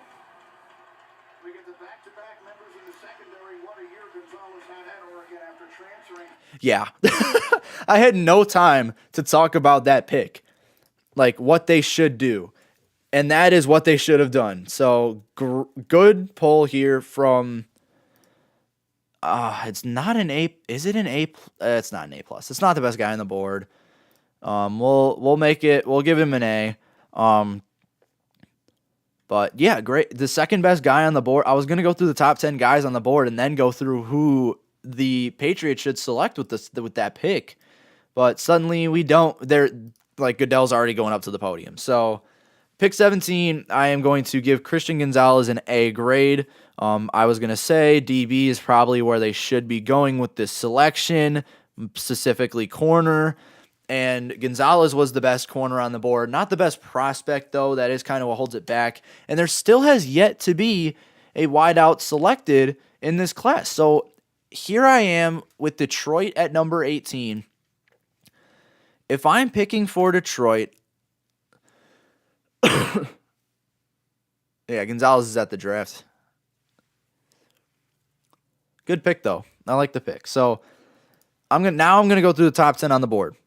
So from 1 to 10, Quentin Johnston, wide receiver, Michael Mayer, tight end, Miles Murphy, edge, Kalijah Cansey, interior D lineman, Brian Bryce, interior D lineman, Trenton Simpson at linebacker, BJ Ojulari off the edge, Arnell Washington, tight end, Joey Porter Jr., cornerback, Jackson Smith and Jigba, wide receiver. They've already had a pick, and that was earlier. They selected Jahmyr Gibbs. So now anything's on the table here. If you take Quentin Johnston, is it an A+? That's a question. So I'm gonna take you guys over to the web real quick. So if I'm picking here, outside wideout is still probably a pretty big need. So Quentin Johnston would be a good pick. Is it their biggest need though? Because you still have cornerback. you still have cornerback here where you have who am I thinking of? You still have Joey Porter Jr. He's still on the board. That would be a good pick.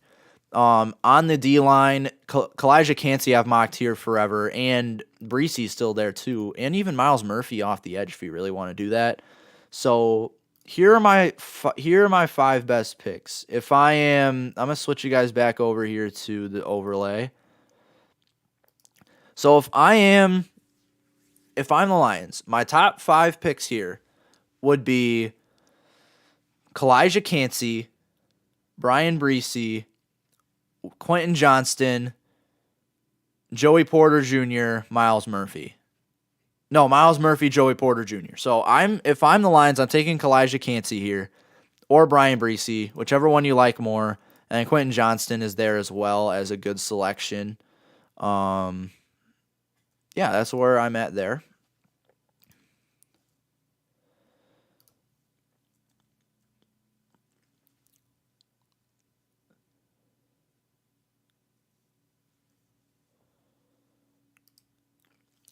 So I'm going to let them get the pick in. They should be taking a long time on this pick. You got a lot of options here. So I would be I'm taking Kalijah Cansey, but Brian Bryce is still there as well. Quentin Johnston is a good pick here, and then you got Miles Murphy and Joey Porter, who would also be good. You got a lot of A-grade picks here. If you're the Lions, you have a lot of A-grade picks. I mean, even someone like B.J. Ojulari would be an A pick. Turn Simpson would be an A pick. I think Michael Mayer would be an A pick, even though that's not. I don't know. They got a lot of options. I think the first guy on my board that isn't an A pick is Darnell Washington at prospect number 8 left. Jackson Smith and Jigba would probably be an A, and then the rest of them probably not. So your A picks here, from best to worst on my board, is Quentin Johnston, Michael Mayer, Miles Murphy, Kalijah Cansey, Brian Bryce, Trenton Simpson, B.J. Ojulari, and Joey Porter. And Jackson Smith and Jigba. 9 A-grade potential players here if you're Detroit. You're in a perfect position. And they're about to make the pick, so let's get ready for Detroit at pick 18. Again, they should have taken a while on that selection. That's a hard pick there. So, yeah. 18, Detroit. Let's get ready. They are just getting ready. Here we go. Courtyard by Marriott is brought to you by Toyota. Let's go places. And NFL Sunday Ticket. Now on YouTube and YouTube TV. Well, back at the draft, some of YouTube's newest creators and NFL players are running drills together. They're sharing their draft experiences on YouTube, the new home of NFL Sunday Ticket. Sign up now to save $100 and cash YouTube's lowest full season price of the year. Terms and embargoes apply. The offer ends on June 6th. All right, we continue. Now let's take a look at the best available players brought to you by Courtyard by Marriott. Yeah, quarterback Will Levis, Kentucky, my second highest rated quarterback still on the board. Like I say, he's sliding down. The first round has the most other quarterbacks in the history of the draft. Nolan Smith, off that torn pectoral muscle, said he'd be an 8-9 sack-a-year guy off the edge. He would be an all-ball linebacker as well.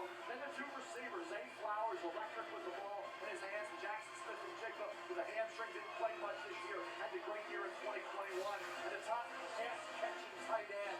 More of basically a move tight end. Dalton Kincaid went to the University of San Diego to Utah. Had a great year under Grant Teaser, got hurt. The kid played 1 year of high school football, Dalton Kincaid. Not recruited by anybody. Goes to the University of San Diego. 1.8% chance that Will Levis was available at pick 18. So he is free falling right now.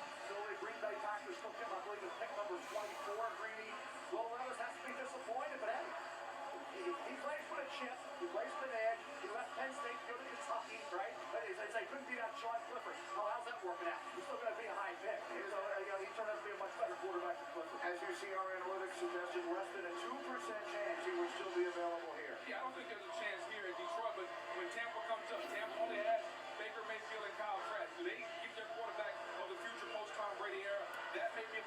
Or does Seattle take Levis at 20? Interesting. All right, let's see what goes on here. Here we go. Pick 18. At 12 after trading back from where they had originally been at 6. So it's already been a very busy night for Detroit. Obviously a terrific second half of last season. So many people view them as a team with a big future, a team a lot of people like in that NFC North where Aaron Rodgers will no longer be dominating the division in Green Bay. Feels somewhat wide open. Maybe the Lions make a move here. Let's see which direction they decide to go to try and move them further in that quest. There he is. There's Goodell. Running back went earlier to the Lions, and now they choose again. He is the commissioner. With the 18th pick in the 2023 NFL Draft, the Detroit Lions select Jack Campbell, linebacker, Iowa. Oh, okay, so they go linebacker, but they not the linebacker I was thinking. Named a unanimous All-American. The year before that, he led the nation in tackles. He's from Cedar Falls, Iowa, where he's the all-time leading tackler at his high school, and now he led the basketball team. I don't know how to feel about this pick.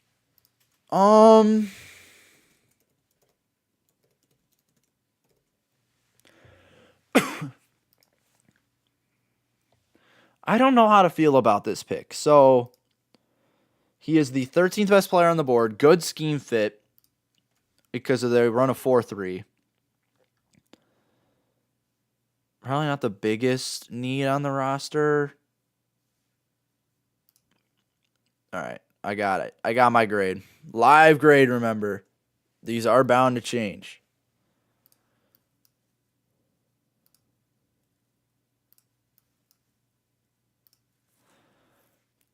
We're giving Campbell a B. So, Jack Campbell, he's the best linebacker off the board at pick 18, or not my best, but the number one linebacker taken is at pick 18.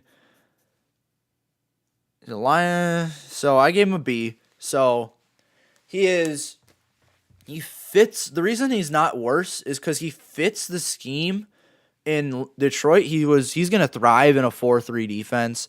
As a Mike linebacker, he is fantastic. He works well. I just think that Trent Simpson was the better pick, and linebacker was probably not the biggest need on the board, especially noting you had a lot of A grades here. So noting that you had all those A grades is going to be another reason why this grade is only a B. But B is still a solid selection. So pick is in for Tampa already. So let's get ready with that.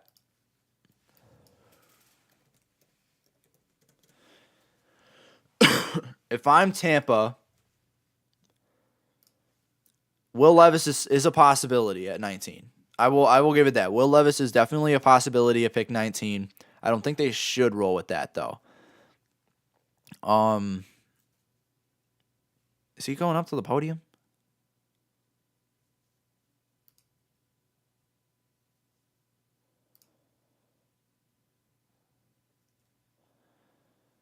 I don't know. I might take John Michael Schmitz here. If I'm the Bucks, I might take John Michael Schmitz. If not, there's Joey Porter's a possibility at this selection. I'm just trying to make sure the commissioner's not going up right now. The best pick here, in my opinion, is Joey Porter Jr. or Will Levis. One of the two.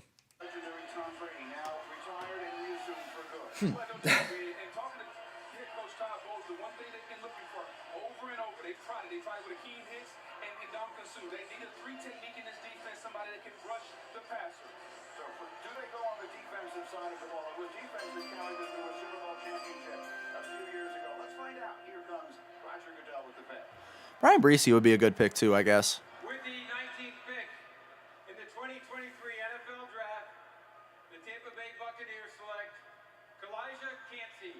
I forgot he was on the board.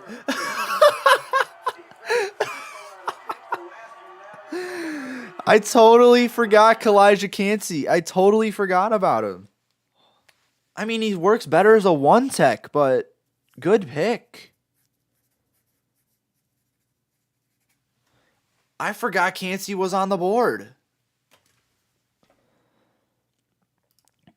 Okay.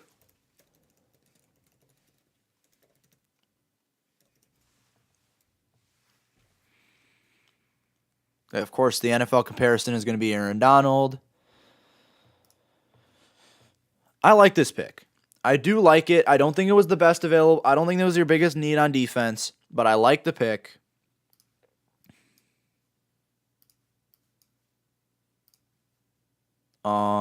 So that being said, the pick gets an A minus grade.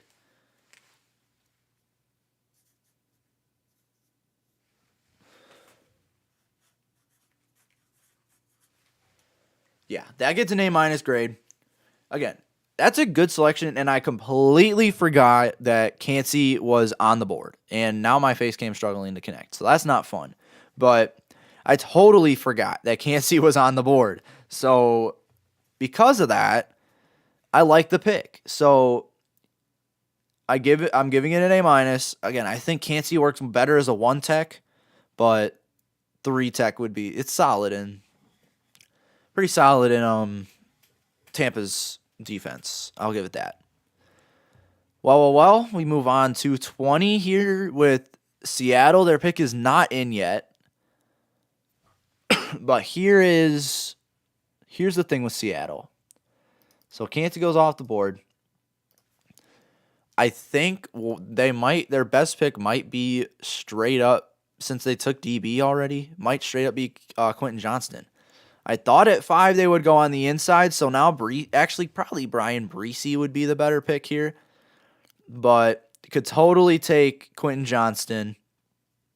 Yeah, Quentin Johnston could be a possibility here, and then you got Brian Bryce, who's a good possibility at D-line. Edge maybe, so you got Nolan Smith. BJ Ojulari would be the better pick. Miles Murphy's still on the board, so you have a few A grades. Johnston would be an A grade. Miles Murphy, and you have three of the top 5 guys on the board right now are from Clemson. That's kind of funny. Johnston, Murphy, Bryce.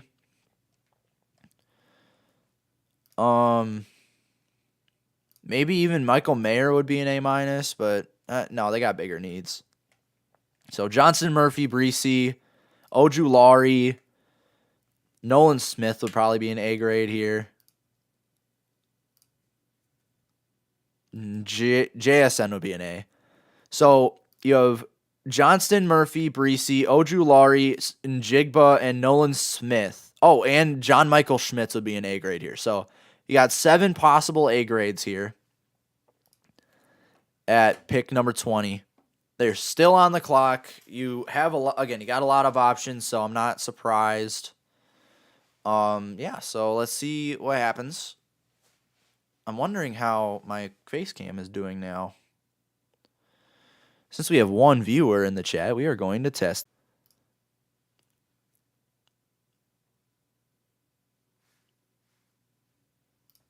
I like how it's frozen.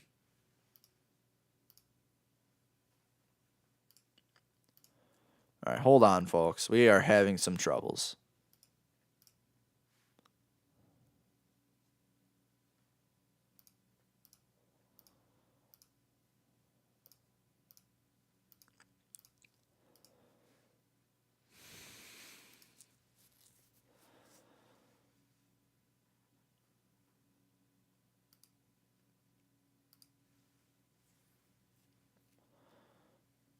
Not enjoying how much of a struggle my computer wants to give me right now.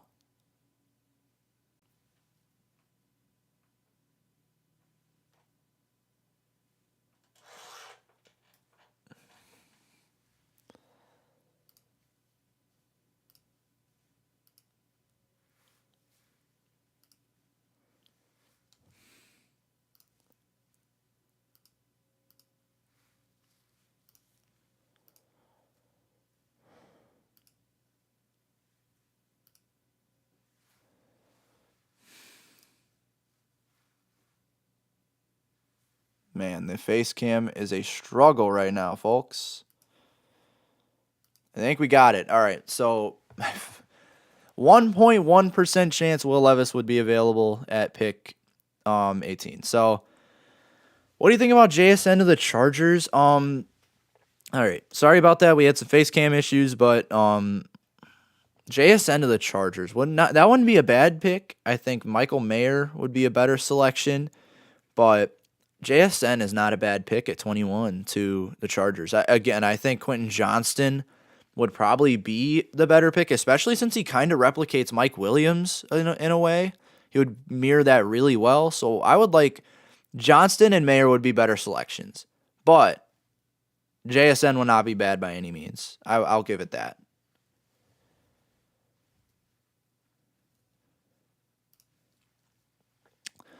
All right, so again, Seahawks, they are running low on time here. Their A-grade picks at this position would be Quentin Johnston, Michael Mayer, Quentin Johnston, Miles Murphy, Brian Bresee, B.J. Ojulari, Jackson Smith-Njigba, John Michael Schmitz, and Nolan Smith. Those are your 7 A-grade picks here, and the pick is now in for Seattle. So we've had this up for a while since Seattle's taking forever. We are going to change all of these here on the board.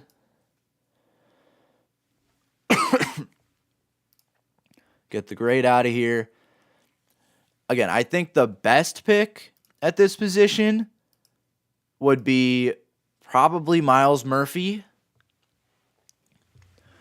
or Brian Bresee. One of those two. But you are in a good position if you take Ojulari, Johnston, Njigba, Schmitz, and Smith. So I don't think any of these picks are A+ material. But I do think that Miles Murphy, Brian Bresee, and Johnston could draw A's for sure. So those 3 are going to draw A's. The rest of them will draw A-, but still. Let's see what Seattle does.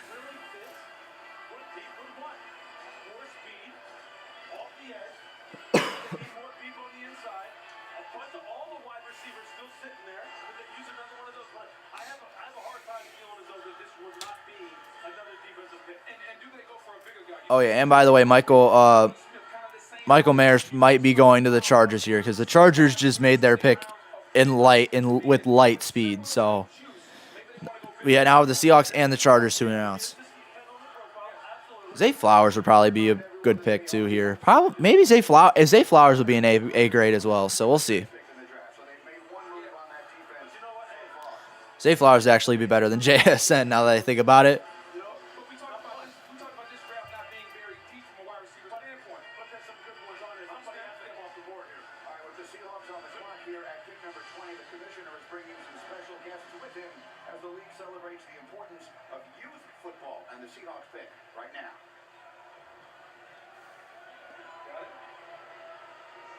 The Seattle Seahawks are champions of growing the game of football at the youth and high school levels. Joining me on stage are local boys tackle football players and local girls flag players who are pioneers in flag football growth. These young men and women embody the NFL values of respect, integrity, resiliency, and responsibility to their teams. Congratulations on your accomplishments in your academic and football careers. Now to make the selection, please welcome Bethany Uribe. Go ahead, Bethany. With the 20th pick in the 2023 NFL Draft, the Seattle Seahawks select Jackson Njigba, wide receiver from Ohio State. So it is JSN. Okay.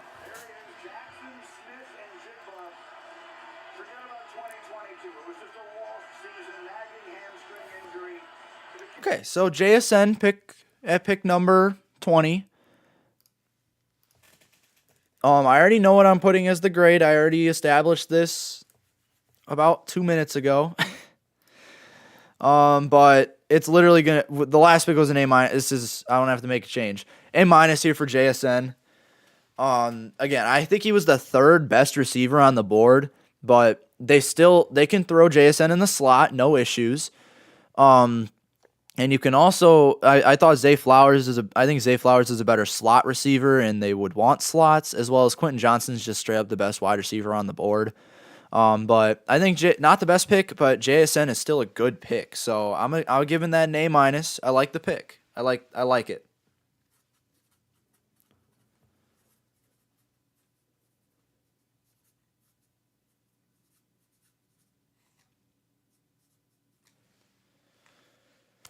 So your JSN to the Chargers is now not happening. So, all right, on to pick 21, though. I still think that Michael Mayer here would be the best selection for Seattle.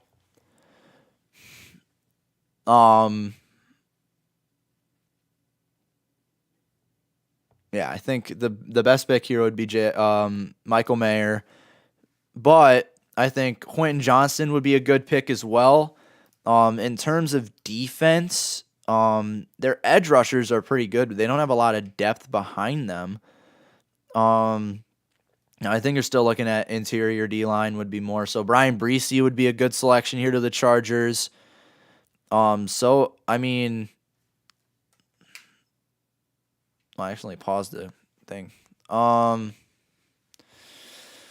Corner maybe, so Joey Porter Jr. So I think your A-grade players up to this point are Quentin Johnston, no particular order. Quentin Johnston, Michael Mayer, Miles Murphy, Brian Bryce, Joey Porter.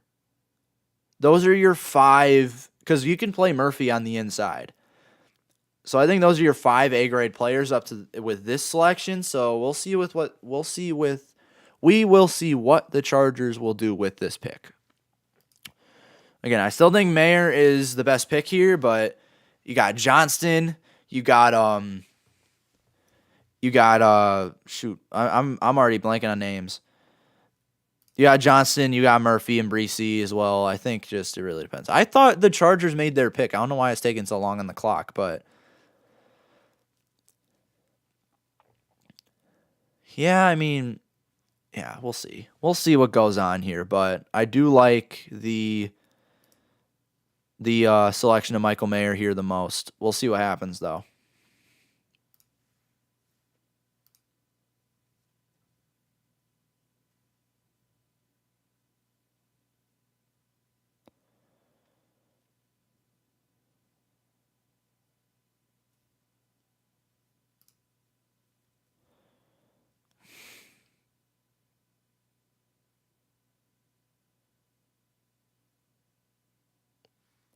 Yeah, if you're having some streaming issues, apparently YouTube is telling me you are, so I do apologize for that.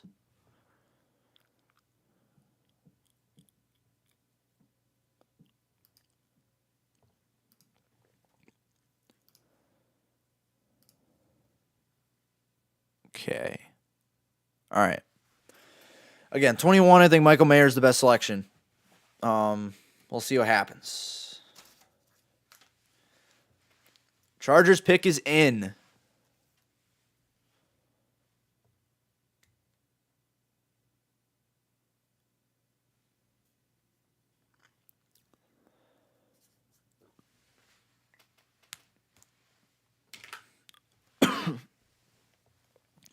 All right.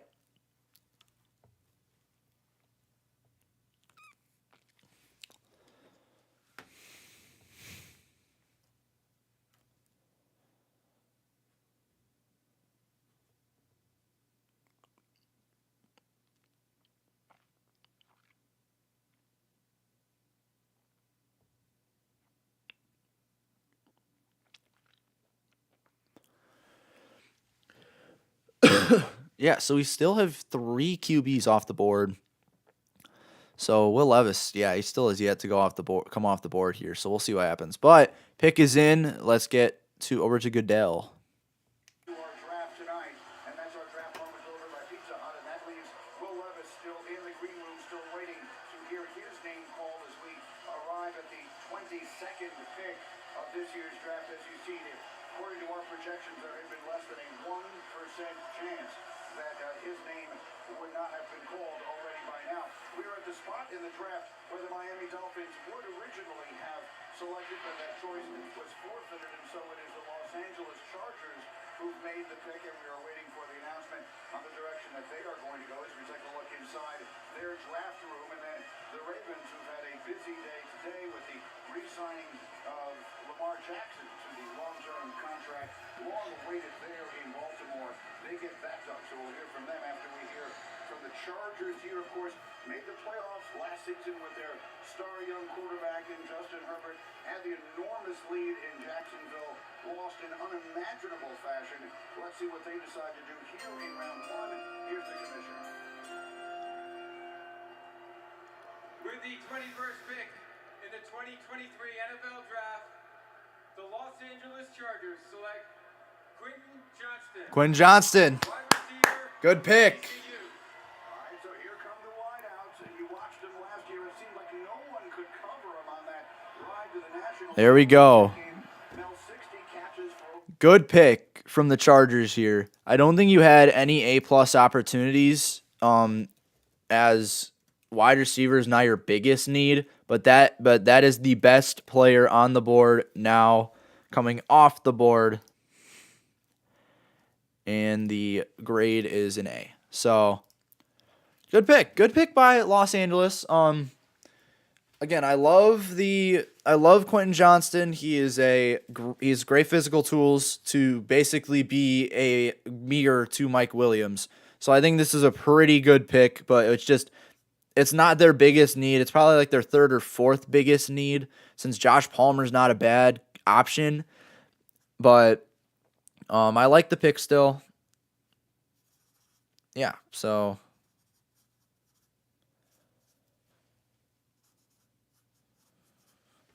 all right. Again, I don't like the Chargers because division rivals, but Quentin Johnston there, I think good pick. Not A+ since it's not their biggest need, but still a good pick. All right.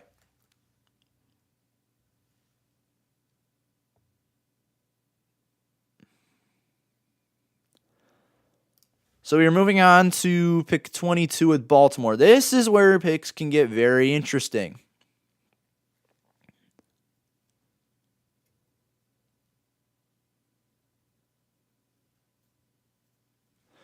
I'm going to take you guys over to the web to have you guys take a look at this as well.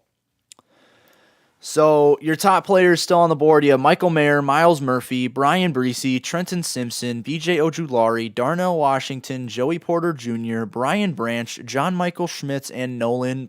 I almost said Nolan Porter. Nolan Smith. So with the Ravens on the clock, cornerback is a big possibility. Edge is a big possibility. This is actually where I had Nolan Smith falling to. But I mean, other than that, wide out, you just got Johnson off the board, so wide out's probably not in play unless you want to take Zay Flowers and replace Aguilar with him. At this position, edge is probably not. I mean, Brian Bryce could be a solid pick too. Miles Murphy's probably the better selection here.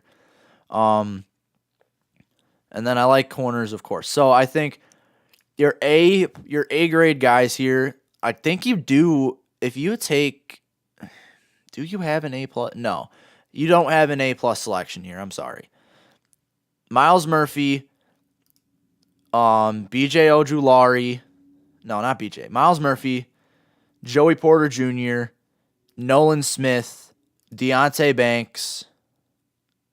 That's it for you. You're not in a good position. I think if I'm Baltimore, I'm trading down from this selection here. If I'm Baltimore, why is my face cam off on here? That's so weird. It's probably because it's not 1920. So let's fix that. Then it's gonna be really screwed up here in the draft overlay. So here, give me just a little bit. Give me a little bit here, guys.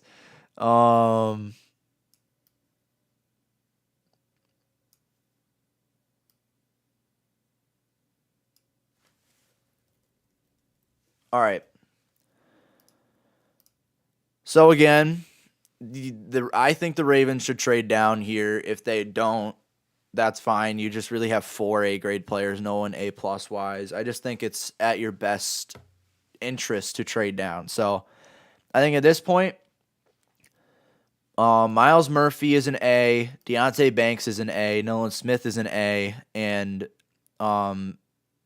Banks is, I don't know, Murphy, Porter, and Smith are A's, and then Banks is an A- from this point. And I don't think you have any other A grades here. So we'll see where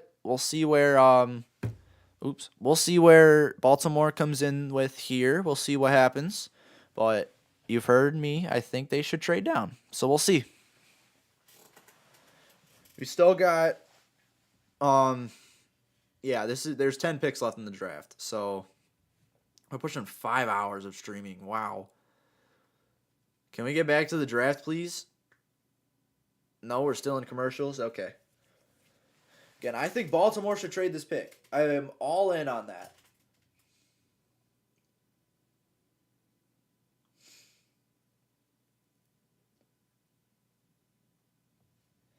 All right, we're back. Welcome back to the 2023. They're still on the clock.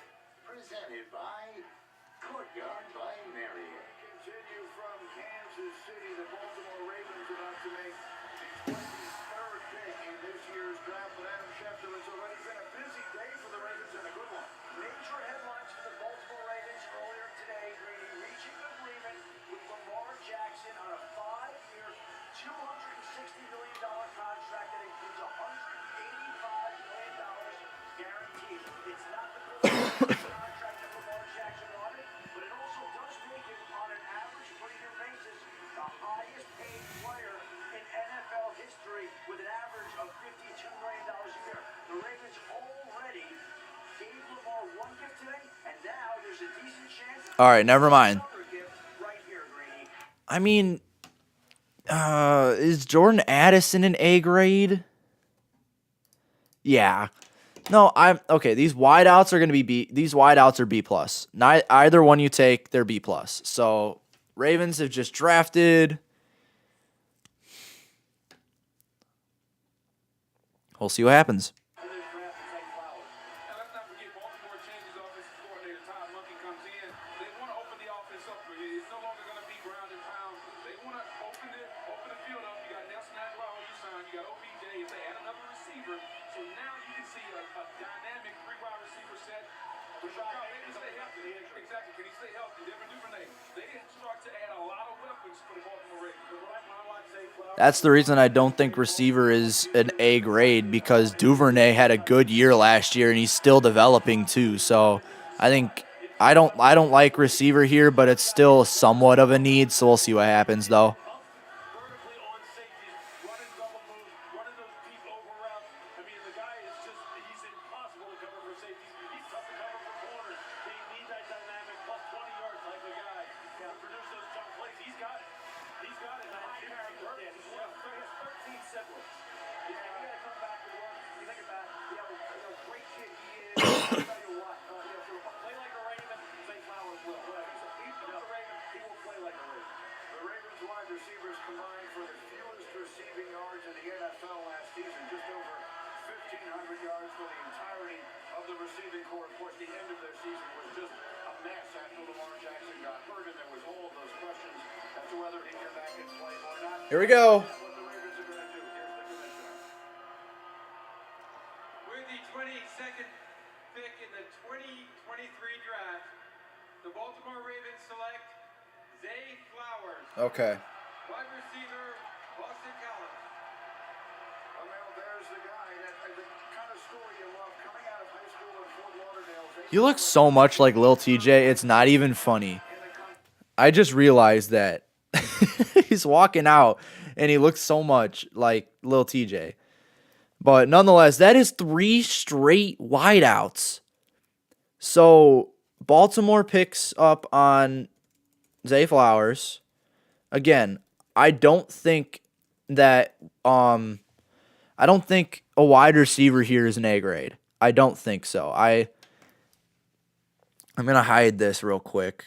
as I make my change, but I don't think wide out here was A, or was in A. So let's make the change. I have a B minus or B plus on Zay Flowers. The thing with Zay Flowers, he was the best receiver on the board, and it's probably the best fit here since their slot receiver currently is Nelson Aguilar and or Devin Duvernay. But I think Devin Duvernay is developing, and plus they have Bateman, who they just took in the first round, and they just picked up OBJ. So Flowers, again, I don't think it's an A pick by any means because of team needs, but I do like I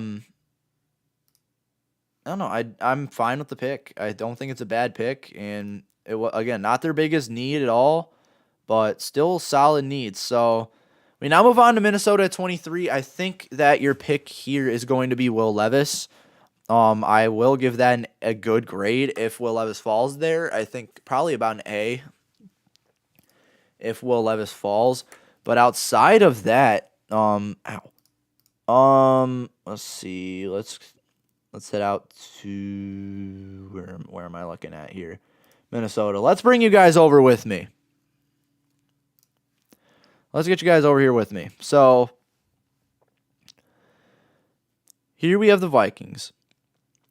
Wide receiver is a possibility, and that would be if they take up on Jordan Addison, that is 4 straight wide receivers. In terms of the rest of the roster, though, I mean, D-line is a potential option here. Brian Bryce still on the board. Linebacker, Trenton Simpson's on the board. Drew Sanders wouldn't be a terrible pick here either. Cornerback, of course, is still available. You got Deonte Banks, who I've been mocking here for a while, but Joey Porter Jr. is still on the board too. I'm surprised that the Steelers didn't pick up Joey Porter Jr. I think that Broderick Jones to the Steelers was an A+, but I'm surprised they just didn't take up Joey Porter. I'm just surprised. Nonetheless, when we're looking at team needs here, I think Will Levis is an A grade. Hendon Hooker is probably a B+ if they take him here. No, he's probably an A. He's probably an A too. I actually have them very similar in grade, so I think Will Levis is an A. Hendon Hooker's an A. Other than that, though, I think Miles Murphy's a good pick. Brian Bryce is an A grade. Simpson's an A grade. Ojulari's an A grade. Porter's an A grade. Deonte Banks is an A. John Michael Schmitz is probably an A here as well. I mean, unless they want to take safety, even though they just drafted Cine first round last year.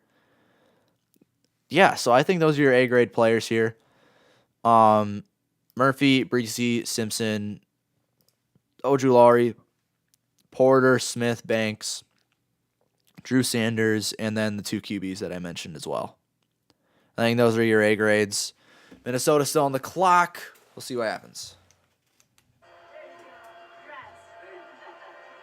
Beautiful moment there, talking about his mom, and then, of course, Lamar Jackson tweeting the happy news. And we gave you the number beforehand. Since Lamar Jackson's first start back late in his rookie year, the team is last in receptions per game, and receiving yards per game amongst wide receivers. Do you foresee that changing, Booker? Yeah, it's going to change. And some of that was because of the philosophy with Greg Roman. They want to run the football. They led the league in rushing. More yards than anybody had ever amassed. Now you bring in offensive coordinator Todd Monken. It's going to change. They want to open the offense. So they tried to run it down people's throat. That didn't win them a championship. So now they're going to play the ball that the Chargers are playing, that the Bills are playing, that the Chiefs are playing. We're going to try to score through the passing game, and this fits that profile. That's why it was so important to get that deal done. You see how positive Zay Flowers is because he knows Lamar's. You guys are still on the web, aren't you? All right, let's get you guys back here to the draft overlay. My apologies.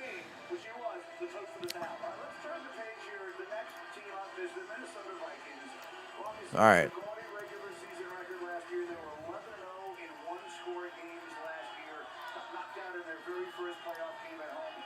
Let's see what Minnesota does, though. In an NFC that has been somewhat depleted, you do have to wonder, is this a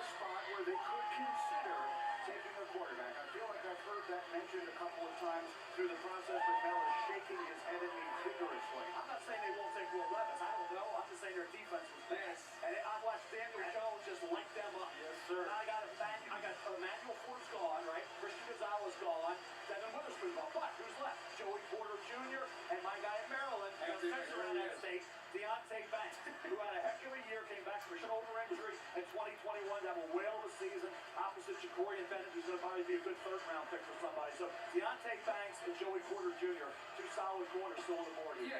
That's what I'm saying. I mean, I still think QB would be great, but you don't have an A-plus pick here. Actually, no, you don't. You don't have an A-plus pick here. He's going to want to play man, and right now he doesn't have the people to do it. This has to be a corner. Deontay Banks is in that athletic super freak category now, as far as his explosive qualities, explosive movement qualities. And you're right, with Brian Flores, look, I'm going to run a lot of zero blitz. Yes. I need a guy who can get up on the line of scrimmage and will not flinch. You get beat on a 9-ball, the next play you're getting up there, and you know what you're doing? You're pressing him again. And then you come back and you make the play. That's Deontay Banks. I've seen him do it. I've seen him get beat, come right back, get right back up in a wide receiver's face. Explosive athlete. He would fit perfectly for what they need. They are taking their entire allotment of time. Now let's take a look at your best available, brought to you by Courtyard Barnari. Yeah, look at the teams in the back half of the first round. Do not need a quarterback unless somebody trades back in. Will Levis, we've seen Pick is in. The Bengals took 3 players in the first round. Boomer slid to the second round in 1984. Brett Favre slid to the second round. So it's happened before with quarterback. Jimmy Clausen did too. That didn't work out well for me. We'll see how it goes with Will Levis. But Will's right there. Heck of a quarterback, I believe. Noah Smith, an outside backer who you can move around. He could be off ball as well. Dalton Kincaid and Did Mel Kiper really just own up to Jimmy Clausen?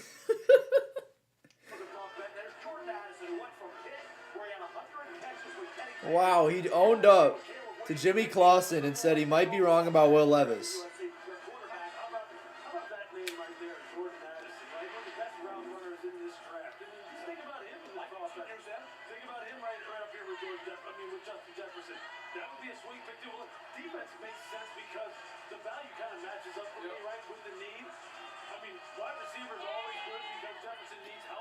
especially, now that Adam Thielen has moved on. He needs somebody. He needs a running mate because they're going to. You can take one wide receiver out of the game. This will be an interesting pick. I don't see how they go away from the defense, but I wouldn't be shocked considering some of the quality wide receivers that still looking at the need. Jacksonville's got a corner need. The Giants had a corner need. So you got teams right now that are looking, I'm sure, at Porter Jr. and Deontay Banks. Right. And so this will be the Vikings making their pick here. Again, we are expecting them perhaps to go on that defensive side of the ball. You never know. You mentioned the departure of Adam Thielen, so perhaps help needed at wide receiver. The Vikings, who had a big regular season and then that very disappointing postseason performance. I do see the commissioner starting to make his way towards the podium here where he'll make the announcement. A big acquisition in Minnesota this year. The new I'm tired. I'm tired, guys. I'm ready for this thing to be over. We'll see if they go that way. Here's the commissioner. With the 23rd pick in the 2023 NFL Draft, the Minnesota Vikings select Jordan Addison, wide receiver, USC. Good pick. Good pick. Good pick. 4 straight wideouts.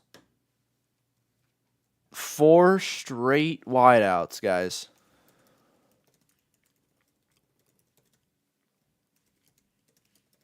All right. Oof. I think we're gonna stick with what I did with Zay Flowers. Yeah, we're gonna stick with it. So I think B+ is a good, reasonable grade for Jordan Addison at this selection. Let's write that down.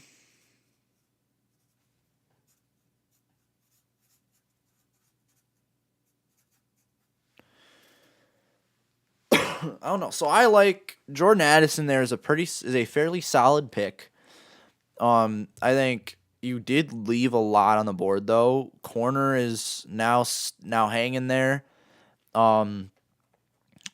As well as that linebacker is kind of a pretty big need. We got to trade. The Jacksonville Jaguars are trading their pick to the New York Giants. Did they just trade up one?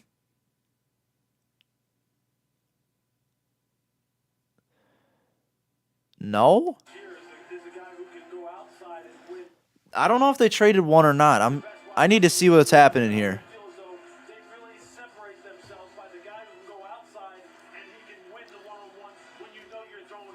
It's Jordan shows that this year at USC. Last year at Pitt, much more inside work where he tore people apart. Once again, that was tonight's prospect resume brought to you by Indeed. I'm being told we have another trade. The Giants will be on the clock when we continue in just a moment. Here's trading up with Jacksonville. Giants move up one spot. Who are they looking to? So there was a one-spot trade up. So clearly the Giants have something the Jaguars want. So I'm thinking this could be corner for that reason. So Joey Porter, Deontay Banks, still in the mix here. So let's bring you guys back to the web here. We are going to go over our top 10 prospects once again. So you got Michael Mayer, Miles Murphy, Brian Bryce, Trenton Simpson, DJ Ojulari, Darnell Washington, Joey Porter, Brian Branch, John Michael Schmitz, and Nolan Smith. Those are your top 10 guys. So when it comes to who's a good selection here, I mean, it really depends on how much the Giants need on some of these positions. So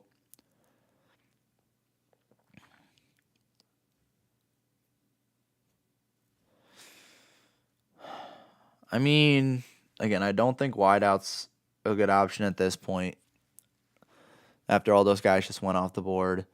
Tight end, not anymore. Interior O-line. So John Michael Schmitz is easily an A grade here. They don't need tight end. Brian Bryce on the inside. They don't need inside the defensive line either. So off the edge, I don't know. They don't need that either. Linebacker's kind of a pretty solid need. So Trent Simpson, John Michael Schmitz, anybody in any DB would be a good selection here. So your A grades up to this point are Trent Simpson, Joey Porter Jr., Brian Branch, John Michael Schmitz, Deontay Banks. Yeah, that's it. So those are your guys there.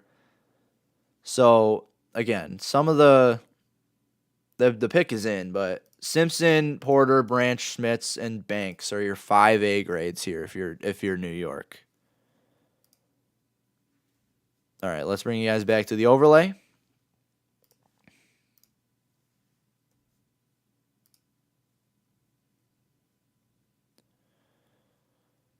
All right.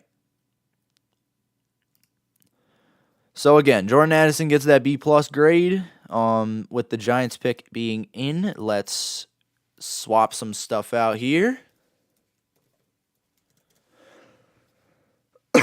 And let's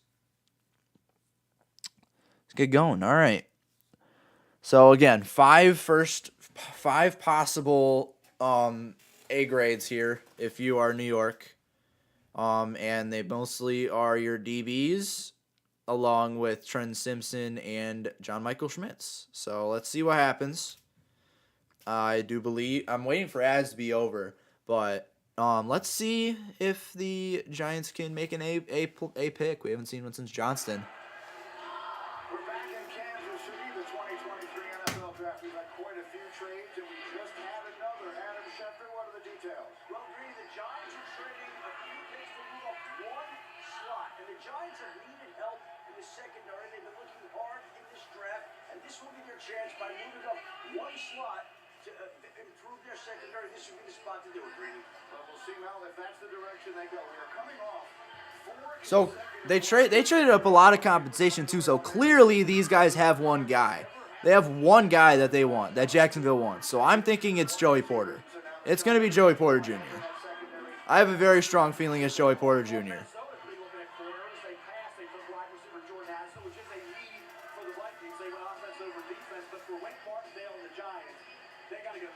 And I think when you look at Joey Porter Jr. from Penn State and my guy Deontay Banks from Maryland, that's what makes sense. You're going to go off. And Jacksonville, to me, could take a corner. But then there's tight end Martin Kincaid, tight end Michael Mayer. Dallas is sitting there maybe thinking tight end. It's going to be interesting to see what happens there in terms of the receiver. But I think the Giants, I'm a Maryland guy with Deontay Banks. Love to see it.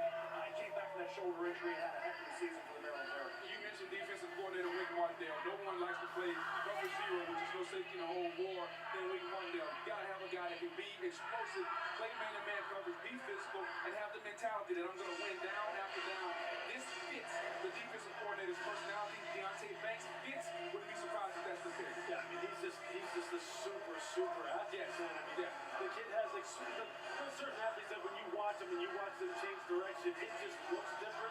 It looks different with Deontay Banks, and he is not scared as far as sticking his nose in there against the run either. And you know how Wake Martindale is. Exactly. He likes those kind of guys, those kind of competitors. It would fit perfect. He fit perfect in the scheme. Yeah. I mean, just maybe pound for pound one of the most explosive players in this draft. So you saw the celebration in the Giants draft room there as they have made their pick, and here comes the commissioner to announce it. The Bills will be next up after Jacksonville, after Roger Goodell. The Jacksonville Jaguars have traded the 24th pick to the New York Giants.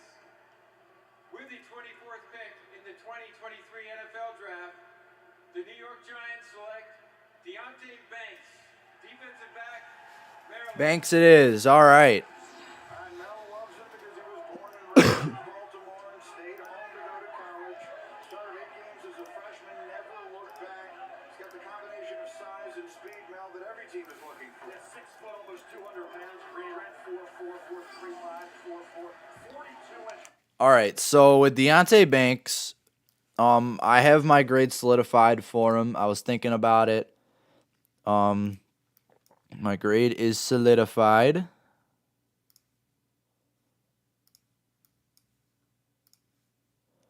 We're giving Banks an A-. So the reason he's not an A is because he was not the best cornerback on the board, and it wasn't really too close.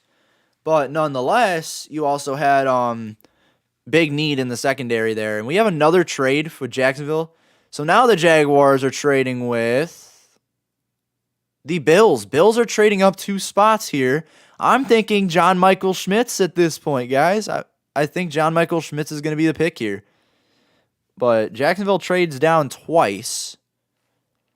But let's focus here on Deontay Banks. Again, he's the 12th best player on the board.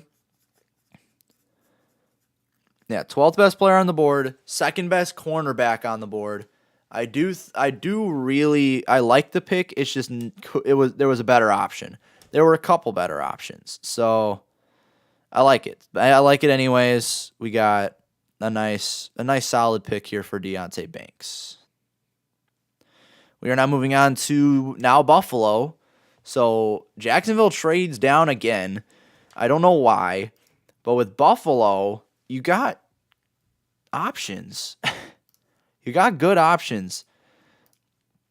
For Buffalo, I made a power ranking on them.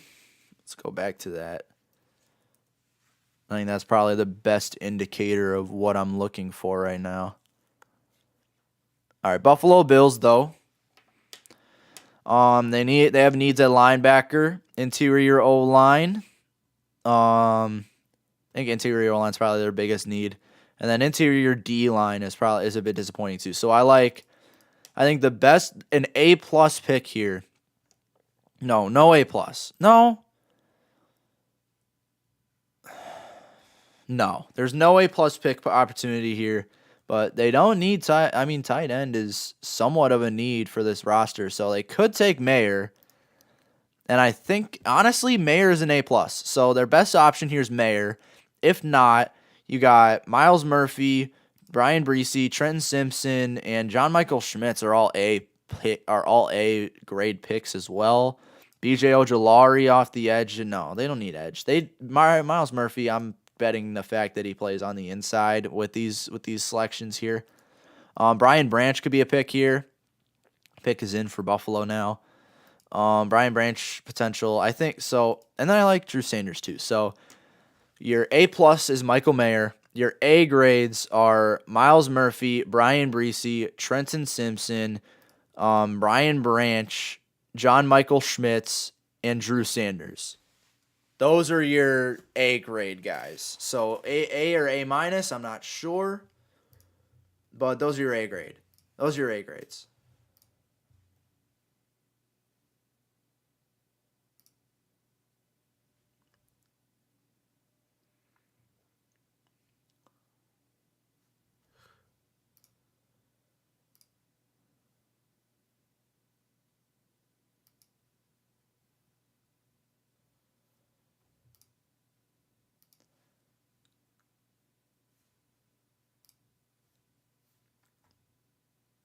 All right. Let's get back to some football.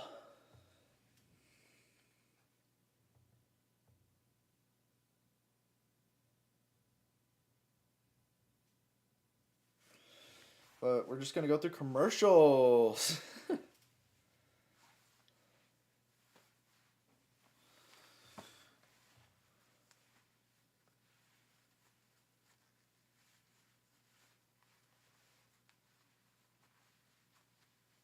All right, here we go.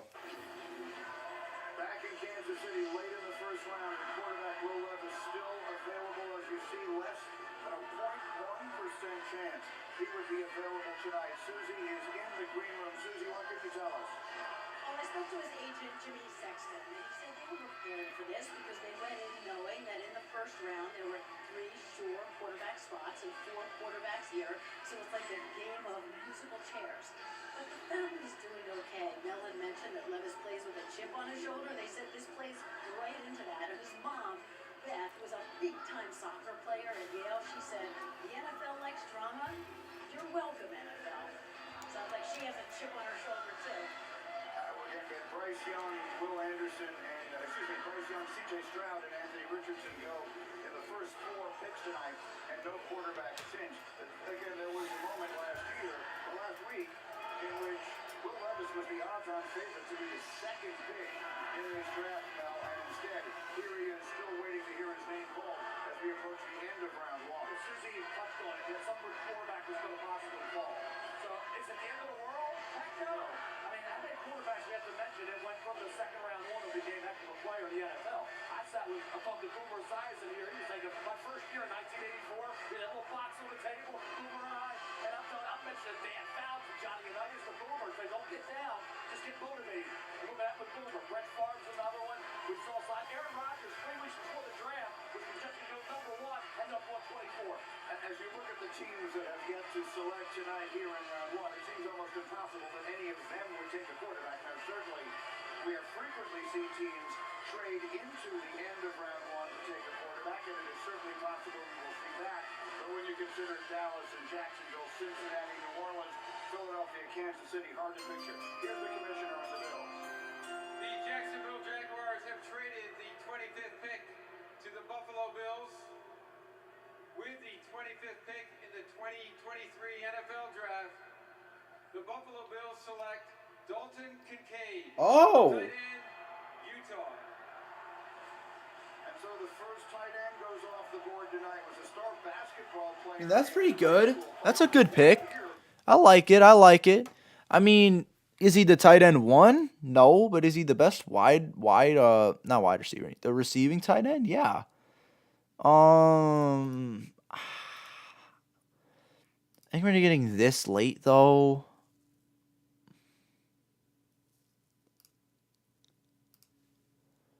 Okay.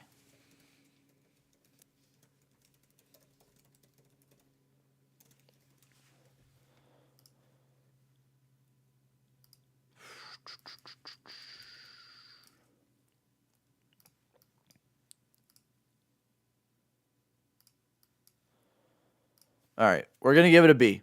So, the thing with this pick is he was the 3rd best tight end on the board, and this is basically just a receiving target for Josh Allen, which not a bad idea, but you have, what am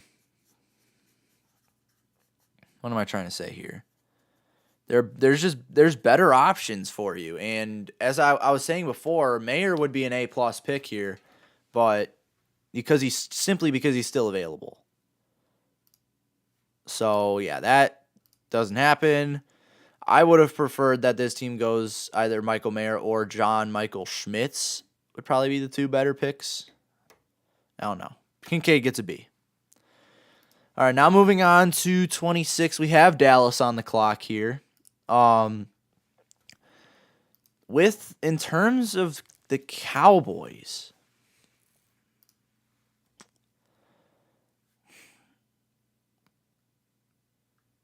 I had the Cowboys trading down with this pick. This actually really puts Cincinnati in like an elite position to take Michael Mayer, so I like it. But nonetheless, with Dallas. What's going on? This is about where we expect the tight ends to go. Now for the Cowboys, I don't know who they're going to pick, but I do know. That's right. They could take Mayer's an A+ pick here for Cowboys. So Mayer's an A+. Other than that, Bryce would be a really good pick too.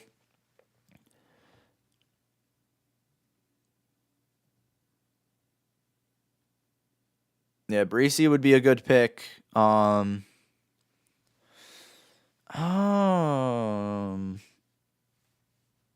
Trent Simpson, Drew Sanders would both be really good picks too. I like them. And even off the edge, Miles Murphy, BJ Ojulari. So I think Michael Mayer and Miles Murphy are A+ selections for Dallas. Bryce, Simpson, Ojulari, Washington, Nolan Smith, Foskey, and Sanders. Not Foskey. Smith and Sanders are your... No, Foskey too. Are your A-grade players. So these teams are taking forever on the clock here in the late rounds, and I'm not enjoying that. I'm trying to go to bed. But nonetheless, I don't know. Mayer and Murphy are your A+s here. So Mayer or Murphy, take one of them, you got an A+ player. Brian Bryce, Trent Simpson, BJ Ojulari, Darnell Washington, Nolan Smith, Foskey, and Sanders are your A grades. And the reason I say, yeah, and I mean literally Jason Witten replicant. That's just what it is. So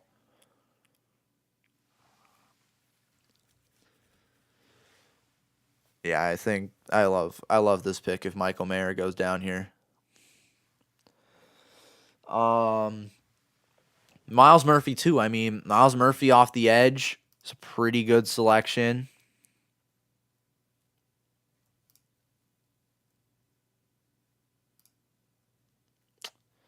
Yeah, so those are my guys there.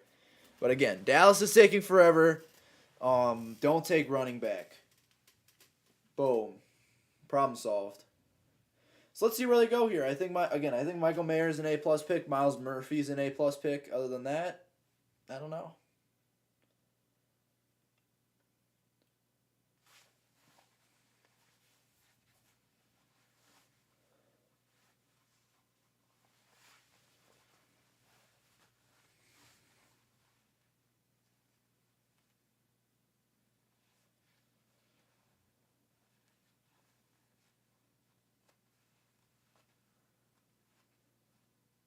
They made it.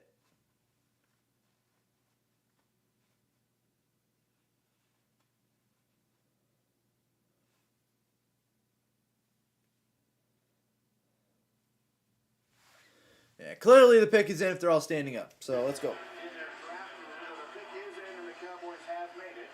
And so we'll see which direction they choose to go, as they had with a good season last year. Dak Prescott taking, in most people's estimation, a step backwards a season ago. They made a change with the offensive coordinator. Keller no longer there. He's now in Los Angeles with the Chargers. Booger, you mentioned it. They're looking to run the football more this year, and obviously the tight end fits nicely into that scheme. Yeah, they talked about not being able to try to outscore everybody. And Mike McCarthy got a lot of flack for those comments. They're like, the name of the game is scoring points. But at some point, you have to win with how you want to win, your philosophy, how you want to do it. And so, yeah, it makes sense to get a tight end in this situation. So perhaps that's the direction they go. Their defense was much improved, obviously, each of the last 2 years under Dan Quinn. Is there anything on the defensive side that you could see they might do as we continue to speculate about the possibility of a tight end? Well, when you look at their run defense, I mean, that's where they were in the bottom quarter of the league as far as rushing yards per game. So, I mean, the tight end makes more sense to me here as far as, what they want to get done offensively and how maybe they want to have a controlled passing game. I mean, defensive tackle just seems to be in reach of the people that are available right now. But, look, I mean, when you know that in the NFC, that you're going to have to be able to control the line of scrimmage, especially in their division against Philadelphia, maybe defensive tackle makes sense. I just don't know who. Who's the player that came in, and it was kind of like a chess piece. Okay, we talk about Michael Parsons. Edge, linebacker, they blitzed him. Noah Smith has some of those same characteristics, and he ran 4.3, just like Michael Fulton. So maybe they get another chance. I mean, like that they can move around. I mean, big guys make more sense. Only because look, I saw Jason Kelsey in the hotel this morning. And I said, look, it was unfair what you were doing to people down the stretch, dude. I don't know what you're doing as far as your training regimen. Give it to me. But whatever, give it to me. So I don't know. Maybe defensive tackle makes sense. I don't know. We're going to find out now. The Cowboys have taken some time, and the commissioner is here to announce. I was saying interior D line makes a lot of sense. With the Edge 26th too. pick in the 2023 NFL Draft, the Dallas Cowboys select Mozzie Smith, defensive tackle, Michigan. Huh? That's a surprise. Although, Mel, the word you hear a lot of this young man is freak, the quickness and agility at his size is extreme. This early? With Bryce and Keanu on the board? My camera's in total shock right now, too. It's freezing. Really?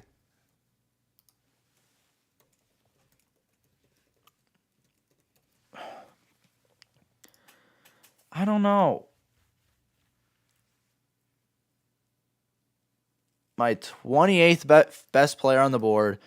Third interior defensive lineman still remaining. With Bryce would have been an A grade. And not even Benson would have been an A grade. Man, I don't like this pick.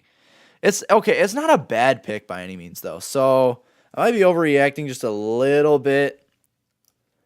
But my live grade for Smith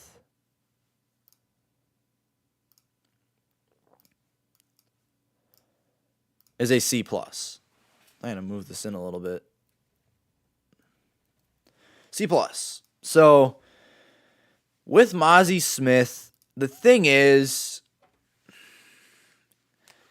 it's just he's not a first-round talent.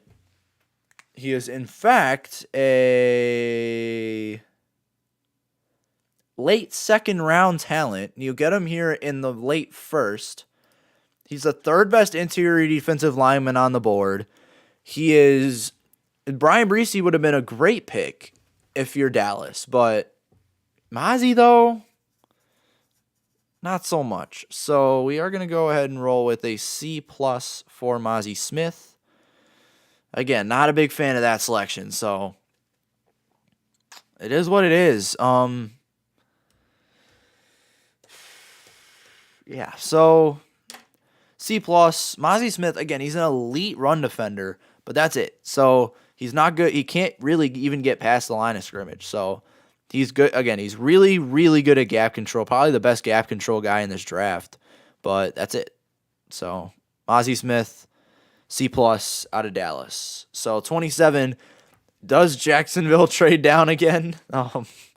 No, at this point, I think you take Brian Branch or Joey Porter. Joey Porter. Or Michael Mayer. Evan Ingram. You have Evan Ingram. You need a backup, though. I think Michael Mayer's an A grade. Let's get you guys over to the web here. Michael Mayer's an A grade. Yeah,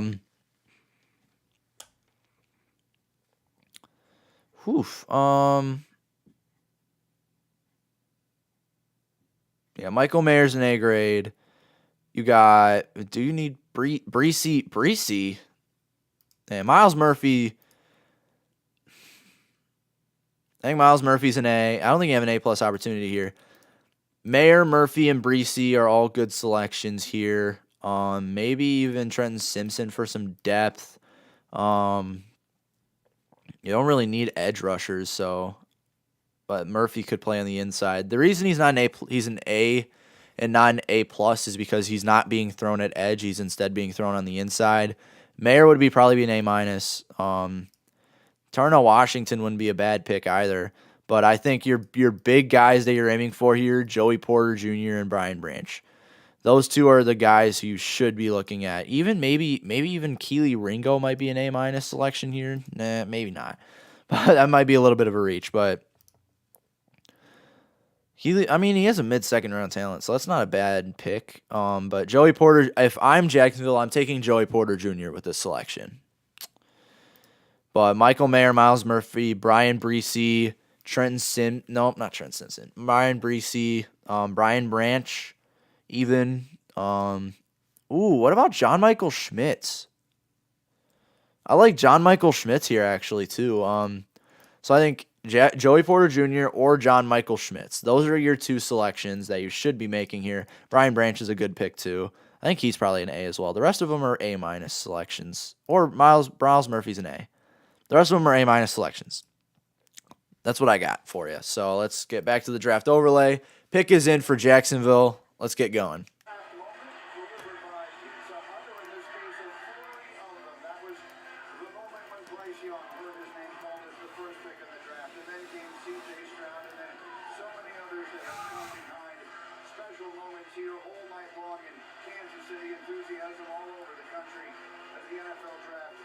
Continued filled with a variety of fabulous moments, and it's time now, Mel, to take a look at your best available still remaining in tonight's class, which is brought to you by Courtyard by Marriott. Yeah, great injuries have affected this list a little bit. Will Levis with the toe, more talked about that, banged up basically since October 1st, where the rest of the season was Will. Battled through it, love the kids, could be a steal for somebody. Nolan Smith with the torn pectoral, 8 games in, pushed his head down just a bit. Joey Porter Jr., they got a little handsy at times in cover. I thought he improved on that. Still available. Miles Murphy, defensive end, has that pass rush ability. And then Anton Harrison. 29 New Orleans could be a good landing spot for Will Levis. Could develop behind Derek Carr. I think that's a good idea. Might be a good pick there.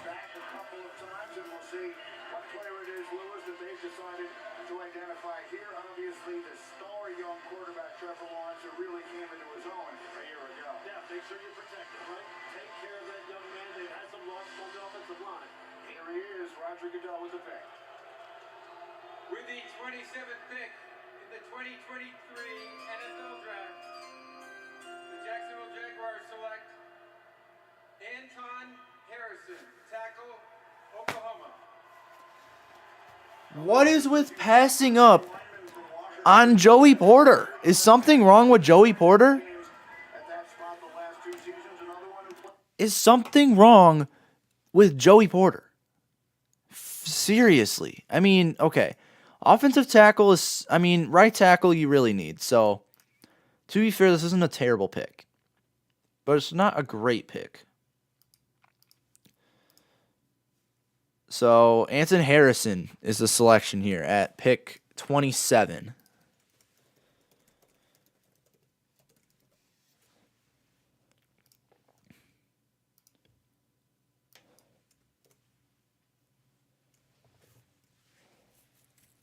All right, I got it. All right, so my grade for Anton Harrison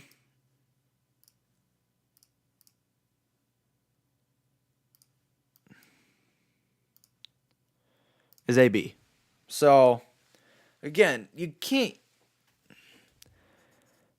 A lot of these teams are passing up on Joey Porter right now, and I think that's crazy. And now the Bengals are in perfect position to snag Michael Mayer and have an A+ grade on their thing. So,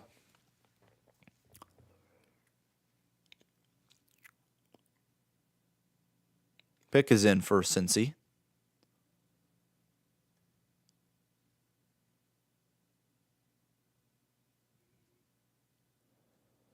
I don't know. But B makes sense here. I think interior O-line, especially with John Michael Schmitz still on the board, would have been a better selection. But yeah, that's my opinion though. Oh my goodness, I keep knocking my mic all over the place. Bengals pick is in. I think here you're taking Michael Mayer. If not Michael Mayer, corner. Joey Porter Jr. Or Deontay Banks is already taken. I don't know what I'm talking about.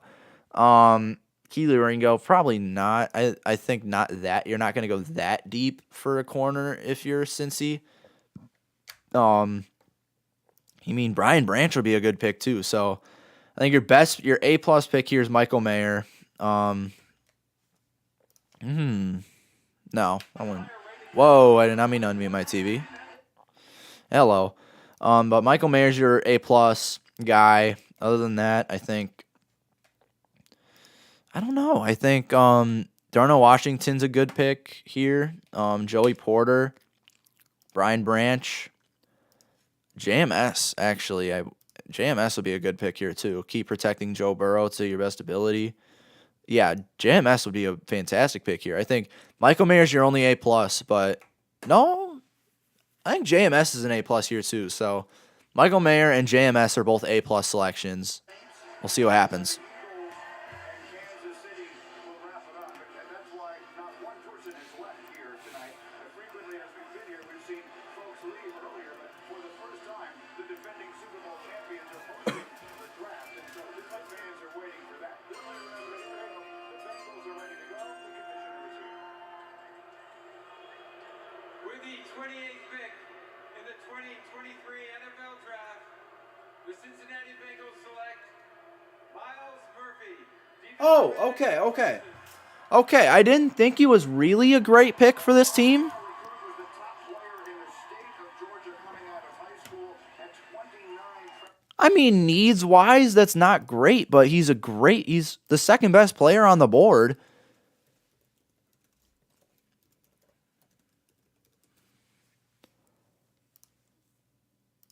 Okay.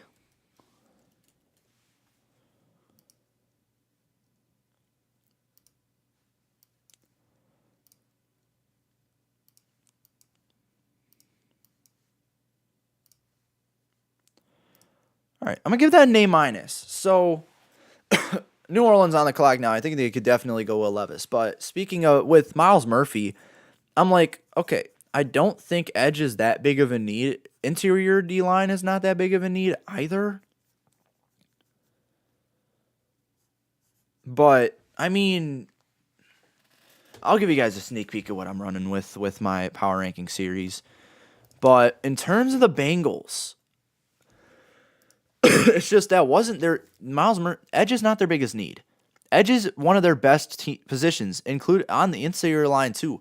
So I'm assuming that they really like Miles Murphy to be able to take him this high with that need not being big.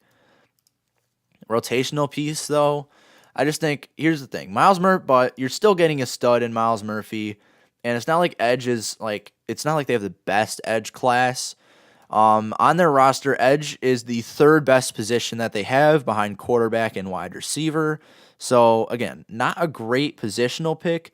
I'm assuming they probably just picked best available with that. So again, Miles Murphy, solid A- selection here. I think they definitely just picked best on the board there instead of picked for needs. So yeah, again, I'm okay with that pick. But yeah, we got Miles Murphy, A-, pick 28. So we're moving on to 29 here with New Orleans. Again, I think QB could very well be in the mix here. And if they do take either Will Levis or Hendon Hooker, that's probably an A grade.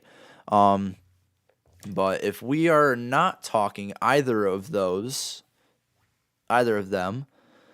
I mean, slot receivers in play. There's not really a good slot receiver on the board right now, so probably not. Interior O-line wouldn't be Michael Schmitz wouldn't be terrible. Probably not the best positional need for them though. Other than that, D-line they need big on D-line, and that sucks. Miles Murphy would have been perfect for them. So I actually did mock Bryce here to the Saints, so I think Bryce could be in play. Michael Mayer could very well be in play too. I don't think Mayer's an A+ at this point. He's the only first round talent left. Yes. So that's actually something that's really notable. Up to this point, Michael Mayer is the only first round talent left on the board. So he's number one on left, and he's the only first round talent left on the board. So Brian Bryce would be a good pick here though. I think BJ Ojolari, Nolan Smith, Isaiah Foskey, Drew Sanders, maybe not Trenton Simpson. Drew Sanders would be a good pick though. Defback wise, I think Joey Porter could be in play here. So could Brian Branch. Brian Branch and nickelback too. Darnell Washington's a good pick. So I think there's no A-plus opportunity here for New Orleans. But you do have Michael Mayer, Brian Bresee, Trent Simpson, B.J. Ojulari, Darnell Washington, Joey Porter, Brian Branch, Nolan Smith, Isaiah Foskey, and Drew Sanders are all A grades at this point. All 10 of them are A grades. So we'll see where New Orleans goes with this pick.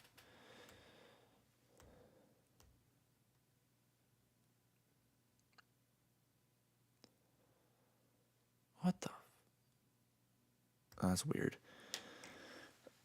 All right, so again, I think you got a lot of options here if you're New Orleans. Oh yeah, plus so you got here are all of your first round grades for New Orleans. Michael Mayer, Brian Bresee, B.J. Ojulari, Darnell Washington, Joey Porter, Brian Branch, Nolan Smith, Isaiah Foskey, Drew Sanders, Will Levis, Hendon Hooker. Yeah, you have 11 potential A grades out of this. So I think that's you got to roll with one of them, right?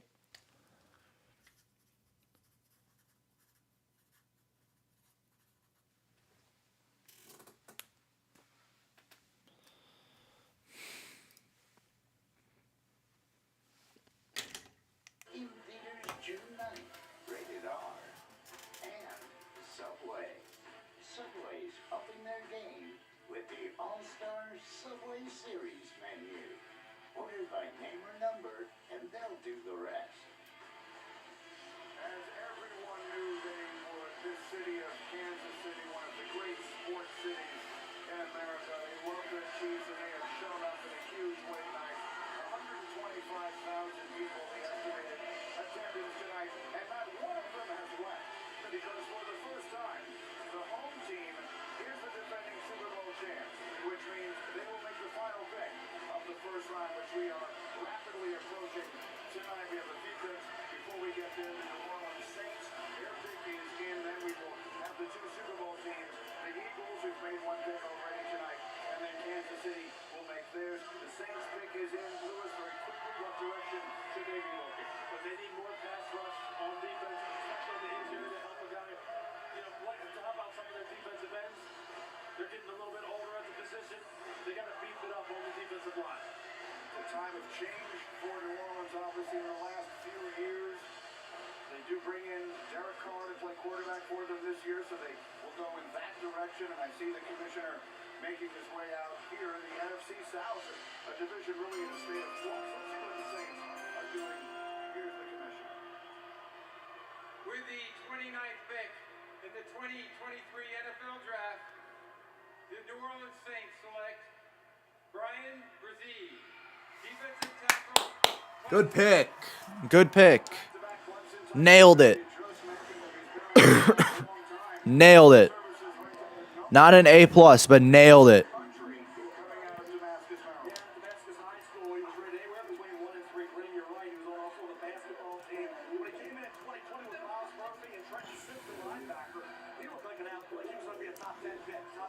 All right. I already know what the grade is for this. It's an A. Let's mute. So it's an A. So these guys had a lot of options here at pick 29. A lot of A grade options that they could have went with, and they went with a good option here at Brian Bresee. Possibly the best option they had. Honestly, Brian Bresee, again, he's not a first round talent, so it's not particularly an A+. The only first round talent left in this draft is Michael Mayer, but Brian Bresee was the second best player on the board. So really good pick. Again, very nice. Very nice addition to that D-line that is very much struggling with Colin Saunders and Nathan Shepard currently being their two starting DTs. I think Bresee, big injury concern there for him, but when he's not hurt, he's exceptional. So I think a fantastic pick there for New Orleans. All right, we're moving on. We have 2 picks left. We are on to the second of Philly's 2 picks. So, I think a team could trade up here, honestly. I think a team could totally trade up here. But if they don't, Wideouts in play for the slot, but I don't think there's really a good slot receiver. Jalen Hyatt, which I don't think that's an A grade at this point. Yeah, they don't need tight end, so they can't pick up an A plus. Sadly. Other than that, I think even off the edge, good options off the edge. B.J. Ojulari still available. Nolan Smith, Isaiah Foskey are all good A grades here. Maybe even on the interior O-line, John Michael Schmitz could be in play here as well. I like John Michael Schmitz with this pick as well. Wow, actually that would probably be an amazing pick. That's not an A plus, but A. Easy A pick if they go ahead and take out John Michael Schmitz. Drew Sanders could be a good selection here. He could play pretty much anywhere, so I think I would really like that selection. Trent Simpson would be a solid selection here too, probably also an A grade. And then even for cornerbacks too, Joey Porter's still on the board. Joey Porter is still on the board. Someone's got to take him. I'm surprised he's fallen this far.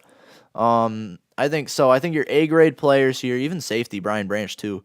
Your A grade players here with this selection would be someone like Trenton Simpson, B.J. Ojulari, Joey Porter, Brian Branch, John Michael Schmitz, Nolan Smith, Isaiah Foskey, and Drew Sanders. Those are your 8 A grade players.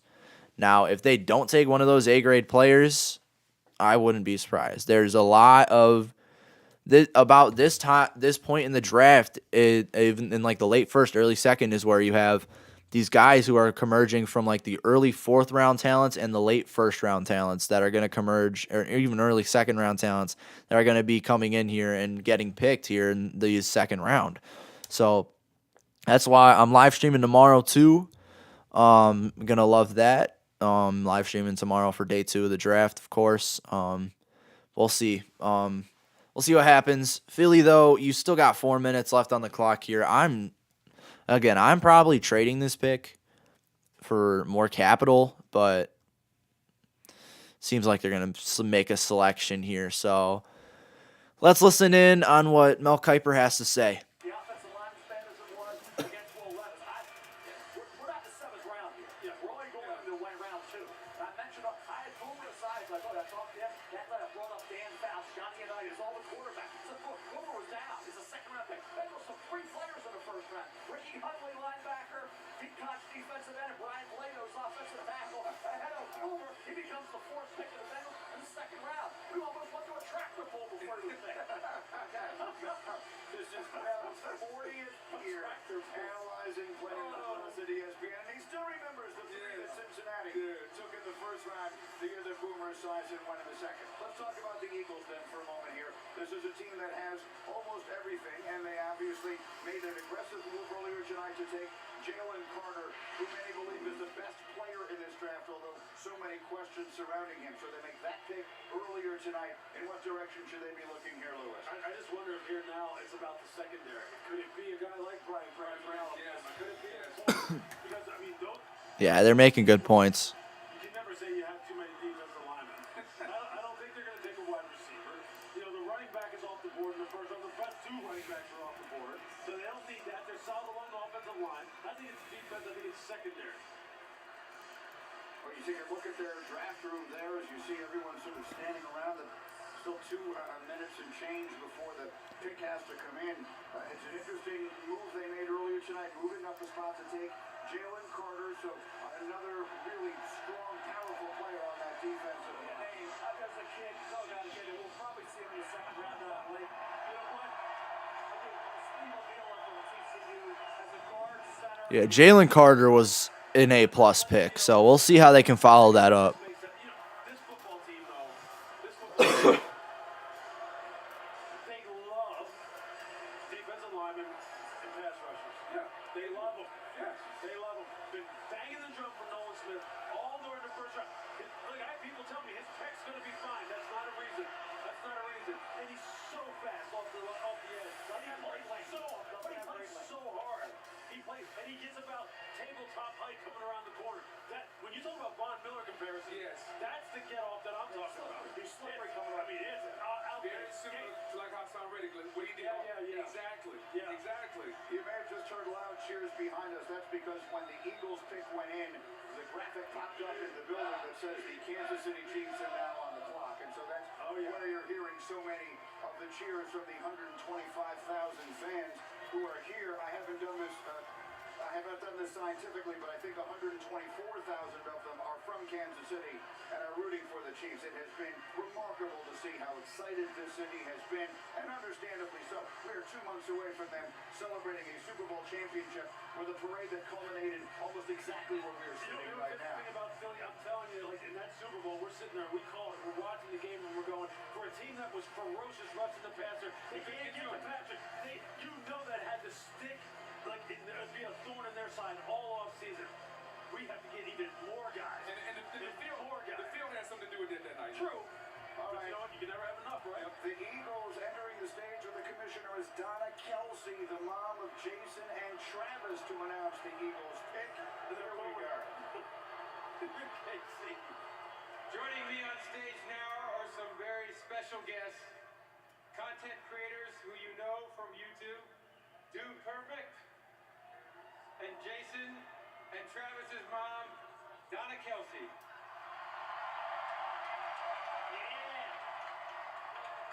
Thank you, Roger.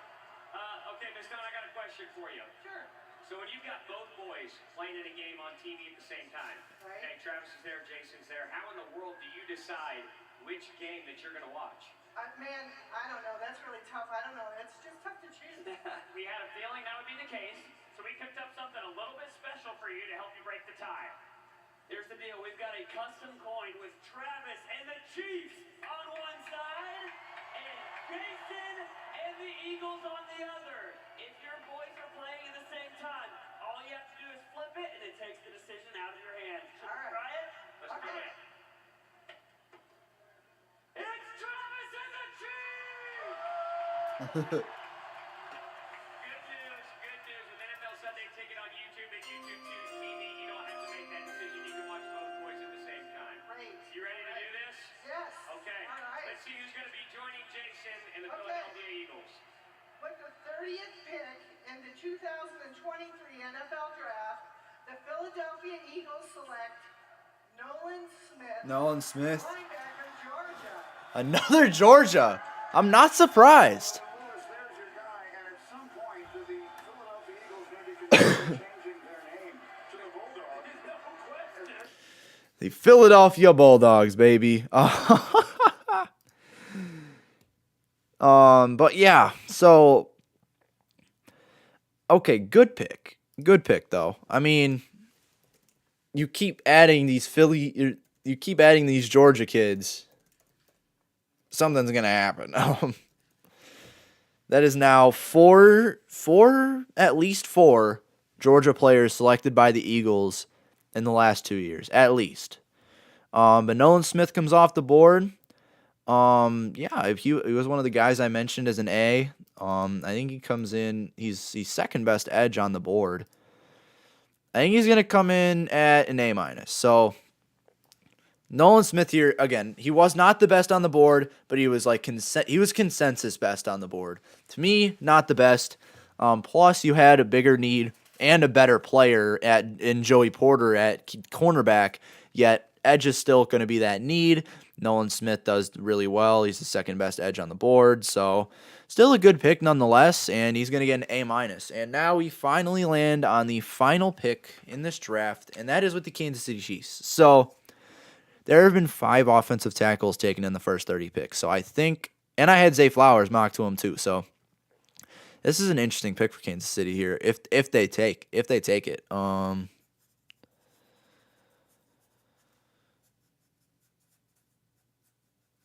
Yeah, so if they select here, I really don't know. I mean, edge is probably going to be that first position they look at to try and get another stud on the outside. Wide out, there's not really any, unless you want to take Jalen Hyatt. Again, I don't know. Rashee Rice is the best wide receiver on the board. And he's, okay, Rashee Rice wouldn't be terrible, actually. Not the best selection, though. I think probably off the edge. So I'm thinking B.J. Ojulari is probably the best on the board right now. If you want to line someone up next to, Keanu Benton's probably not that good of a pick right here either.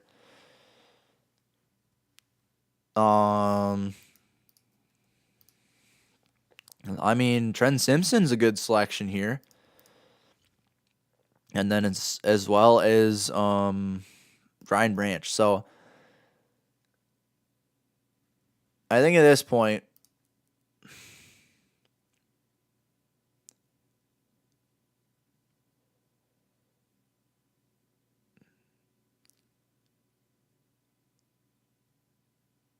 I think the best option here is, or you take, well, no, I said offensive tackles. Who's the best offensive tackle on the board now?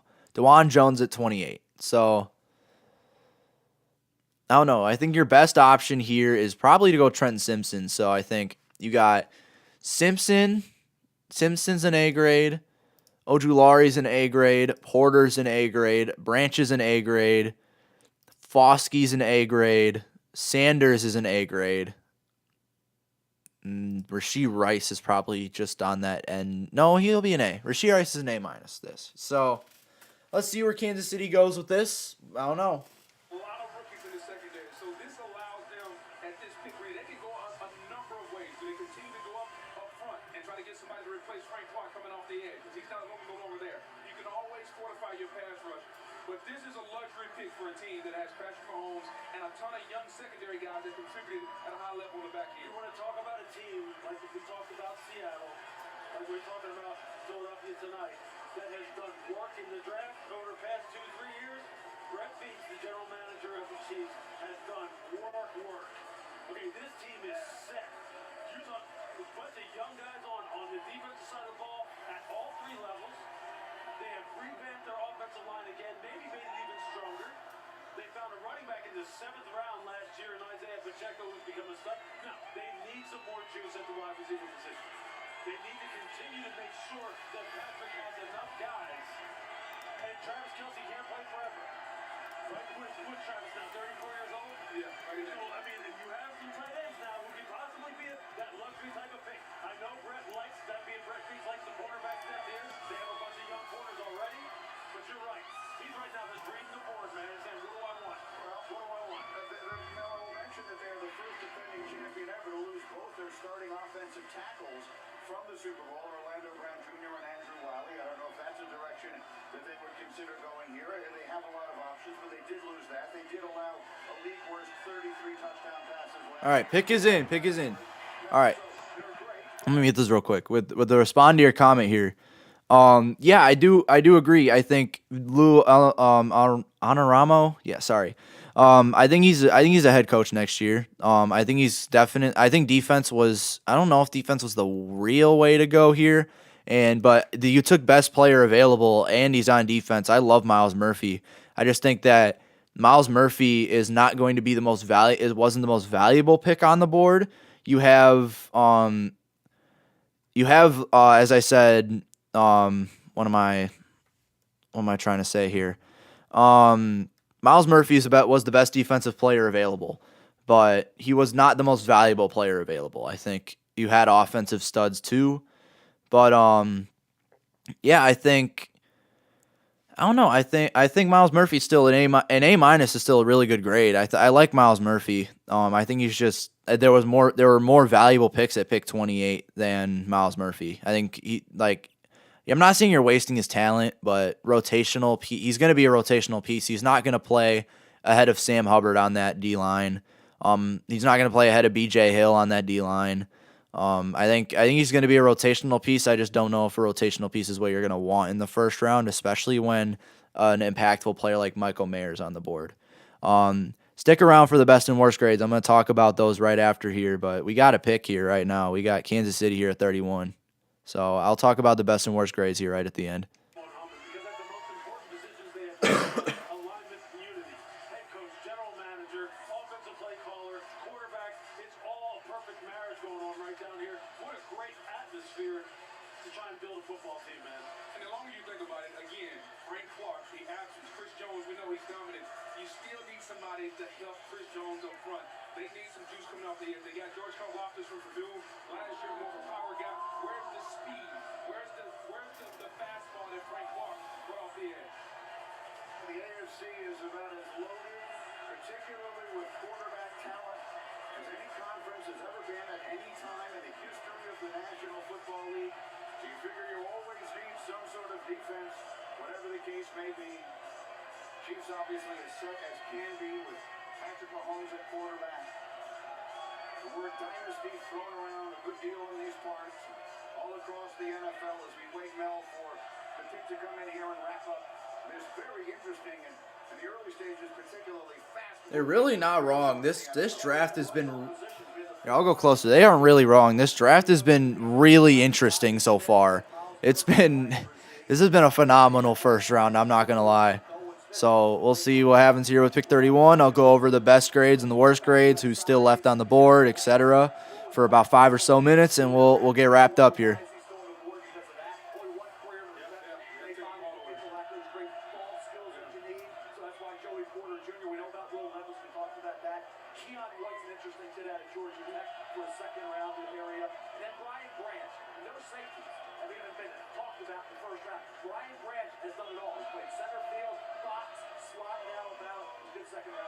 All right, and so we are ready now as they're going to announce the final pick in the first round of this year's NFL draft, and they will do so with an announcement to the house here in Kansas City right now.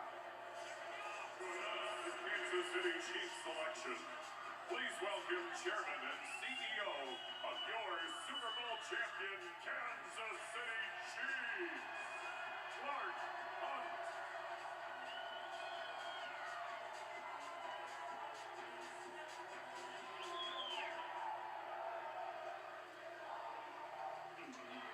How about it, Kansas City?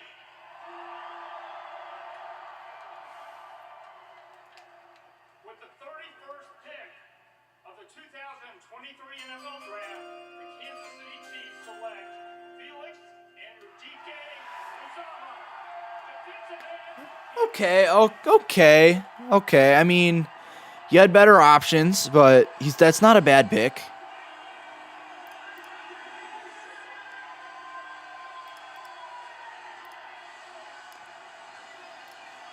Fifth best edge on the board to me.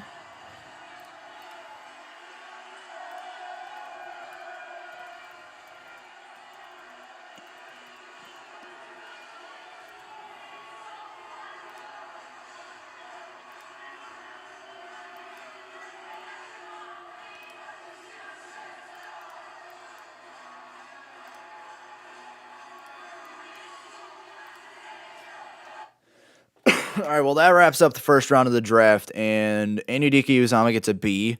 I think, again, I like Felix Enrique Uzomah. He's just the fifth best edge on the board. You have better options, especially when you run that 4-3 front. You have B.J. Ojulari, Isaiah Foskey work perfectly on that 4-3 front. I keep looking over here.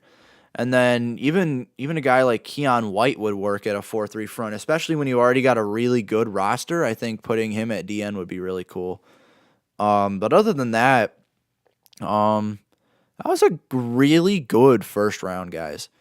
I want to go through my best grades and my worst grades real quick. And then first, let's go through the top guys who are still on the board. So we're gonna move over to Webb here. So your best player still on the board, who is the only first-round talent left, is Michael Mayer out of Notre Dame. I actually have him as he is 10th on my big board, and he is yet to be drafted. So with that being said, the rest of these guys are early second-round talents. These guys should probably go where they're selected.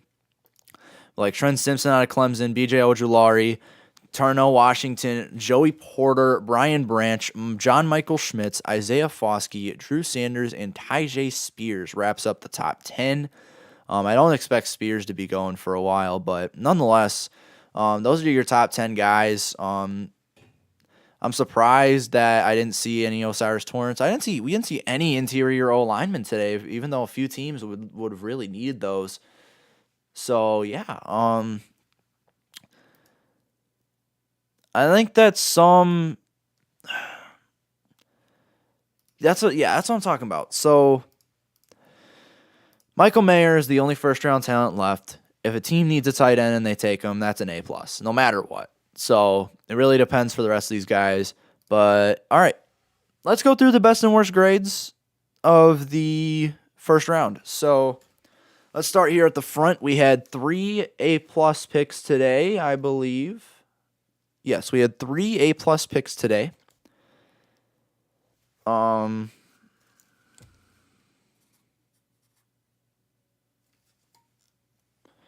So yeah, your best grades here are going to be. Hold on, I got to write this down.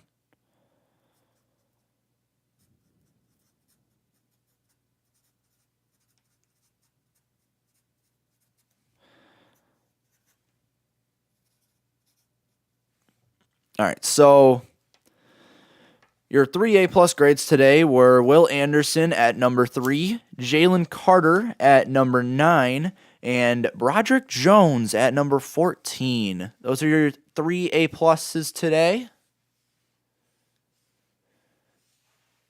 Oh my God, they're still talking about it because they were all partying out in Kansas City. Then you got your A grades. So you got Bryce Young at the first pick is an A. Tyree Wilson is an A at pick 7 to the Raiders. Who else? Christian Gonzalez, pick 17 to the Patriots at A is an A. And Brian Bryce to the Saints is also an A. So those are your 7 best grades today. Your 3 A+, your 4 A's. Pretty good start to the draft, but there were sadly some not so good picks. The worst pick today was 15 New York Jets taking Will McDonald off the edge. He was there was a tie. It was him and then also off the edge, Lucas Van Ness going 13 to the Packers. Actually, I think Will McDonald, I'm recorrecting him to a C-. Will McDonald, he was like the 8th best edge rusher on the board at the time of the pick. And he's like a late second round talent. So that's kind of where I'm at with that. Lucas Van Ness is not great either. I think Lucas Van Ness is just, I don't know. He's just not particularly a good. He's not gonna play outside. If he plays outside linebacker, that's not gonna be a good pick. And then you got your C+. I think I had 2 of those. Yeah, 2 C+, and those guys are Darnell Wright at pick 10 to the Bears, and Mozzie Smith, pick 26 to the Cowboys. And then, you even got your B- I could also include on here. Paris Johnson, pick 6 to the Cardinals is a B-. That was the only B- of the draft. So your 5 worst picks today are going to be Will McDonald at 1, Lucas Van Ness at 2, Mozzie Smith at 3, Darnell Wright at 4, and Paris Johnson Jr. at 5. Your 5 best picks of the day, probably Will Anderson Jr. at 1, Jalen Carter at 2, Broderick Jones at 3, Christian Gonzalez at 4. I missed Quentin Johnston's A as well, and probably Bryce Young at 5. So your top 5, your 5 best, you're going to come out as Will Anderson Jr. at 1, Jalen Carter at 2, Broderick Jones at 3, Christian Gonzalez at 4. That was to the Patriots, and pick 5, Bryce Young to the Panthers in the first overall. All right, again, you got 1 first-round talent left on the board going into the second round. That is going to wrap it all up. So I'm going to come out here to a full face cam for you guys. So I really appreciate all of the viewership on the live stream today. I'm wrapping this up again tomorrow. It's day 2 selections. Those will be the live stream will start at 6 o'clock Eastern time. The draft starts at 7 o'clock Eastern time tomorrow, so we're going to get going there. Oh, if you are rewatching this live stream, thank you so much for watching it. But at the same time, we got a lot of viewers today. Actually, we came out at 127 views today on the live stream. So I really, really appreciate all of that from you guys. If you guys did enjoy this live stream, leave a like on this live stream, and also subscribe to the channel for more content like this. Again, we're doing another live stream tomorrow. As well as we're going to do a live stream recap when everything comes around, which that will be probably Saturday or Sunday. That video will be coming out, so be on the lookout for that. And other videos coming out. We got a big power ranking series coming out this summer, so also be on the lookout for that. But anyways, thank you guys so much for watching. Subscribe to this channel if you guys enjoyed, and let's keep grinding out some of this